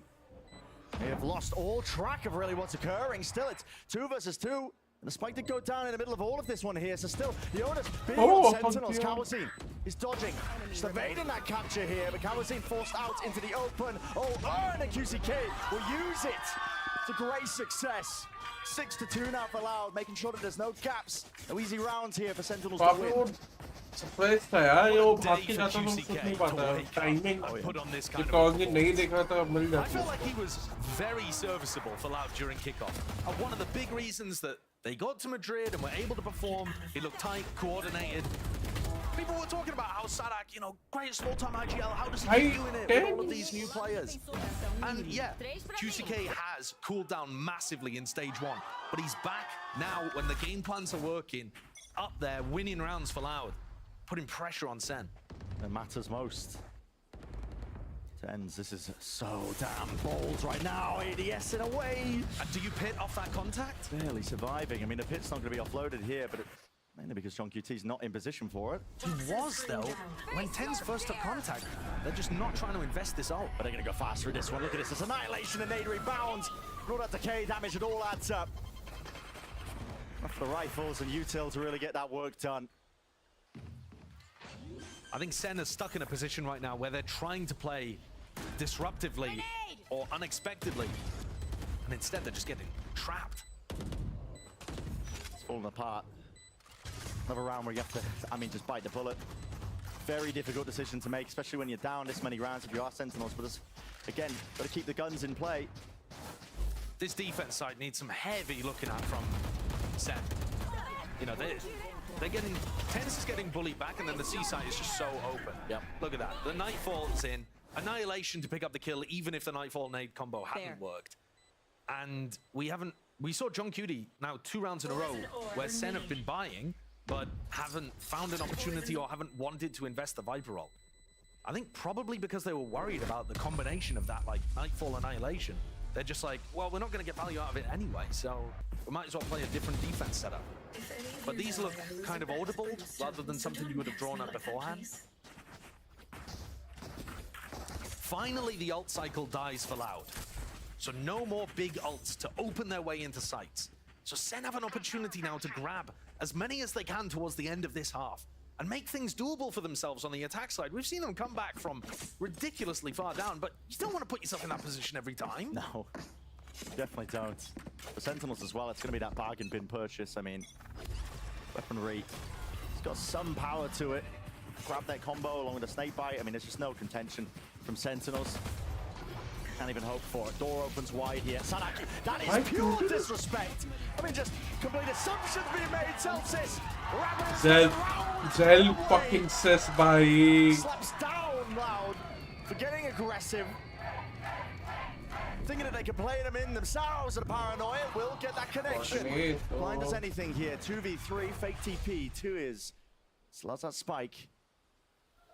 He's surrounded by these Sentinels players. One of the best chances they've had for a good win in quite some time. I can't believe how disrespectful Loud are. Backs to it. Oh, They're just unaware. Yeah, that disrespect here. Pulled them into that 2-on-2. Players are still low here. Single kill could have done it there, but Tens just doesn't feel like he can take that fight. Backs away now towards the B site. They're trying to play safely, but they're giving so much space to Loud. And now Tens has to cover B and C, running through Waterfall to pick up that spot. Now running back as SEN adjust which positions to hold. He doesn't know which to hold, right? Could be landing towards B, could be landing towards C. For Loud, pick the correct destination. Not going to be any pushback. They have to be worried. Tens has made it feel like he's playing on this site. Just from those smokes being thrown up, and there's still a lot of util where that came from. Despite how it looks here, Sentinels, they are set up quite nicely for the retake. Boombar has to be expended really quite early. Sentinels going to clear through the back of the site, and they're making all sorts of noise. It's a high-low setup. Swinging past, 2 years, looks like he wants to take a peek. What? And what a time to do it! Strikes right when the iron was hot there. Zekin did not know what was going on. It's up to Tens, peeking away, but just below him. 2 years was lurking. This is... Have got to put away. Those were Zelsis' first 3 kills of the map. Yeah. And they go to naught. I can't believe that Loud just walk in on tree though. I mean, Sadak with the first one. Sadak's just like, yeah, I know that you've held tree before and killed us, but I'm just gonna walk through here and hope that you're not watching it. And yeah, there's another play as Kawanzin finally got the opportunity to turn things around. Yeah. Hello, Heat. Good morning. It's a final round, not quite actually. 2 more rounds to go here in this first half. How the fuck can move that? Yeah, come He's just on. falling short of the mark. Shy of the mark. I mean, there's a Paranoia. Sweeps through. There's no follow-up. How could there be any follow-up in that situation? Feels like Senna grasping at straws now. VCT follow करते हो कि नहीं? Yeah, one pigeon job. Just with a pit drop down. Still, Viper Orb just makes it feel so awkward here for Zelsis. Doesn't have control towards A. Realizing they could lurk through. What's the call though for Loud now? All grouped up. Partly over towards C, partly over towards A. I think the call is to try to drag players over towards A and then hit through C, but I don't understand how they're going to get through this pit. John Cutie could end the round. Certainly could. Barrier mesh at the feet of Zekin, a bit of confusion. You can feel it in the way that they're playing. No, Zekin play. I mean, John QT takes the initiative, runs straight at them with the judge, but does not get anything. He felt like he had to force the fight because Tui's had ulted behind him onto site and there was a blast pack at his feet. I mean, this is so fast by Loud. And look at it, just catch him unaware. Sentinels are trying to set up for this retake. Thinking it's fully cleared out. There's no chance in hell that Loud could be playing at that kind of tempo, but with them taking a fight in this fashion to them again, they are just cutting Sen out of the picture. Every time they try to go for a retake. Yes. Where has this Loud been? Fnatic. All throughout stage 1. हर जगह एक-एक favorite. Where has this fire been? Like the जब regions की playmaking, बात होती है. the Sen, fragging as well. Yeah. Fnatic, And catch your minds back to the beginning of the stage. They had a rough go of things, to be honest. Couldn't get as much practice as the other teams. Were trapped waiting for visas, so ended up flying next day, ended up playing their first match. Last round in the half. Without really any prep time at all. And they've also been playing catch-up because they had, I think, a bad read on the meta early on in the year. And so Sadak put the emphasis on their coaches to help get them caught back up. Looks like they're doing a decent job, actually, in this game. Bear in mind that Lotus, it's a game of two halves. Especially when it comes to Sentinels. We've seen them make these 9-3 comebacks. But we're sat at 9-2 right now, with absolutely no guarantee that Sen are going to be able to get the final round on the board. जी ठीक है यार, like for the Indian team, इतना disappoint कर दिया है ना जी ने. पहले last 2 सालों में. दर्द होता है जी इसमें. It's way out. No one's really holding for it. The rocket again just rebounds, but no damage really being done. Instead, it's all on the side of Loud. What the hell is happening? It's so broad. Loud are willing to disrespect the fact that Sen have taken control. Nobody Sen are already backing up, assuming that Loud are going to give them that respect. And so it turns into very scrappy fights. भाई मैं सो गया था. साले gigs मैं बोल रहा हूँ भाई. Really follow up on it, is it? He did have a rifle earlier on in so the गया round. था इतनी सेकंड सो गया यार. Their economy was out of control. But he's decided to because go over in Indian here oil yeah. with the up and the shorty. Indian oil के नाम पे यार एक player पता है like all the way through. if they play with 5 Indian players and No wonder lose, you can play really the I plan would effectively support from them Mount. So again, Loud are going to be with having all my to heart. play up close and personal. It's all good if they lose, if they are, you know, This is lockdown. at least playing with So all they're the 5. pitting into a spot where they can deny the waterfall lockdown. But Celsius is going to pop it from spawn. Let's use preemptively second. So you're going to beam them down at least with that rifle. Here's the lockdown from the spawn angle. Who's going to be holding this one? You have to respect it. Les, it's way out of there. Pit's still going to be up for but a moment here. There are gaps to play in 2 years. Just for the one. 2v2 now. Getting the move on, getting the run on. And right into these open sightlines with a gun. Second just cannot adjust to the time. थोड़ा It's a किया है 2-2 but finish and a half here for Loud. अभी Lighting the world on fire.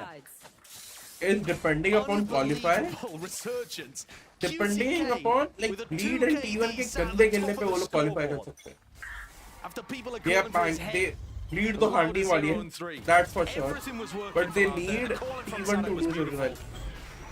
No dispute of the value of the deadlock in a lot of these rounds as well. No, it was doing work, to be honest. अगर G qualify करना चाहती है, they Early need on in the next T1 half, to lose because we've from seen G. that Sen can mount comebacks. Just know how snowbally the map can really There's get no as other well. way. I mean, Sadak is going to be keeping out the back of his mind. He caught क्योंकि a yes hell of a game अगर this T1 first half जीतती here. है Guess what? same Earlier, score रहने we वाला spoke with him है about match internal difference भी changes the same team has रहने वाला है made but for round 2024. difference T1 का better है. Para ese So they primer will split qualify. a gente trocou algunos jeitos de como o time vai se estruturar. Os coaches estão mandando muito mais. E realmente está dando certo. Em um ponto está dando certo. A gente está conseguindo treinar muito bem. Estamos conseguindo performar muito bem nos treinos. Só nos está faltando levar isso para o stage, que está sendo mais difícil. Mas eu acho que o trabalho que eles estão fazendo realmente está sendo muito, muito bem feito. Aí खोल के बात करना है gigs. So exactly what we were talking about and discussing, you know. I Sadak बात just saying करेगा that तो he's नींद putting नहीं the आएगी. emphasis ऐसा and सिर्फ दिखता responsibility, रहेगा I तो guess, हाथ more बोझा so हो in his जाएगा. coach's hands to try and dig them out of this hole in stage one that's been dug for them. And I mean, if this is the turning point for them, so be it. You can never really count a team like Loud out at all. We've seen that for this entire Orcs history. You also can't count out the Sen fans. So it just showed a tweet there. The Sen fans being like, yeah, this game's ours. I mean, that is a strong belief. That's going to be tough. We have seen Sentinels do it before. Yeah, but the way that Sen did it before was by winning pistol, winning bonus, getting that crazy streak of rounds going. And I think, right, if we're going to talk about how the deadlock works on their defense side, they've actually got some great ideas for it. But with all of the good stuff that comes with the deadlock, on defense, The thing is, AC बहुत ज़्यादा दूर है. So you need And मेरा AC उतना powerful नहीं everywhere. हुआ If you do उतना the ढंग classic से like ना कर सके. 2 players C, 3 Like हाँ, players अगर मैं A, table पे you just एकदम leave आगे the होकर बैठता हूँ जब There's no खेलता हूँ, turret, there's no alarm bot to watch. मेरे that. face You पे can't और alert body if को उतना something ठंडा senses. नहीं होता So जितने Loud were हाथ getting जम जाते ruined a little bit on their बस defense उतना side he of like practice against close Outplays में बहुत ज़्यादा because ठंडा they were होता है forced but to zoom नहीं कर contact पाता हूँ. themselves. And They मैं were अभी forced to सोफे take पे बैठा contact. They couldn't play off turret, play off alarm. तो बिन फोकट चेयर And पे that's what इतना Sen will be दो घंटा feeding लगे into बंदे here, I think. सोफे But का we जो need to see घर the पे Sen एल सोफा है players ना able उसको to छोटा वाला find है those उस पे उठा के entries. लेके आ गया. Loud are going to be in spots, defending the entry. They're not going to be playing with utility in their hands or ready to swing off alarm bot contact. But you've got to win the fights to make this winnable. SEN are usually dominant on this map, unless you're the individual putting up 47 kills, as my stat wizard has just reminded me. Really the only time they actually have ended up losing this map here. We'll see if they can mount another comeback again. Has to begin here. First round to start things. Round 13. Gonna get that snowball going. Build up some of these ults. For now, it's just a bit of poking and prodding out towards a rubble. Strong QT. He's going to hold on to control of this one, so it doesn't look like he's going to be getting out of the way with the rest of his team. 2 years. This is so damn ballsy. Full sprinting. Just gives the perfect cue there for Sassy to just pluck him out of the map. And these are the chances that Sentinels thrive on. Loud are trying to beat them back here. That horn's going to delay them for just a moment. It's going to buy that time for Cowanzine to get on the angle. He's already there, but at least the paranoia is good. Cut away. Sights and senses here. Still standing around, trying to win that fight out with QCA. Let's fucking go. Let's fucking go. Let's fucking go. Even with the run and gun in place, like being shown less. Taking liberties with it. The grab net is good. Connection with Sassy now really sticking that plan. It's going to trust in his teammates to hold down the angles and avenues. That is a very wide face. John now sprinting fast right behind. Let's fucking go. With a dagger in hand, and this is Sentinels. With at least that first round on the board that was necessary. But I don't like. Immediately, I'm starting to think about how Loud can stop the snowball, and I know that just sounds देखो अभी आते हैं जी की बात We've seen SEN on their attack side. I mean, just to give you a stat, to kind of explain why I'm already thinking about this potentially becoming a close game. SEN only win 38% of their defense rounds. They've been winning 82% on their attack side. God almighty. And they've only lost once, and that was when Aspas dropped 47 against them. Yeah. So, for Loud, it's about round 15. If you can do enough damage on this round to hurt the SEN economy round 15, can you actually come up with wins there and edge your way closer to a victory? वही बात है ना गोलू अच्छा खेल रहा है but फिर पोलवी की जरूरत क्यों है प्लेस किंग पोलवी की जरूरत क्यों नहीं है we can like he's playing the omen role ठीक है and support खेल रहा है ठीक है he's playing the controller Golu खेल रहा है get DM There is a silver lining for Loud, isn't as the duelist. Let Rossi play as the initiator and the flex player. What he's playing on Revenant as well, and last time जब वो चालू किया था G के time, and now he's continuing the same thing in Revenant. Rossi is the next duelist DM. ठीक है. Bolu obviously. These three players. साथ में I would say. I'm sure it does feel ridiculous that we're talking about this as if it could be a close game, but we've just seen it from SEN too many times to count them out. और एक promising player है. 80% win rate on the attack side. So here, Sadak was early round Techno is also watching good. over towards C. Then as he leaves C, he throws the wall. And this is an like enormous promising में है जो अभी सीधा obviously उसने उस level पे नहीं कर सकते. वो है deadly. Deadly है, Poli है. Aggressive approach, cleaned up by QCK. वो आपको उतना पता नहीं होगा हित भाई. Basically like VCS है. Serious So, attention to. India के अंदर की tournament में सब है. उनके जो Every time Sadak threw his deadlock wall, it meant they were leaving that position. That's an enormous tell for the attack side IGL. And I know that John loves reading into stuff like that. And this round was an example. Sadak threw the wall, they took like a moment for the players to rotate off, broke the wall, committed to C. Here. Good game plan here by Sentinels. Pushing them out wide here. They're trying to get these kills online for Sassy. That's why he's the one just really following up. I love to see the Bucky getting some work done. But three players. कोई बात है and G के लिए वो अभी एक gate जीत के आए क्योंकि against DFM के against तो इतना ही था. If a team loses to DFM, yeah, Sassy's close to the night. Bro, they should just close up. I think Loud like at the moment DFM for the last two acts kick off against any DFM was the worst performing team at the moment in the region. Then G, but G have been able to win few DFM के against but they were able to get to that. IQ against it was a surprising win obviously and that could have been. But yeah, for G to qualify they need. क्योंकि bleed है गई है. Bleed has only won one. T1 has only won one. because of that, as well, making sure to break the door. he So has they do an have an exit opportunity strategy if they to choose to fight over qualify, this one, which they are. depending on Second other laws. takes ऐसा first नहीं है part, कि वो takes लोग a अपने snap. players में पड़ा. God almighty. Second guard by. In a moment. The grab net delayed there. Didn't do anything to stop him. Background. You feel like it should have done. When Zekan's rooted to the spot, his little head poking up above root, and the rest of Loud are not able to get wide swings and punish him.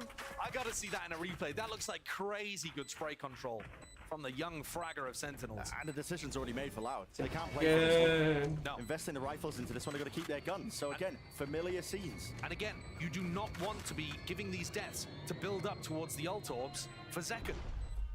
That's a really important thing that you want to be denying here.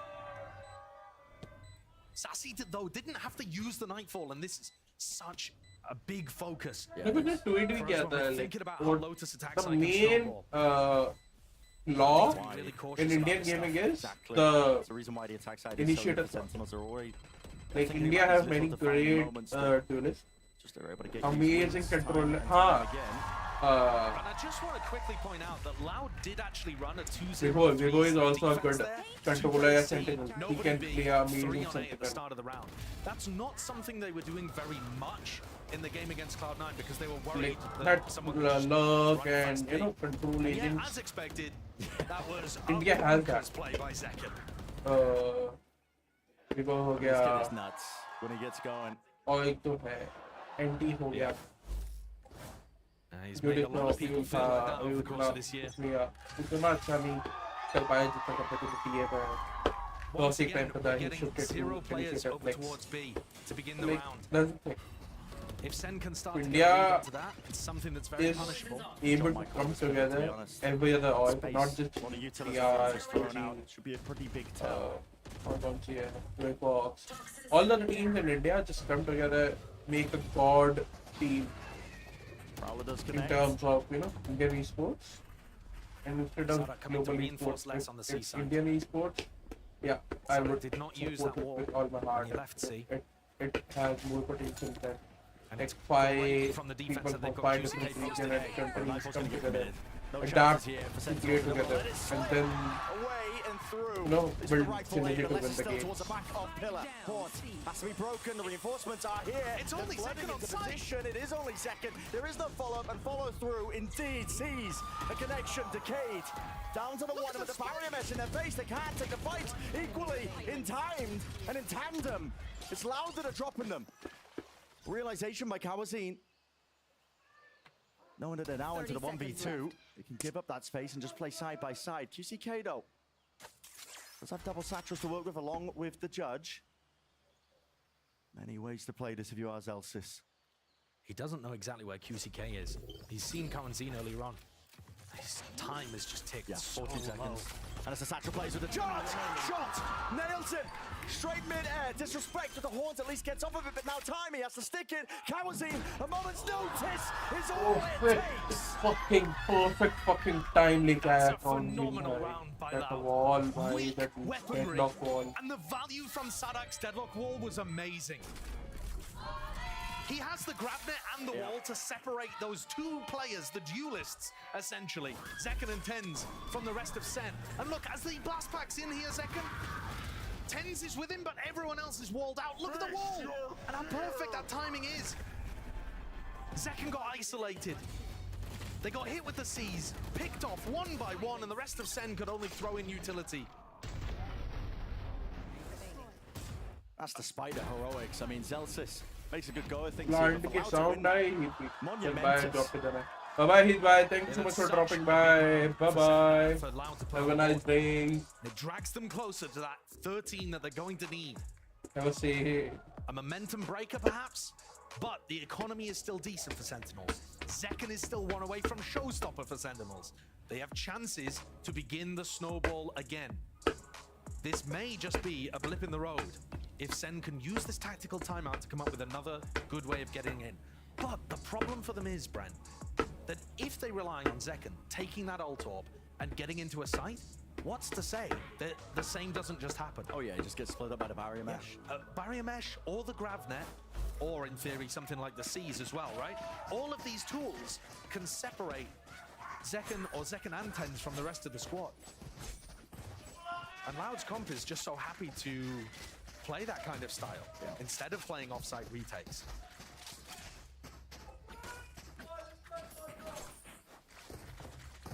Sentinels have taken his time out now to see if they can just pick apart any holes.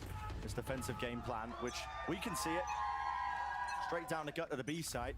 It's only the one center left to really guard it and away. And this time it actually does look like Celsius may be thinking about taking this route. The rest of SEN are putting non-committal pressure towards Mound. They want the orb.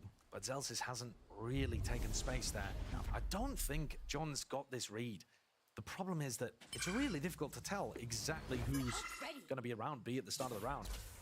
Even if Loud are throwing C's nade and you hear a teleport on A, that raise and fade can get away to B really quickly. And Cowan Zing could always be starting the round B and throwing the fade horns through the roof. It does look, though, like SEN are aiming to fake the A reclear and end B. Util's going to get used, though. Look at that. Again, paranoia and a nade committed. So Loud know that nobody's crossed that space. And here's the showstopper. Second. Trying to lead the way for him. He doesn't care about the stun at this point, but no one's going to be crossing his sight line.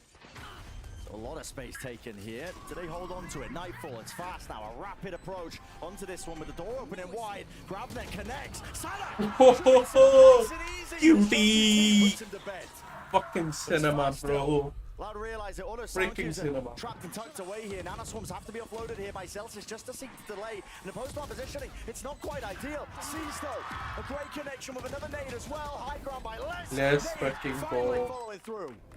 And granting these kills to them.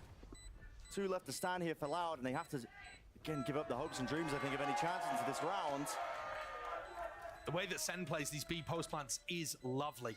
The utility's excellent on them. And John even found a lurk angle through Waterfall. He decided not to give it away. That positioning in spawn might clue Loud in that he went for that. But generally, just he ended up being the safety net there if the SEN utility hadn't done the job. A great response from SEN. It looked like Sadak was set up to make the play. You were completely right there.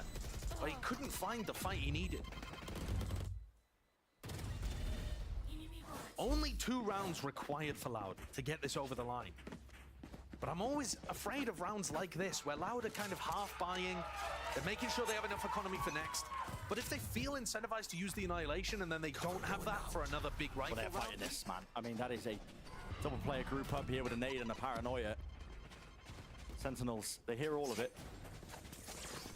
And you're right, the overinvestment can sometimes remove those win cons for a little bit deeper into the half when you just need those 2 rounds to overcome it. Tui's doesn't have the paranoia, but QCK still gonna take it. Oh my god, he's just wandering right into him. Counting by counting and his puppy by. GT just trying to play with the rest of his team. Throwing the committal into the B site. Less over peaks for about a moment there, seeing if he could just take away one of the heads. Celsius has lurked and crept and crawled his way into those deeper positions. He should have sealed this one up to at least make it winnable. Loud. They're still going to make a go at this. Still have 3 rifles, but Tias doesn't anticipate it. He snaps it aside. John QT is just mopping up these kills. Celsius 2 away from lockdown. That's the player that should be going and trying to hunt. SEN have got the economy for it. Small pause, they should realize that Loud are going for the save. Loud have had to save in a ton of these spots as well. But another great macro round called by John Cutie. Threading the needle through to B and then through to A again. And yeah, Sassy dies on that push through Waterfall, but it actually gave them the read that it was probably going to be weak on the other side. Because they knew they'd lost Mound. And if you've also lost Waterfall control, there's not going to be anybody rubbing, or not many people rubbing. Just setting up that momentum. We've been talking about how strong they are, even with a couple of fumbles. Like here, you're seeing Sassy just not expecting a close quarter angle. But a great call for the pivot by John QT, just realizing that the A side was going to be open. As well as that, I mean, the double face onto Sadak, who could have just played spoiler, tucked into that one and done. The way they fought that, I mean, just weaving in and out, making sure that there was, you know, no straight up fight. Making Sadak feel really uncomfortable when they ended up going for that A pivot. I think this is the round where Loud need to be looking for some disruption to SEN's game plan. because the war machine is really going at this point. And again, Come on, another reminder, 7-11. Sen won 10 out of 11 of their attack rounds last time Make we it saw them on 8-11 Lotus. and To pull off a 9-3 9-11. comeback against EG. Heavy stack though from Loud. Yeah. But is there any... All right, so they know now that Zelsis is on the C orb. He's one away. Cover going out.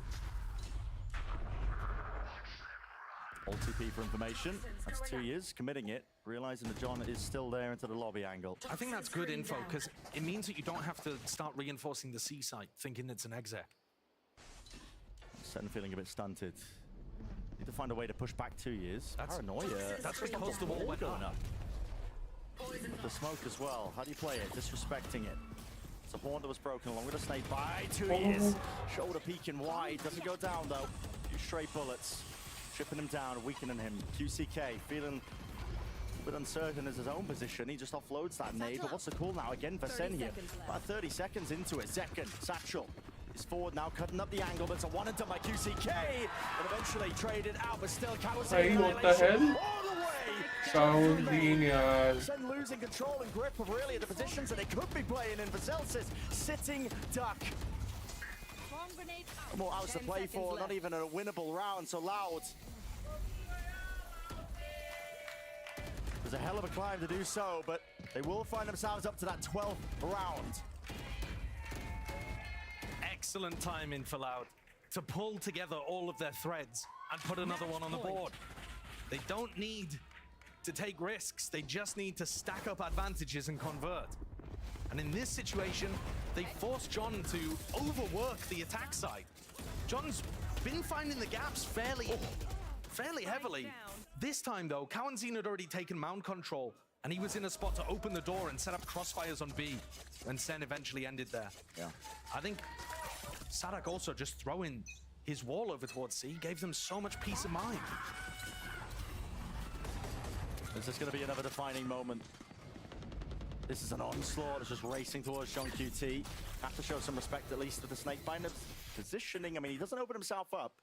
Realizing that he was being pressured. Louder making heavy rotations, expecting that Sen are going to be calling that fast pivot. Sen's attack side in the last couple of rounds hasn't actually had mount control or rubble control. It is so difficult to win attack side rounds without either of those spots being controlled on the attack. More the timer ticks down into this round, the less chances are really going to be available for Sentinels. Loud end up gambling correctly and QCK goes to the right area. Yeah, and here comes QCK. Yeah, that showstopper, it's going to become that sticking point. He's really required to break lockdown if Zelsis chooses to commit it C. Fake. It's going to be a fake. Yeah. Open to the lockdown will sell this one well enough. There are plenty of players. Nade, forwards, rebounds. It's right on the marks. That will break it. No problems with it. That might be early enough that the fake does nothing. 2 years his job, really just to contain that and get that information that the rotation was happening. Kawazin feeling free, taking liberties. Loud! This is the hopes and dreams of map 1 for Sentinels. Really a distant memory. QCK, rapid on the approach, hearing it, alternating it, snaps it back round with a rocket, and there's no more time left to really contend with it. Sassy realizing 10 seconds left. no more chances, no more hope. Nice. No matter how many kills you get into the mix. This is Loud up map 1. Great performance by Loud on map 1, justifying that deadlock pick and showcasing why it can be very potent. Sen tried their best. Another valiant attempt at a comeback, but that defense side is letting them down, and we finally see them punished for it. Only their second loss on Lotus, and it's now they come away with the victory. Icebox next was Loud's pick as well. And a big turnaround because they lost to Cloud9 on both of these maps, Lotus and Icebox. That was how they lost the series to start this negative spiral. Now they're looking better. This could be the return to form for Loud. Still more of the series yet to see, of course. We're stepping away. Up next, Geek Heavy and the analyst desk. We're breaking it all down for map number 1. Face your fear!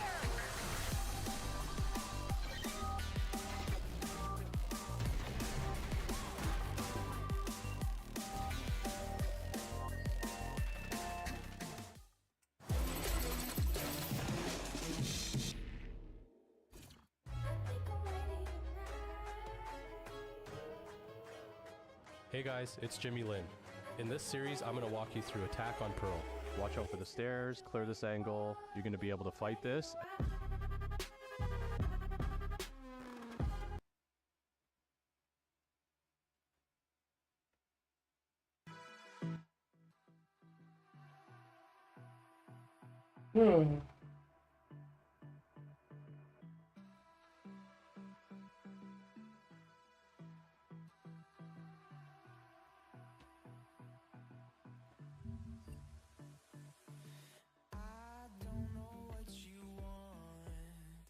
Let's have a bit of fun till I downfall. My love, if you feel like I do right now, don't say you're on the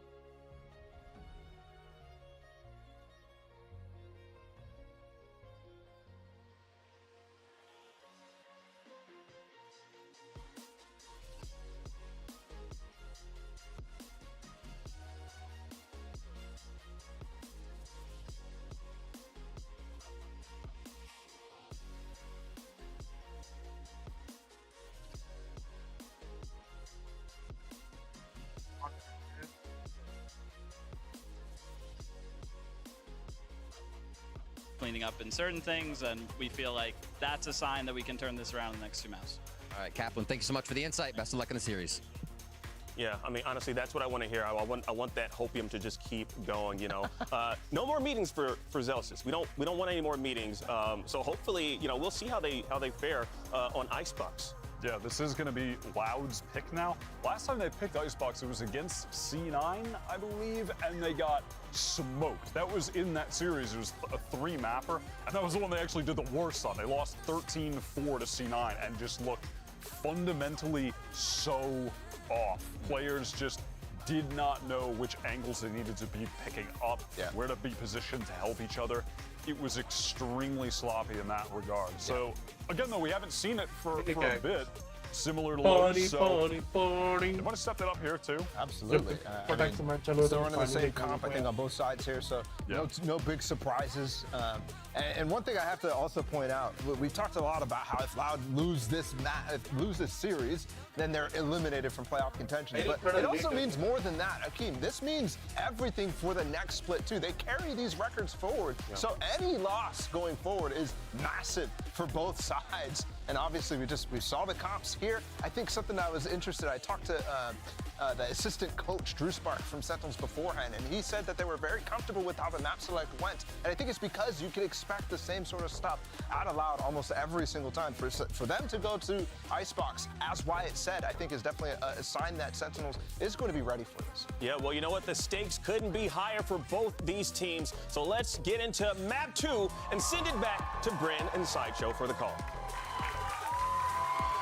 Thank you very much, guys. Yeah, this is it. I mean, it's all on the line for both of these teams. If you think about it, you know, playoffs, we're talking about it for stage 1 overall. I mean, even making mention that it matters for stage 2 playoffs. But genuinely, our two teams that ended up attending Madrid from the Americas might not even get the same chance, honestly, of both going and attending Shanghai later on. Almost impossible for both these teams to be at Shanghai. Because if Loud lose this series, they're out. And if SEN lose this series, they're at the bottom of their group. It's looking real bad. I don't think they're technically eliminated, but they are. Oh, the chances diminish. Hanging on by a thread. Yeah. This is a must-win game for both teams if they want any kind of chance to make it to playoffs. And SEN have put on a map that's looked a little dodgy for them recently. They got a fantastic win at Madrid. They need to find some of that magic again. I think it's very interesting the way that we heard from Kaplan there that they're actually fairly, you know, positive about their approach to the beginning of the map on Lotus. It didn't feel like they were down mentally. Their comms were okay. That's kind of what I'm reading into Kaplan's response there, but they still had a devastatingly poor first half. Zekken going for a bit of exploration down mid with the help of the rest of his team, but they've lost it. Track of their round somehow. I mean, Sadaki's just slipped his way into the back lines of A. Maybe just expecting that the turret would cross up into it. This is a flood defense. Nano Swarm at your feet, blinded up. Nobody can follow up on any of this play. Zekken is isolated, left alone on an island. And just like that, I mean, it's aggressive post plan. It's working so damn well. That is a cool strat. The idea of creating a little pocket with the high tide that you can have somebody play inside and be anti-flash. That's an awesome idea. It didn't actually pay off too much, but it kind of confused SEN enough. And Sadak opens up the round. Getting past that turret. Yeah, I'm not sure how that happened, but a weakness there, I guess, in the defensive setup. Yeah, for sure. We are seeing that refight too. We are seeing people use turrets to defend A that have gaps in them, but normally the Killjoy player has to still be aware of that gap and watching it. I believe we saw it actually in the Loud Cloud9 game. 4-player stack from SEN over towards B. Not going to be getting any action. It's Zellsis alone. Spotted as well. Allowed us to be a slow burner of a round, to be honest. Just making sure that they can poke and prod towards A. All they want is to avoid the majority of the players on the stack. SEN are actually calling for a reclear out through B main as well. If they get fast onto the flank, there could be some chance of damage, especially because Less is the one holding it. And now his attention really being set towards the A site. Recon here. Commit to the flank. Yeah, cleaning things out. Making sure, for Loud's point of view, that there isn't a stack that they're accidentally walking into. Yeah. Spike planted. Big prioritization as well. I mean, that ult online next up. Maybe that Reckoning, QCK. He's got the dash at least. Try and play aggressively, dashing forwards, escaping around in the crossfire. It's Sublime. This early conditioning to expect Loud to play so aggressive over towards the post plant. This is going to start. I mean, surely not. I mean, damage. I don't think there's any chance for Sassy here, though. He'd have to break this crossfire. Yeah. Yeah. Good try, though, against his former squad. Not going to be offered the chance. But what I was saying is, with Loud conditioning Sen to expect this aggressive post plant on A, Sen are now going to have to try to burn flashes just to get in position for the retake. A lot of the time, what you'll see is that retaking teams on A can take rafters almost for free, and then they use their utility to put pressure onto the post plant. And Loud are already very early on in this half saying, no, you're going to have to burn it just to get through screens or heaven. Not just that as well for Loud. I mean, they've set them up so nicely here. 2 years of the Reckoning. Updraft dash from QCK. Spots ahead of Zelsis. Backing away now as well with a high tide blocking a lot of the avenues. So QCK has a lot of freedom with the way that he can take a lot of these fights. Doesn't break any of the util, and there is a deep push from Sentinels out through A. I actually quite like this, though, because it definitely makes it feel like Orange has been compromised. Zelsis has got to keep his eyes there. Even without breaking the Killjoy utility, you've created that question mark over by Orange.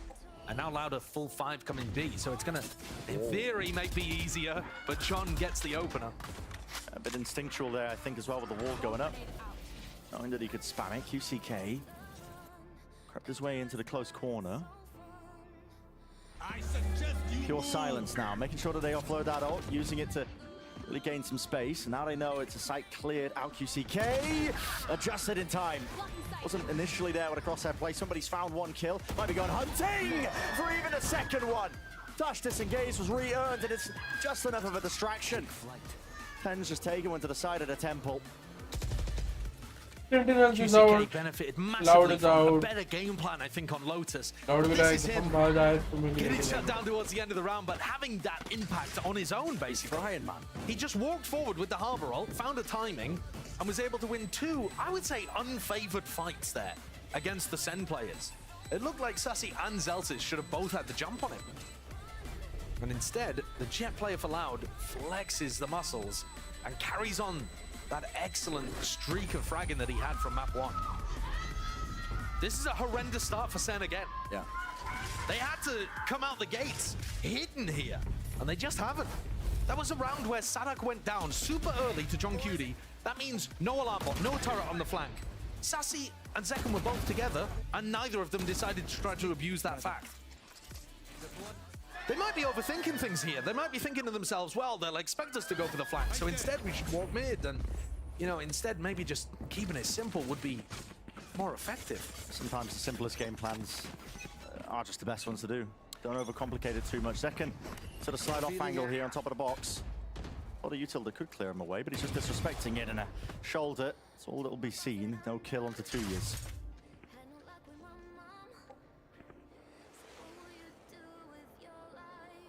Want to note as well, Second, he didn't burn his dash early there, so he's still going to be able to play aggressively around the B angle. Tens is holding flash here, but there's nobody really to swing off it. Who's going to peek off of it? I mean, it's just, I assume, to stop Sassy getting pressured, but originally Tens was in a position on pipes to try to put pressure onto the A players. Instead, it looks like the fight's happening in mid. Yeah, there's going to be a bit of a tussle here, isn't there? Zelsis. See if he catches this timing right now to Sadak. He's working his way forward, just trying to sense out and feel out the alarm bot. Instead, he meets the Killjoy directly. Losing it against him, updraft dash right into the position for really just a spam battle. Sentinels, of course, going to be favored there. Pop flash round the corner. Trying to stand your ground against this one. Sentinels Let's will float their way right come on, back in, and let's now fucking go. Just blooming. Ever so delayed, not enough to bite that cover for 2 years. Jumping around, less is spotted. The fight that happens in mid there ends up being super important. If Zelsis had fallen, there was chances for Loud to cancel, and it would have also meant that there was no nanoswarms on A for them to deal with. But I also think that Loud's decision to go for that pathing from QCK, updraft dash into the corner, that's about the most spammable spot you could possibly path to as a Jet inside a Cloudburst. So that's a bit weird. Take a look at this on the replay though. Zelsis got off to a very, KJ very Bhai. cold start on Lotus. I think it was 8 or so rounds before he got his first kill. Yeah. But there he gets on the board, round 4, with a really important duel, shutting down Sadak's lurks. Here. 3-1. Got to keep that momentum going if you are Sentinels. Sassy, big ult to use in this one if they want to try and set second a little bit further forward, which they are stacking it heavily. See though, just pre-aiming a lot of that util. They're gonna push second now, tucked.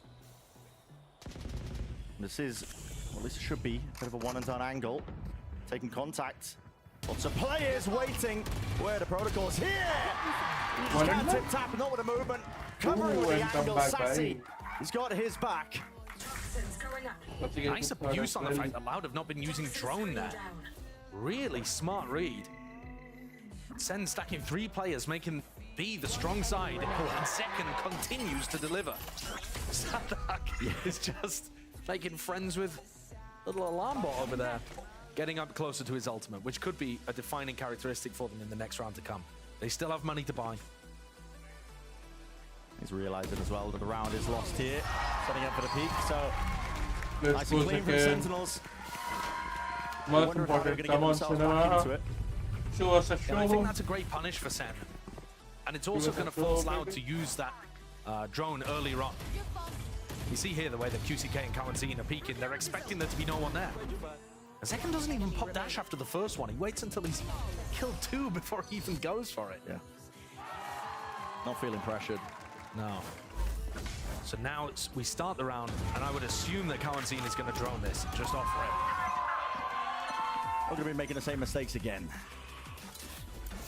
And now, as Loud put pressure over towards B, with the drone, with the cascades, Senna fighting in a different area. I do like this calling. Once you can start conditioning your opponent, you make it so much easier to read what they are going to do. That's another reason, actually, why snowballs exist in this game. If you start losing, you can't control what your opponents are going to do in the next. The amount of ults that Loud have got, though, should really be a slam dunk, to be honest, towards B. You got to think. Lockdown to clear the way. That's if Sadak can even get there. Right now, he feels, I think, a bit caught and out of position. I'm not sure he's even interested in it. You know, he's taking space over towards A. I wouldn't be surprised if this ends with a lockdown on pipes or possibly even as a fake. Yeah, it looks like it. They're going to try and sell this one as well with the addition of Kawanzine. It is dangerous to go for this because sometimes Sassy and Tens will be set up to flash peek on pipes. I mean, look at this. They are not buying that fake at all. But Sadak's going to realize they have the whole of the site. Sadak's made a lot of noise here with 30 seconds. Can he really call for the pivot? John QT spots it. IGL v IGL wins it out. Only a few seconds left. baby. And a fight to be taken right in time. Detainment. It's there, 2 years. No time. Just got to hope and pray and spray. Exactly in the playbook, apparently, for QCK. Still, will they be able to get that plan down? Tapping away now, forwards here. Is the fight taken? Spraying it all away. How the hell have Sen fumbled that? That's a brutal one, bro. Sen had the read completely that was a fake on the A side. I've never seen a team more confident in the call that it's a fake. They were here, ready, flashing, peeking, putting pressure on them. And then this high tide ruined them. It separated Tens from the rest of the team. Allowed them to get a spam kill through it. And Loud muscle their way through a situation where they've been absolutely outplayed in the macro. Doesn't matter, apparently. No. Just win. Zekan has Op online to start this round. And he's got a nice angle on top of Generator. If only spotting the one, though. Zekan is alone here. And now the turret goes back up. We'll be seeing this. One shot, one chance. Backs away for the reposition. Still has the dash. It's a drone that needs to be dealt with, and finally there. So got to respect it. That is real aggression from QCK. Freaking goal. Hubris. Just trying to assail that position, just thinking that Zekan wouldn't be ready for it. And I think 9 times out of 10 it might even work. Still Loud are going to be holding this one aggressively in the post plan. Not only with the double Nana Swarm, but also Kawanzine. Deep tucked, Reckoning now. This is wild. I mean, not to use the Reckoning and the Hunter's Fury in a passive position, but actually pushing us over with Hunter's Fury deep. All right, so that was just to stall out the first wave of it. And now Flash having to be used by Tens, bleeding out utility early on. This is over. Nano Swarms, you don't have enough time. There's a Hunter's Fury online. It's over for SEN. Can't play into this one. They might be able to get a few kills online. Got to try. They stop the defuse, which they do. Now the Hunter's Fury. There's that uncertainty there, but it's a round one. Checkmate. Beautifully done as well, honestly. Yeah. इतने अच्छे start किया और कैसे round निकल रहा भाई कैसे जा रहा to relinquish those aggressive positions, and I think they've done such a good job conditioning SEN to be afraid of those aggressive post plant spots.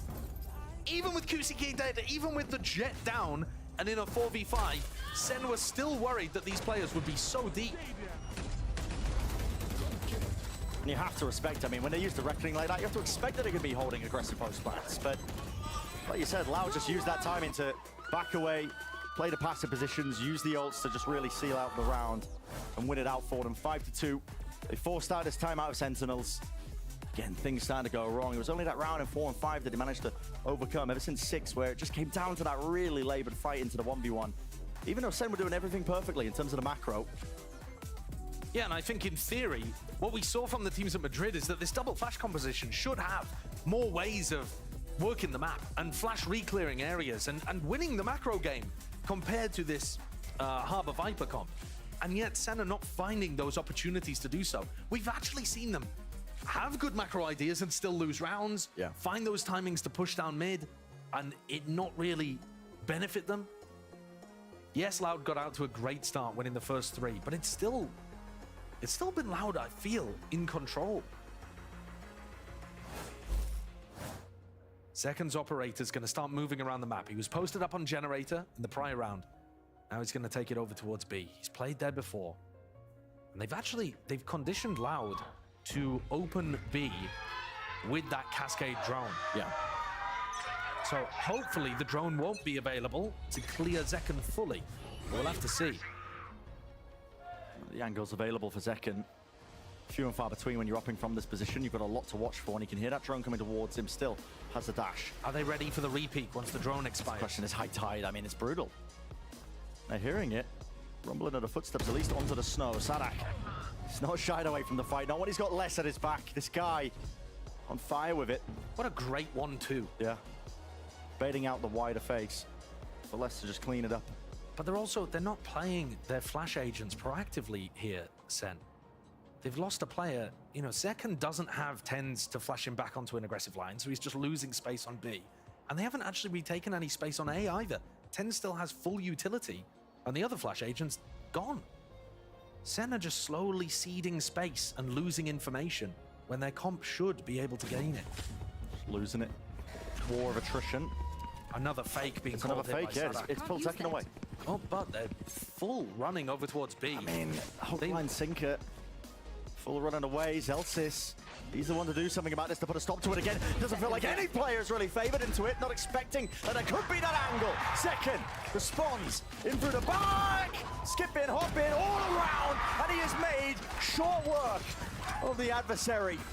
QCK just couldn't quite play it. Dash out, repositions forwards again, this post plant. We played quite fast and loose. Still holding for it, waiting for the peak. Just on top of the box here. Dodging the few stray bullets, but it's again responded with counter spam. Zelsis sticking, handball away, and it gets the job done. Through the snake pipe, Zelsis finds his opportunity, falls towards the end, and steals one away from Loud. QCK has had a great match so far, but you can't be letting Zekken get away with that. No. You just really can't. And I'm wondering what went wrong there into the post plan as well. How was Zelsis able to just full stick that one? Yeah, it's just the pressure forward, I think, from the SEN players. Yeah. And you see the Molly lineups there from the retakers? They've got Snakebite and a fragment grenade towards back yellow. So they push people behind this one way and then pop it up. Already into the round. Second this time, much deeper angle. Again, it's this cascade that's really problematic, especially the drone. I mean, this is real risky. It's going to clear him. Surely no way, QCK! Ahead of it, expecting like he couldn't be playing that position. He's made out like a thief in the night once more, backing Second by who says need the better duelist. भाई कौन क्या As चाहिए good यार? as these top fraggers were on Lotus, Zekken now has them in his pocket. QCK and Kawanzine getting murked here. Second by And the lanes that are yet to be played here for Loud. Really quite narrow. Sadak. To him to open something up as Agiel taking liberties again, lurking through mid. This is a risky play again, just spotted out. And there's a re-swing and face. Sadak though, he's ready for it. The shutdown of Celsius and a spray through. All the bullets landing, even go for another peek at things. Greedy, but he might have just done enough. A wide John QT. Defending these sight lines, making sure that nobody can react into that A site. 1v3 for 2 years. 30 seconds left. Too much to manage. The damage, peppering him, spraying him down with the bullets. 4 to 5 here, Sentinels making a good go at things. This recovery from Sen has been powered by Zekken just deciding to kill people with the ult. He's not got any support. They're not utilizing Tens or Sassy to put him on better positions. He is just timing the drone, getting a kill, timing the other players, getting another one. The rest of the team is fumbling, trying to deal with Sadak, while Celsius does his best to put them in while Zekken does his best to put them in a position to win the round. In some sense, it's incredible from the star player of Sentinels. In another sense, it's a bit worrying to me because it's hero plays. It is. And I don't know how long he can keep that up for. At least though, with Loud taking the tack time out here, you know, at least from Sen's POV, they're drawing things more level and they've knocked Loud down onto an eco round. So there's a chance here for Sen to draw things up completely even and even have a bit more momentum heading into the rest of the half. Lots of ults to work with. It's a bit difficult though. Yeah, I mean, we're seeing evidence at least when Zekken has this operator in his hands, it does limit the areas that he can play and try and, you know, actually utilizing the double flash comp to be proactive, quite aggressively.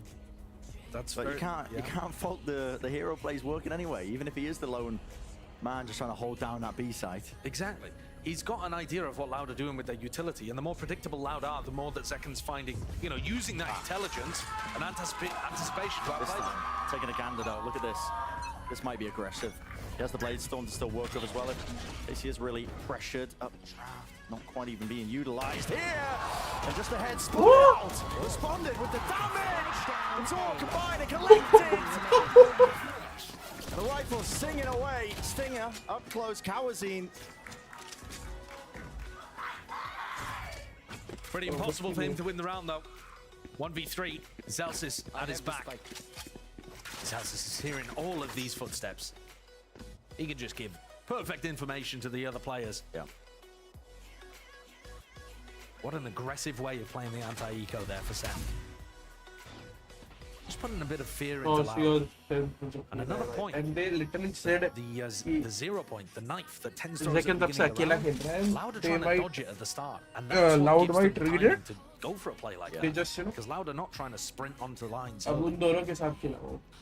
So I do like the way the Sen are figuring out what's going on here later into this half. Coming up with small micro outplays. Giving a lot of space here to Kawazine. You got to think there's no chances for him. 30 seconds left. Healthy players, Sassy, not even taking the contact of this one. John is the one who's just crouched tucked. Sassy will be swinging off of that immediately, surely. Wait, they've mistimed it. 17 seconds left. Kawazine, don't know the positioning of a few of these players. Snakebite flying forwards along with the wingman. There's that plant down, but again, like I said, you got to think there's no chances. Now, Thrash will be expended, timing through the wall, double backed and around the team. That's what caught him. No mercy. No mercy at all. Devastating.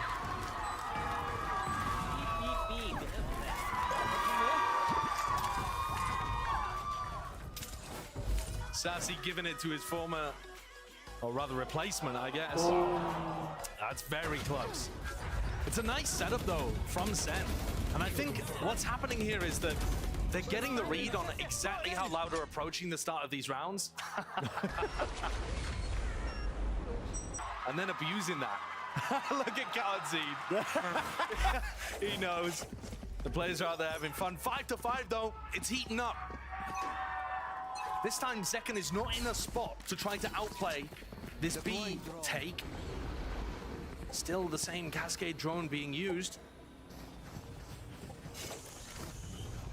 We'll clear the way forward, at least for B main. Control for Loud. They have a lot of ults to expend. So does Sen on the other side of things. It's going to be the harbor ult to open things up. Yeah, exactly. They want to use the Reckoning to carve out that space onto the side. And it's up to John to see how he wants to play this one. To rip with the early snake bite. Tens is in a very backwards position here, but he just knows he can play the spam angles. But QCK, the updraft play, does do work there to at least clean up that straggler. Pit drop down, though, will be difficult to work through. And this counter call of Loud over and abound, right over the top. Updraft plays are nice, and they have cleaned up John QT, but are not aware of these timings to be taken. Love the call by Loud there. Just contacting all the way around the pit, but they seem to be a little bit loose themselves, losing track of where these players could be. Celsius in a 1v2. Watch the timing here from the dart. Tiniest of windows of opportunities that he could play into, but his wall is in his face. Will he take the peak? Timing, it's what for Loud. Narrowly just maintaining a bit of a lead here, 6-5. As we head into that last round of the half. What a scramble for both teams. This round started with a clear game plan and then devolved. When Tens and Sadak traded, that got the lockdown and the no command off the field, save for the next. And then John's pit threw even more chaos into the mix.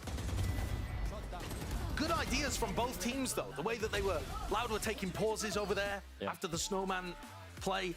A double face from Sentinels with Zekken going for the updraft with his Blade Storm. Both teams had chances. But now coming into the last round of the half, Loud have major ults to work with. And Sens are playing more for retake, you would imagine.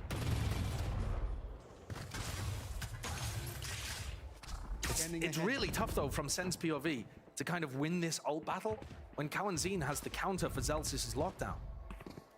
It feels like every twist and turn, I think. If you look at the ults, should be answers from Loud. Sen are very static on their defense as well. They're just keeping John and Tens anchored in the same spots for the majority of the round. They're not really dynamically moving around and trying to clear stuff out. Now over towards A. Tens holding the peak from Pipes.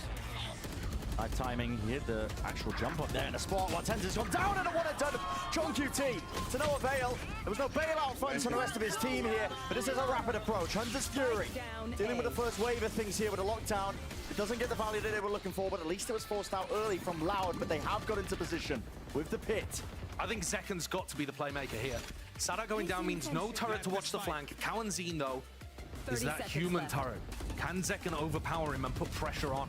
It's all about finding the right timings of this one. Still, they don't have that plan down. Missing it, waiting it out. Still the shots rattling forwards here with a rifle, and Zekken surely said enough. Can he get his team into the fray and into the fight? Putting the squeeze onto these Loud players when time is of the essence. Time of the essence. Zekken trying to go for the white face as well. Adjusted for that crosshair placement. Down to these singular fights. QCK barreling over to him. It's a 1v2. Celsius still alive and kicking. Doubled up, had a Loud play it. So many options, and there it is. The bait and switch. A slight jiggle. Sets up QCK brilliantly. The team play just looks so much tighter from Loud compared to earlier on in this stage. They're hitting their shots, but they're also setting themselves up for the kills better. SDK said that this was the real Loud. Previously, fake Loud. Don't pay attention to it. And I'm inclined to agree, they look way better. Finally, playing up to their potential. And they've been waiting for. They put Sen in a horrible spot here. They certainly have. Well, that being said, River's standing by with Loud's manager. See what he has to say. Thank you, gentlemen. I am joined by Boya here on stage. We're going to talk about the team a little bit, obviously, as the manager. Looking at how Loud has integrated players over the years, Tui, Kawanzine, and now QCK, what's kind of that dynamic? What does it look like when Loud integrates a player? I think the most important thing is they feel welcomed by the org and by the players that already was in the team. So I think that's the most important thing when they get to the team and they're new there. And looking at how long you've been with the team and how many different teams there are, what do you feel like has stayed the same to that core of Loud? For sure, Reeve, the mindset of working hard and working smart. This is the most important thing that they kept them in the mind since since I started working with them. All right, and looking at how you work as a manager, what is the most important thing for you to look out for on a game, on any day? On any day, make sure they are all fed, make sure they are smelling good, having showers, taking showers, and practicing a lot. This is my job. Anything from today? Anything you had to do specifically today? Listening to a good music, good Brazilian music to hype them up to the match. All right, you got to hear good beats, good music, good management. That's how Loud's taking it. Back to you guys at the desk. Oh, higher in ranked. I need to be in the shower, eating food, listening to Brazilian music. Yeah, that's what I've taken away. 3 keys to victory. That good is hygiene. Goes amiss sometimes if you go into Valorant ranked, but no, listen, it's got to be done. It's a large lead, arguably, especially if the pistol round will go the way of Loud here as we look forward to this next half. And just taking a look at the scoreboard, Brent, it's another situation where Kalanzine and QCK are up towards the top. When the game plan is working, these players are put in positions for success and they're delivering. What we've seen earlier on in the stage is that Les was having to run around and try and make the hero plays and wide swing people. That's not the case. Les is 3 and 6, arguably the biggest fragger on Loud. It's other people filling in here, arguably the right people if you want that success. Set the sides towards the pistol round here. It's so damn important that Sentinels are able to battle back at least. Get that early beginning under their belt. They just stave off this aggression so far by Loud. It's that aggro play, nice and early.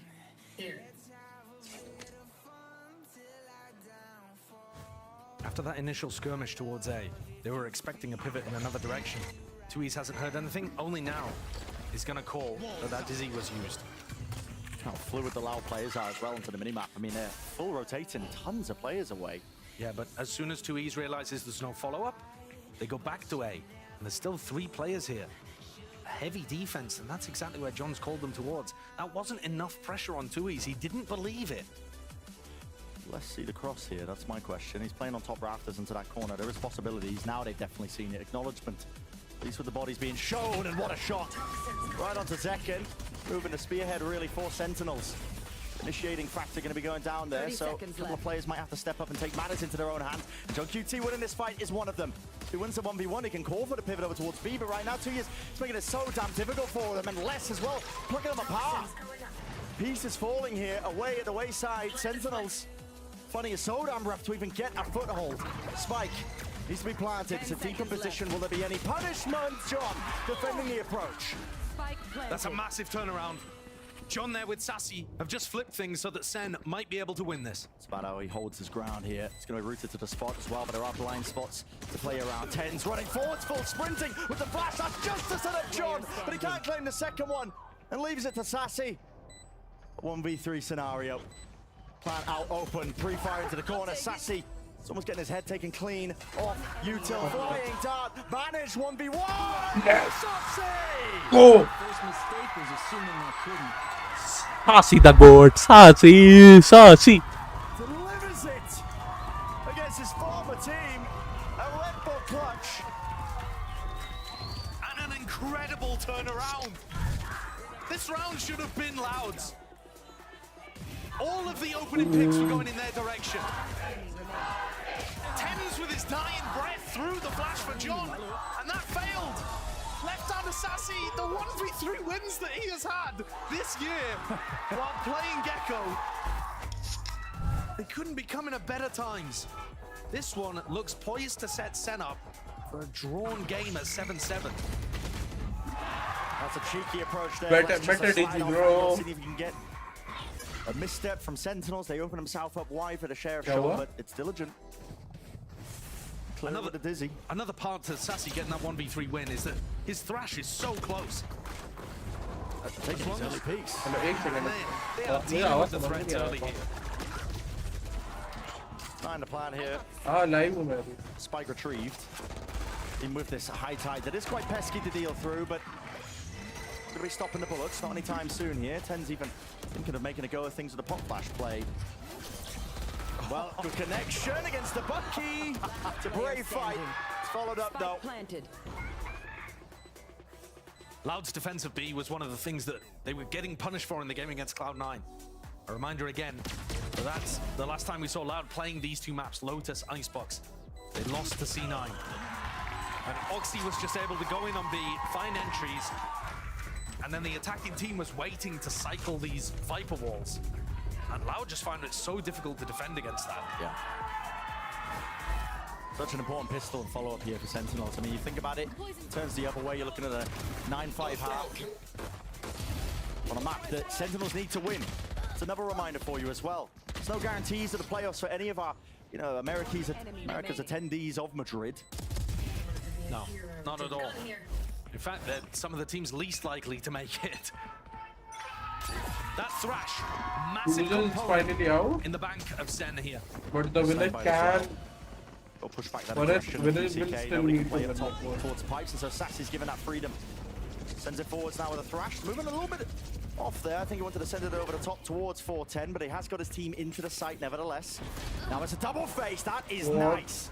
The discipline on show here by Loud.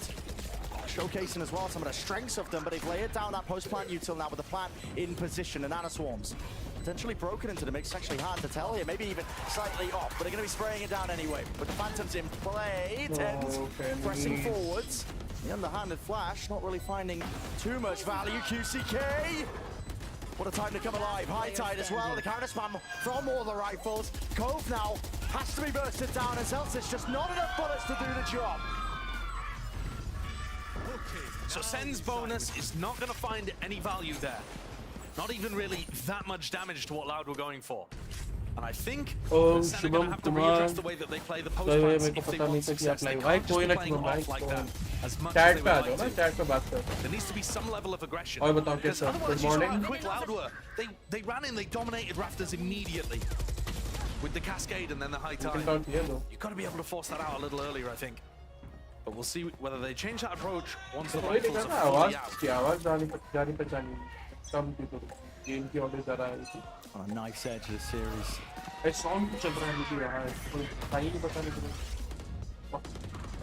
QCK's been disrespecting this early.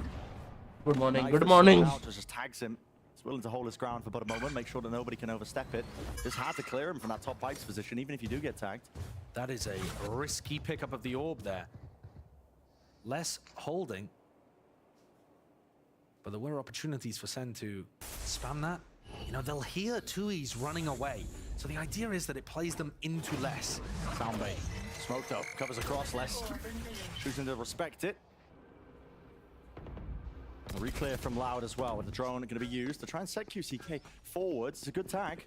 As he realizes two players, though, it's taking a timing as well. Tens too much to account for, especially when the dart was just offloaded. Tui's slipping back into yellow now that Sentinels do not have the knife to clear it. This is brutal for Sen. How do you even find a foothold? Dizzy over and through here with the updraft dash. Second right behind him, the covert. His feed, 2 years. Still way you're evacuating that man. Decayed to single digits, almost stepping into the snake bites. But he survives. Lives to breathe another day. And all that util now coming flying out. This is Loud, pushing him back and away. Hunter's Fury.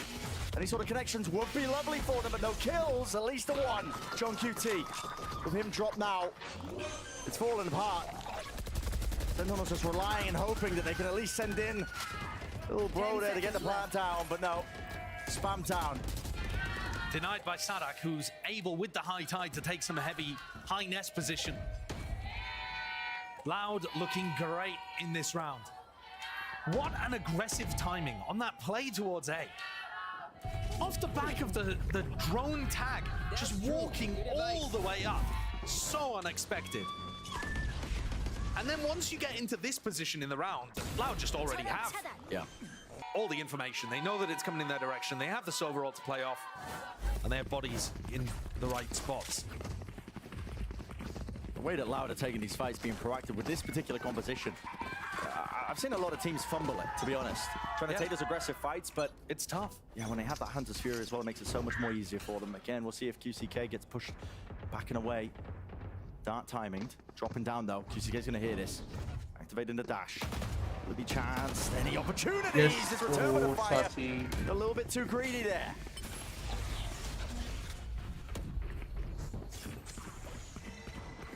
Oh, pause gonna be called here by Sentinels. Just the Nana Swarms popped off and detted. Loud though, looking to flood their way back in, straight over the top, pushing into the fight. Denise! The mockery of them. Denise! Sen just decided in this round, we're not going to use any utility. We're going to save it all for the post plant, and we're just going to run at you. And as it turns out, they're good for those. They are good for those. Less is left in an unwinnable 1v4. I don't know whether Sen are going to be able to pull off that kind of strat again, but for example, the way that they contest QCK, there wasn't that early round knife. No. There wasn't a dizzy to try to push him off the angle. They just swung him, killed him, and then continued running all the way into backside. There was one dizzy thrown from Sassy, and they realized that Loud were playing, broadly speaking, offsite, and they just ran it down. Definite chances for it to get messy as well. They're running right through the Nana Swarms, but one on the board to get them a little bit closer now to potentially that even scoreline. Kill, I mean. QCK overstaying his welcome there because he still has that dash, but punish for it, opens up the site. Maybe that is part of the playbook now for Sentinels. They want to play fast and loose, increase the tempo. Yeah, play fast, try to get plants down early, and then save a lot of utility for post-plant. But if they can access the B ult orb here, they'll also have null command. And that's going to be very difficult for Loud to hold on there, because they're normally trying to defend with the Harbor util. Line up in the dizzy is all well timed, especially with the knife. And now with that all gain, that's exactly what you were talking and describing about. It's a null command. It's emanating forwards, and it will set up Sentinels at least to try and get that plant down. And Break the nano! Yeah. Break the nano! I mean, not broken. You use the null command, you see it on the floor, break it! Oh, the spikes drop down. Precarious situation. It's a major blunder for Sen because they should have been in a post-plant right now. They're basically sat in post-plant positions. The only difference is little bro got minced by nanobots or whatever. So they're throwing the next wave of utility. That is really devastating molly pressure. Getting delayed again though. It's another nanoswarm from Sadak, and guess what? This guy is going to be causing all sorts of issues. Kawazine combines his might with the rest of the team, and Sadak clapping back. See how different things are when Sen still have to get the plant down. It's just it's just an enormous blunder from them. When you expend everything to get the plant down, you don't even get it. Yeah. I mean, Sadak just runs away from tens and then flicks back around and gets the nanoswarm. And there goes the wingman. Kaplan's gonna insta-call a timeout here because that was Sentinel's opportunity to take control of the game. Get things up to 9-9 and then be in a spot to move their momentum forwards. And now they're scraping the bottom of the barrel for buys. They've wasted one of their big ultimates, and Kaplan's going to be giving them an earful. If Sen lose this game, there is an extremely high chance that they are not making playoffs. There's still more to be decided. Still more matches to be played between both of these groups. But Sen would be at the bottom of the Alpha group. Yeah. That's a tragic fall from grace from the team that won Masters Madrid. And they've been having even games. It hasn't been like Loud, where they've just had rough circumstances and been getting dominated for a couple weeks. They've been back and forth. They just haven't been able to get the dubs in the column. For the Madrid winners, I mean, listen, not making Shanghai, not even making playoffs. Unthinkable for them. I'm sure Kaplan will be grateful for a bit of rest. Guy, he works hard. Yeah, but I don't think he'll see it like that. No. And so for Sentinels here, it is a must-win onto this map here with Loud. One already up into the series and holding this lead nice and steady for them. And I think it's very possible Sen have just wasted their best opportunity. Coming into this one, top frag Assassi with the Sheriff. And how do you take it? This early high tide is really annoying to get through. Works its way across the B angle and down into bottom mid. If you remember back to the way that Sen won on Icebox in Madrid to push them across the line and take the trophy, Zelsis just was annihilating people. He had a read, he had the confidence, he could feel the fact that they were going to win, and he ran over people. Zelsis right now, bottom of the scoreboard, has found it really difficult to get going in this match. on both maps. I'm Can't sure quite he's get still there for them themselves in the into comments. Those but- vibes matters. Vibes matters a lot. Only just going even. The firepower is just there today for Loud. I mean, we're talking about QCK and Kawazine going negative in almost all of their games of stage 1. What a time to go alive. And Delsis, that's a nice punish. Yeah, that's a great opener. That He needs setup to the find Loud had, yeah, they had less just watching for the belt angle. I thought that was going to be pretty much flawless And there all from Loud, एक but एक लौती कोई तो big बंदे first भाई kill. इसके It's good आवाज rotations away. Kawazine going for re-exploration. Doesn't even know what the potential angle should be. Kills there, and it's traded. And for one, a rifle will be available and ready and waiting here for Sassy. Sends it forward now with Thrash. That space has to be taken. Deep position, Sadak! Anticipation! Expecting like Zekin's gonna be there with only 13 seconds left. Who's gonna be defending this one? Wingman, gotta get that plant down, and he will do just so. 3 on 3. Welcome to my Hits world. there. If Sadak is given a kill, this round's going to be very difficult for Sentinels. Encroaching forward, so even if Sadak does get the kill, does he even choose to use the ult? Time might be running away from them at this point here with the pit online. It's a spam, they know the position, he's playing the lineups. Pit's dropped down, Sassy. Isolated, dropped down as well. Close corner!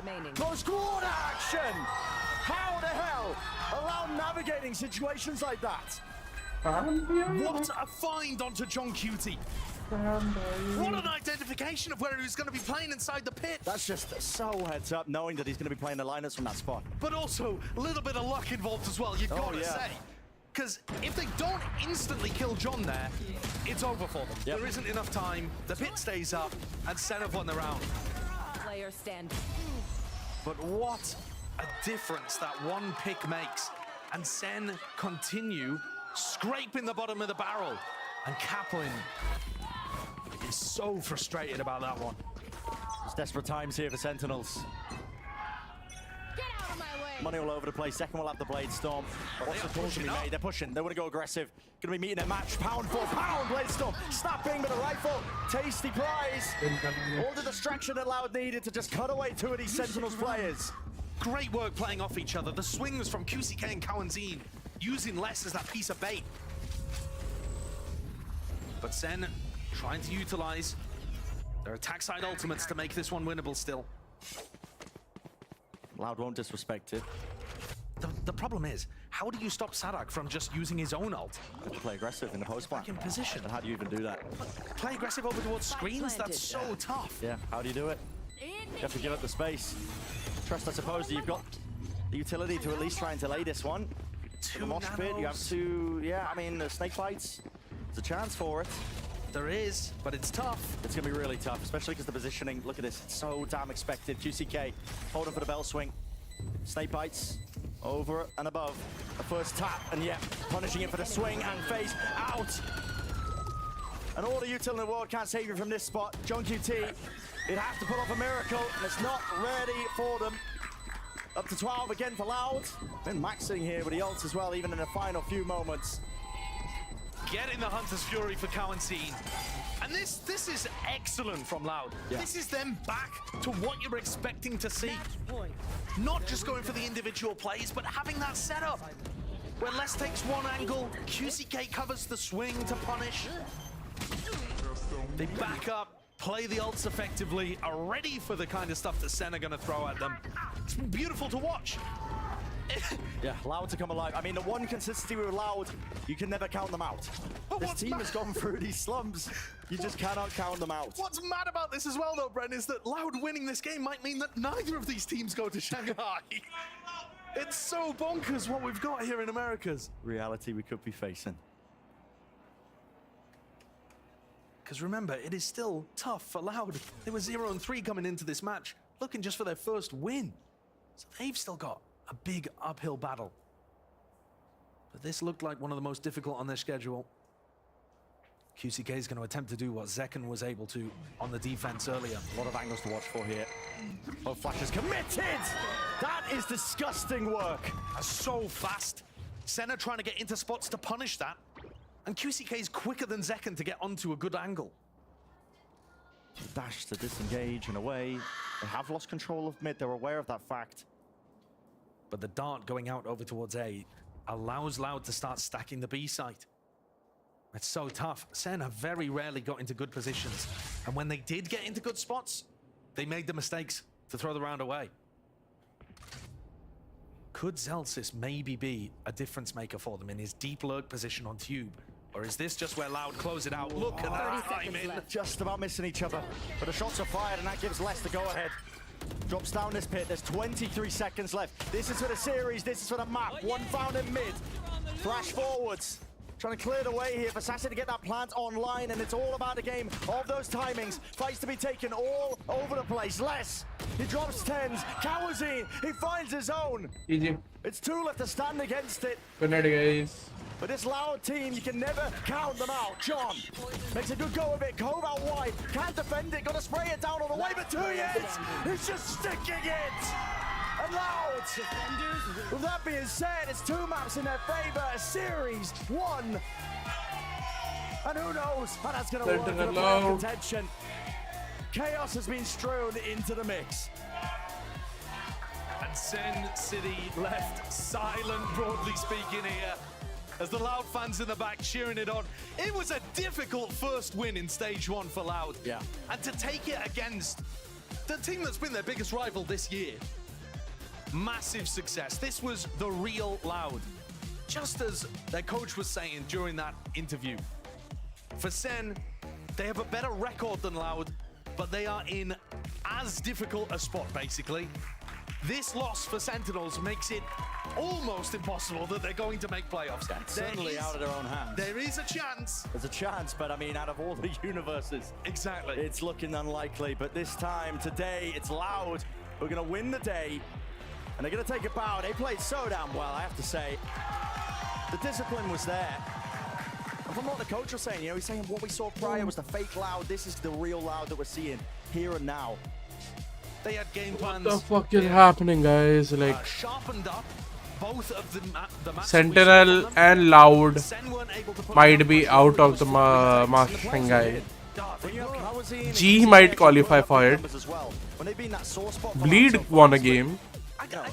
Again, I want to point out, Cowanzine and QCK This season were is the top players in both maps. These are stage the 1 is only like maps in stage becoming 1 a where both joke of those at players the have been moment. positive, and they dominated. What a turnaround. Yeah, great time to do it. And Wingman haters loving that final shot as 2E's was able to sneak it away. But I think Loud had proven that they were in control of this game too. SEN, a couple of upsets, a couple of mistakes, and we're seeing that. By the way, guys, I might be streaming today in the return back from afternoon. Madrid. They just can't find those details to their play that were pushing them across the line to get them to that victory and that trophy hoist. There's difficulties for you, honestly. When you reach the top of the mountain, you have a target on your back. And you go in, you know, there's a lot to overcome. There's a lot to just evolve your own gameplay with the maps. You're essentially starting with everybody having witnessed your gameplay. It sounds like a lot of code right now for SEN, but it's because there's a lot of fans right now, right next to me. But seriously, they can still come back from this. Playoffs, out of their hands, arguably. Yeah, I think chance. But it is out of their hands. It is complicated. With that being said, let's send it down to Riv. He's down on the stage for the Verizon post-match interview. Thank you very I much, can't, gentlemen. Great bro. cast on the day. I am joined by Les after their victory. Loud's victory over Sentinels. I have a lot of fans cheering against Loud today, but it did not matter. As SDK said, it is a true form of Loud. And that's my first question, Les. What does that mean to the players? What does it mean when Loud's playing in true form? O que é isso? O que a verdadeira Loud significa? हो गया मेरा guys मुझसे Bom, देखा जाएगा. eu Good acredito que nos night. últimos jogos estava dando tudo errado pra gente, sabe? Não é Good nem que a night, gente estivesse good jogando mal, mas realmente I might be foi diferente, a gente I conseguiu might be mostrar que streaming quando in the tipo assim, a evening gente joga o nosso 100% or maybe in the afternoon today. Yeah, things were And not jaldi so going we will our be way. streaming We Watch weren't Party even, in the like, night as well. playing Okay, bad or so anything like see you. that. We were मिलते just हैं unlucky. थोड़े कुछ time But में. today Good night. we showed या that good morning जो भी अभी होता है. what we Bye bye are guys. when we are at 100%.